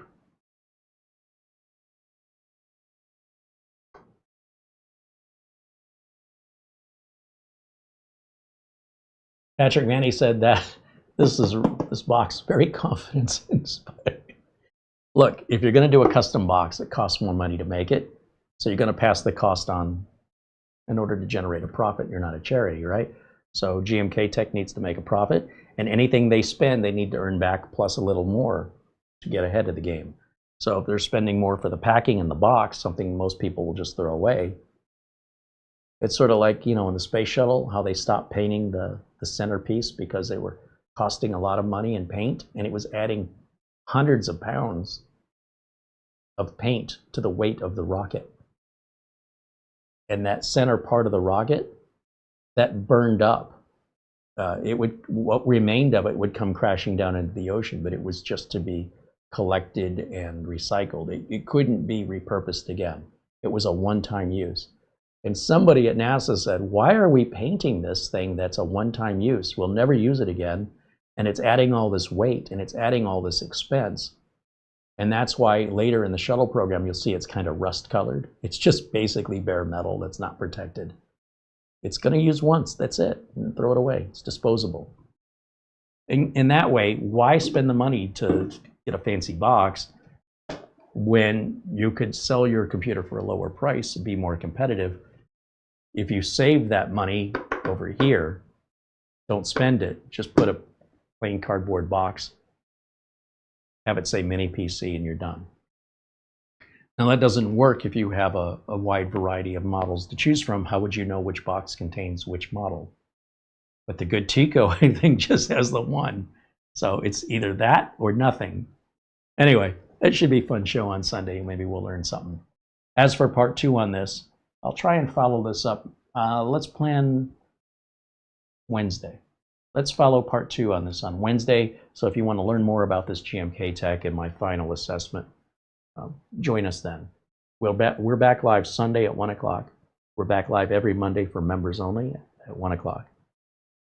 I am trying to do shows on Wednesdays, which looks like I can do now that I have the content for a while. So we'll do this one on Wednesday. We'll do another mini PC on Friday, another mini PC that Sunday, another members only that Monday, and then maybe a part 2. Again, we're going to just keep repeating. And in the meantime, if something else arrives in the mail or a customer calls with a repair or an upgrade, something like that, we don't have anything else until that happens. So this will keep us busy for a few weeks anyway, and it takes a lot of stress off of me. And it gives me something to look forward to, since I have something to do, rather than to put on a show and say, well, I got nothing, but the show's got to go on anyway, so let's talk about something. I don't like doing that, but I do it because I'm obligated. This is much more enjoyable for me. So at this point right now, it's absolutely, if you can find it available at Amazon at that price, I don't think there's anything close to it right now.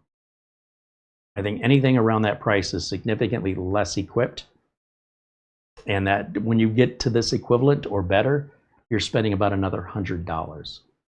It's that extreme. So congrats to GMKtec for finding that little slot and filling it, because as far as I can tell, they don't have any competition in that. It's got RAM and storage on it already. Now, the minute you want to go bare bones and provide your own RAM, storage, operating system, and drivers, you could save money, but that's not what this is. In fact, every other mini PC we have to review, they're all universally bare bones, because that's the only way we could afford them.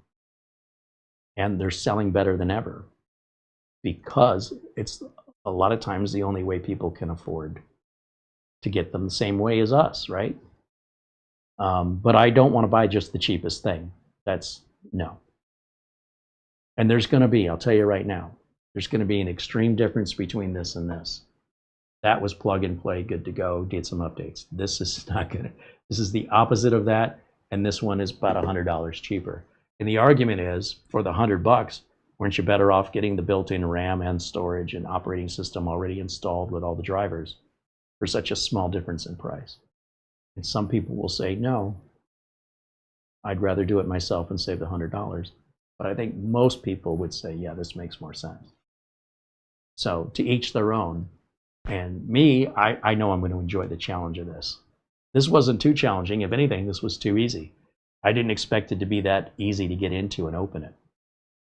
And then, you know, how it performs on the tests, we'll find that out Wednesday. Mr. BCA said, I thought you said you were ending your stream. I will stick around as long as people want to talk. I always try to give everybody an opportunity to participate. I don't try and push anybody out. And if people want to participate, then we'll stick around. That being said, I've noticed the participation, as typical, you know, it starts to wane as the show goes on. And then that's my clue to say, okay, I guess this would be an appropriate time to go ahead and say goodbye without leaving somebody saying, I'm trying to talk to you and you're not listening. You know, I've been trying to get your attention. I don't want to do that to people. So if you're not interested in the conversation and dialogue within the community, nobody's keeping you here. But if you're wondering why I say I'm going to end the stream and I keep going, it's because I'm getting answers and feedback from the audience. And I think it would be rude to ignore that and just end the show, which is what most shows do. So we're trying to be different here, and we're trying to make everybody feel that they're welcome and we're interested in what they have to say. And when they stop saying as much and the chat slows down and I'm done doing what I was intending to do, it's a natural point then to say, okay, we can close that and not worry about locking anybody out. So anyway, that's the idea behind it. The audience ultimately determines the lengths of the shows. Some of these shows will be shorter simply because the audience isn't interested or they're not participating. So if the show runs long, it's usually because we're having good interaction.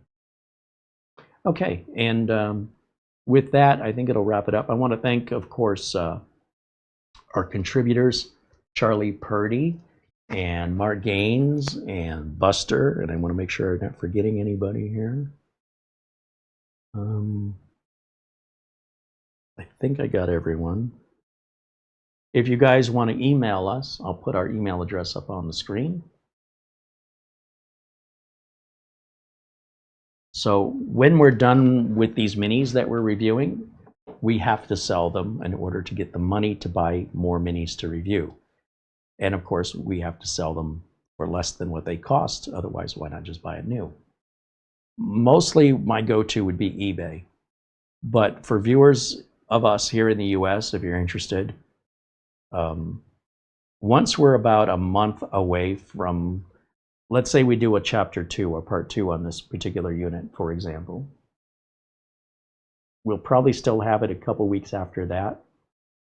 So I would give it a month, and then once that month of the last video that we've done on it has passed, it's probably clear to us we won't be using it anymore and we can sell it.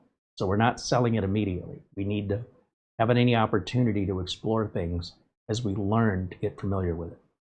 So if you're interested in buying a computer right now, things I'm showing you on camera today won't be sold for, at the very soonest, 4 weeks from now at the earliest.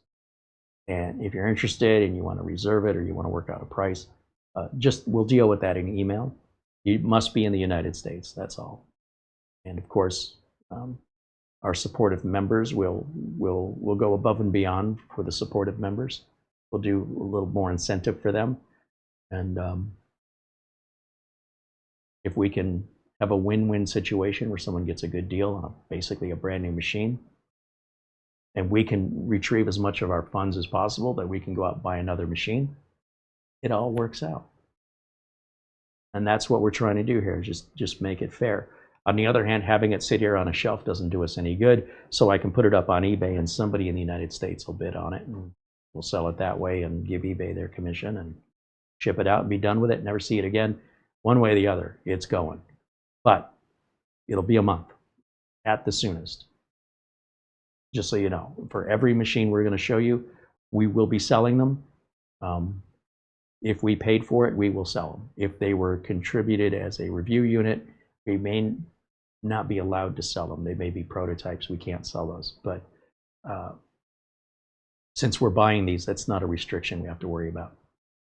Okay? That's the logic behind it. That doesn't mean the machine's not good simply because I don't have a use for it.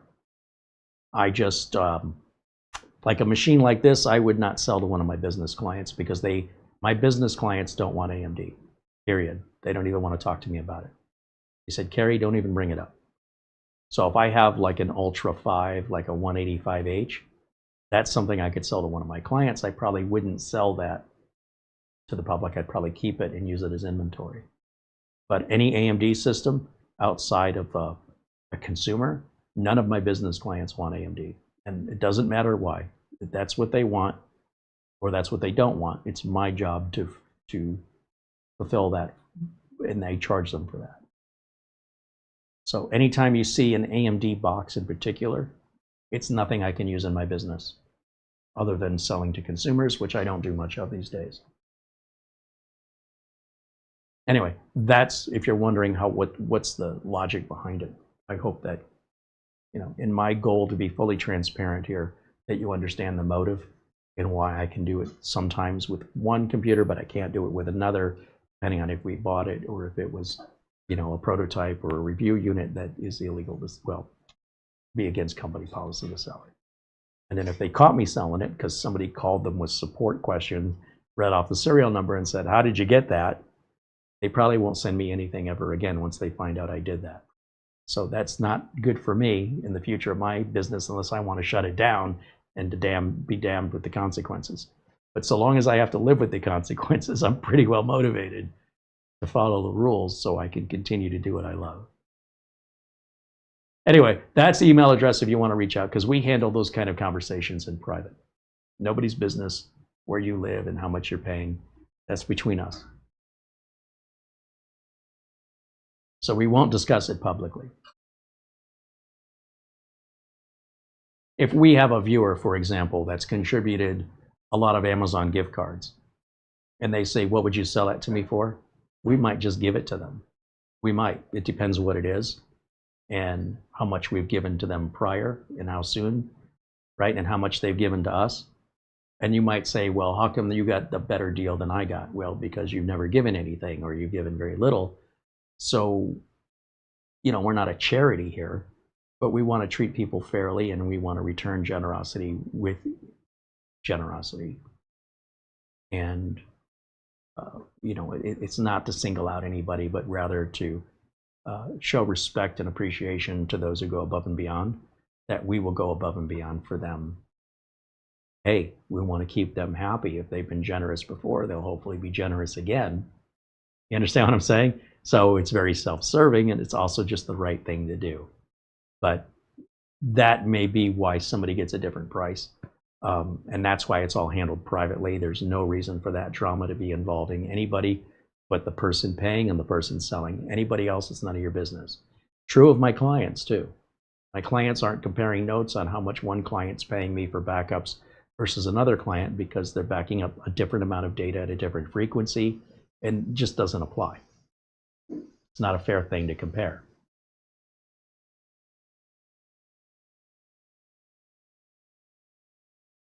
So I try and do this as fairly as I can, and I don't want anybody to feel anything was unjust. Like there's a reason and a logic that will kind of set up basic common sense expectations.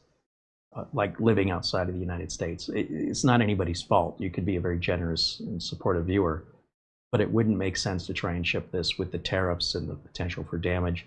Any sort of cost savings, shipping it to another country would be completely lost. It wouldn't make any sense.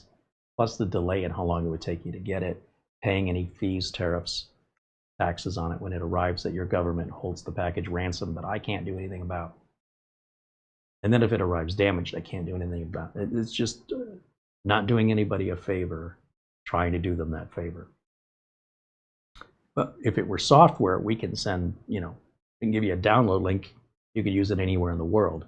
So just because the hardware has some limitations on shipping, when we do software giveaways, like the Windows 11 optimizer, that can just be downloaded from anywhere in the world, doesn't matter where you are, instantaneously with the same support everybody else gets.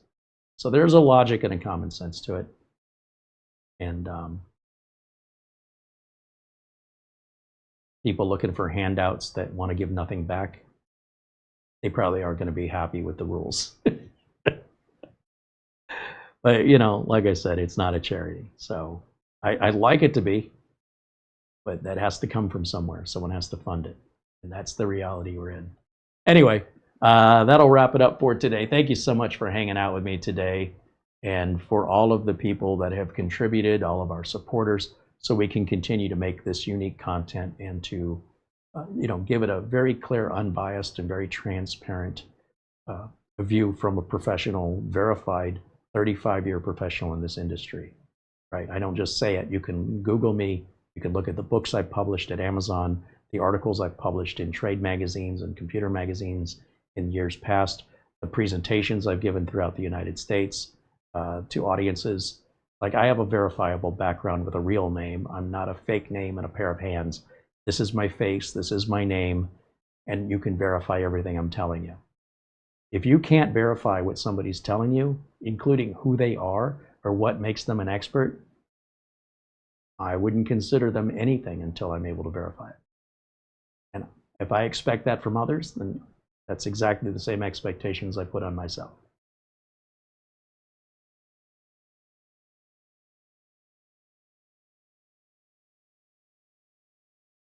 Bajin Guy said, I'm just curious. I am sure that you know why, who or whom sent you the brown box. I don't know. We paid for that. What are you talking about? We ordered it off Amazon. Nobody sent it to us. What am I missing?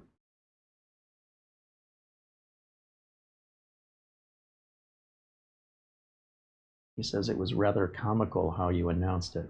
I don't understand. Nobody sent this to us. We bought this. We ordered it. It said it would arrive on Thursday. Yesterday it arrived.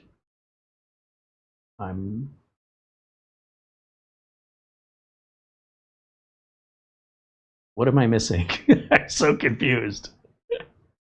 That's a good way to extend the show long after I've tried to end it, is confuse me while I wait for your explanation so I can finally understand. What are you talking about?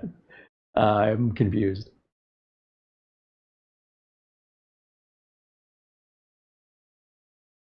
Dustin Fuller says, great stream as always, Carrie and Mara. Thank you, Dustin. Bajin Guy said, I'm very sorry I didn't get that. I don't know how much plainer. I said we bought a bunch of mini PCs. I've been saying it for days now, and that it's thanks to our supporters such as yourself and other generous folks that have sent us Amazon gift cards that we were finally able to afford to buy some of these. And I went on Amazon and I looked for units that I thought could be potential recommendations. If somebody said, hey, I've got a $400 budget or a $300 budget, what would you recommend? And the truth is, nothing until we start investigating at that range currently what's available. And that's why we bought 6 mini PCs. That's how we got them. We paid for all of them, thanks to your contributions and your support.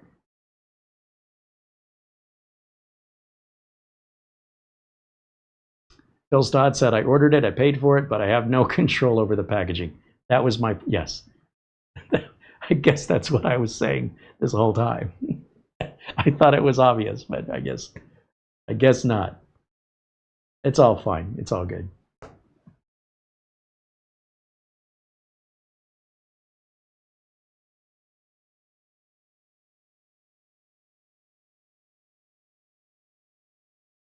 Phil Stott says case closed. Yes. Just a miscommunication. All right. So my confusion was justified that time. That wasn't on me. What? What's happening?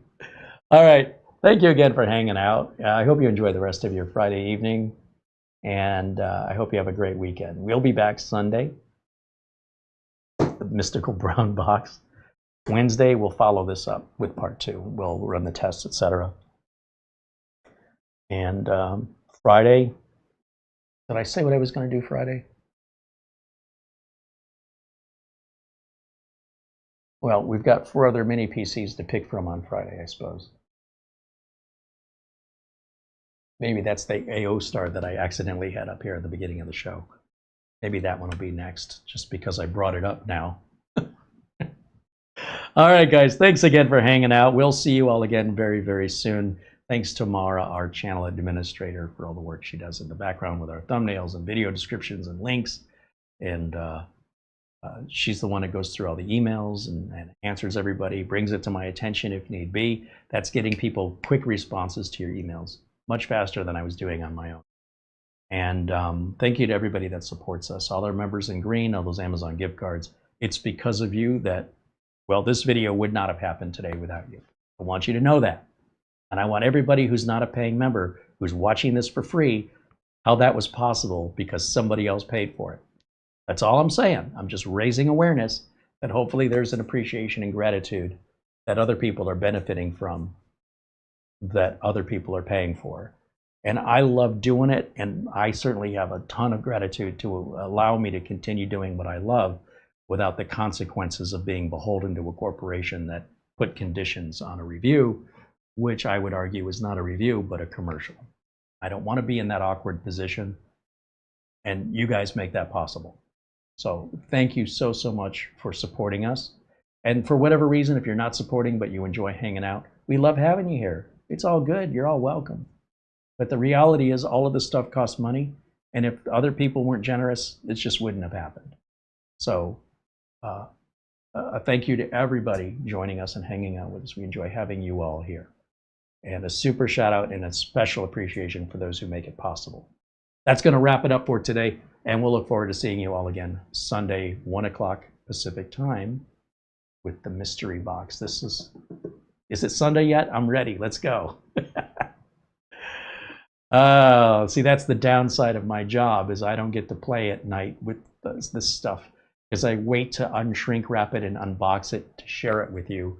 And that means I have to postpone and sacrifice my need for immediate gratification. It's not easy. But hey, you guys paid for it. It'd be rude if I didn't include you, wouldn't it? And besides, it's not the same sharing an experience with nobody. It's great to be able to share the experience and you have something in common to talk about, because everybody involved was there, versus let me tell you a story that none of you were at, and I don't know, there's no personal connection there. So it's far more enjoyable for me to share something. I have a friend with a yacht, and he's happy to go out on the yacht all by himself. If I was going out on a yacht by myself, I might as well be locked in a cellar. That's punishment. If you can't share that with people you like or love, your family, your friends, what's the point of having it? I just don't get the mentality that I'm happy to be in my yacht all by myself and sit down at a steak dinner at a fancy restaurant, table for one. That ain't me. If I can't share that experience, then I don't want to do it. All right. Anyway, enough about me. Thank you for watching. We'll see y'all very, very soon. Until next time. Bye for now.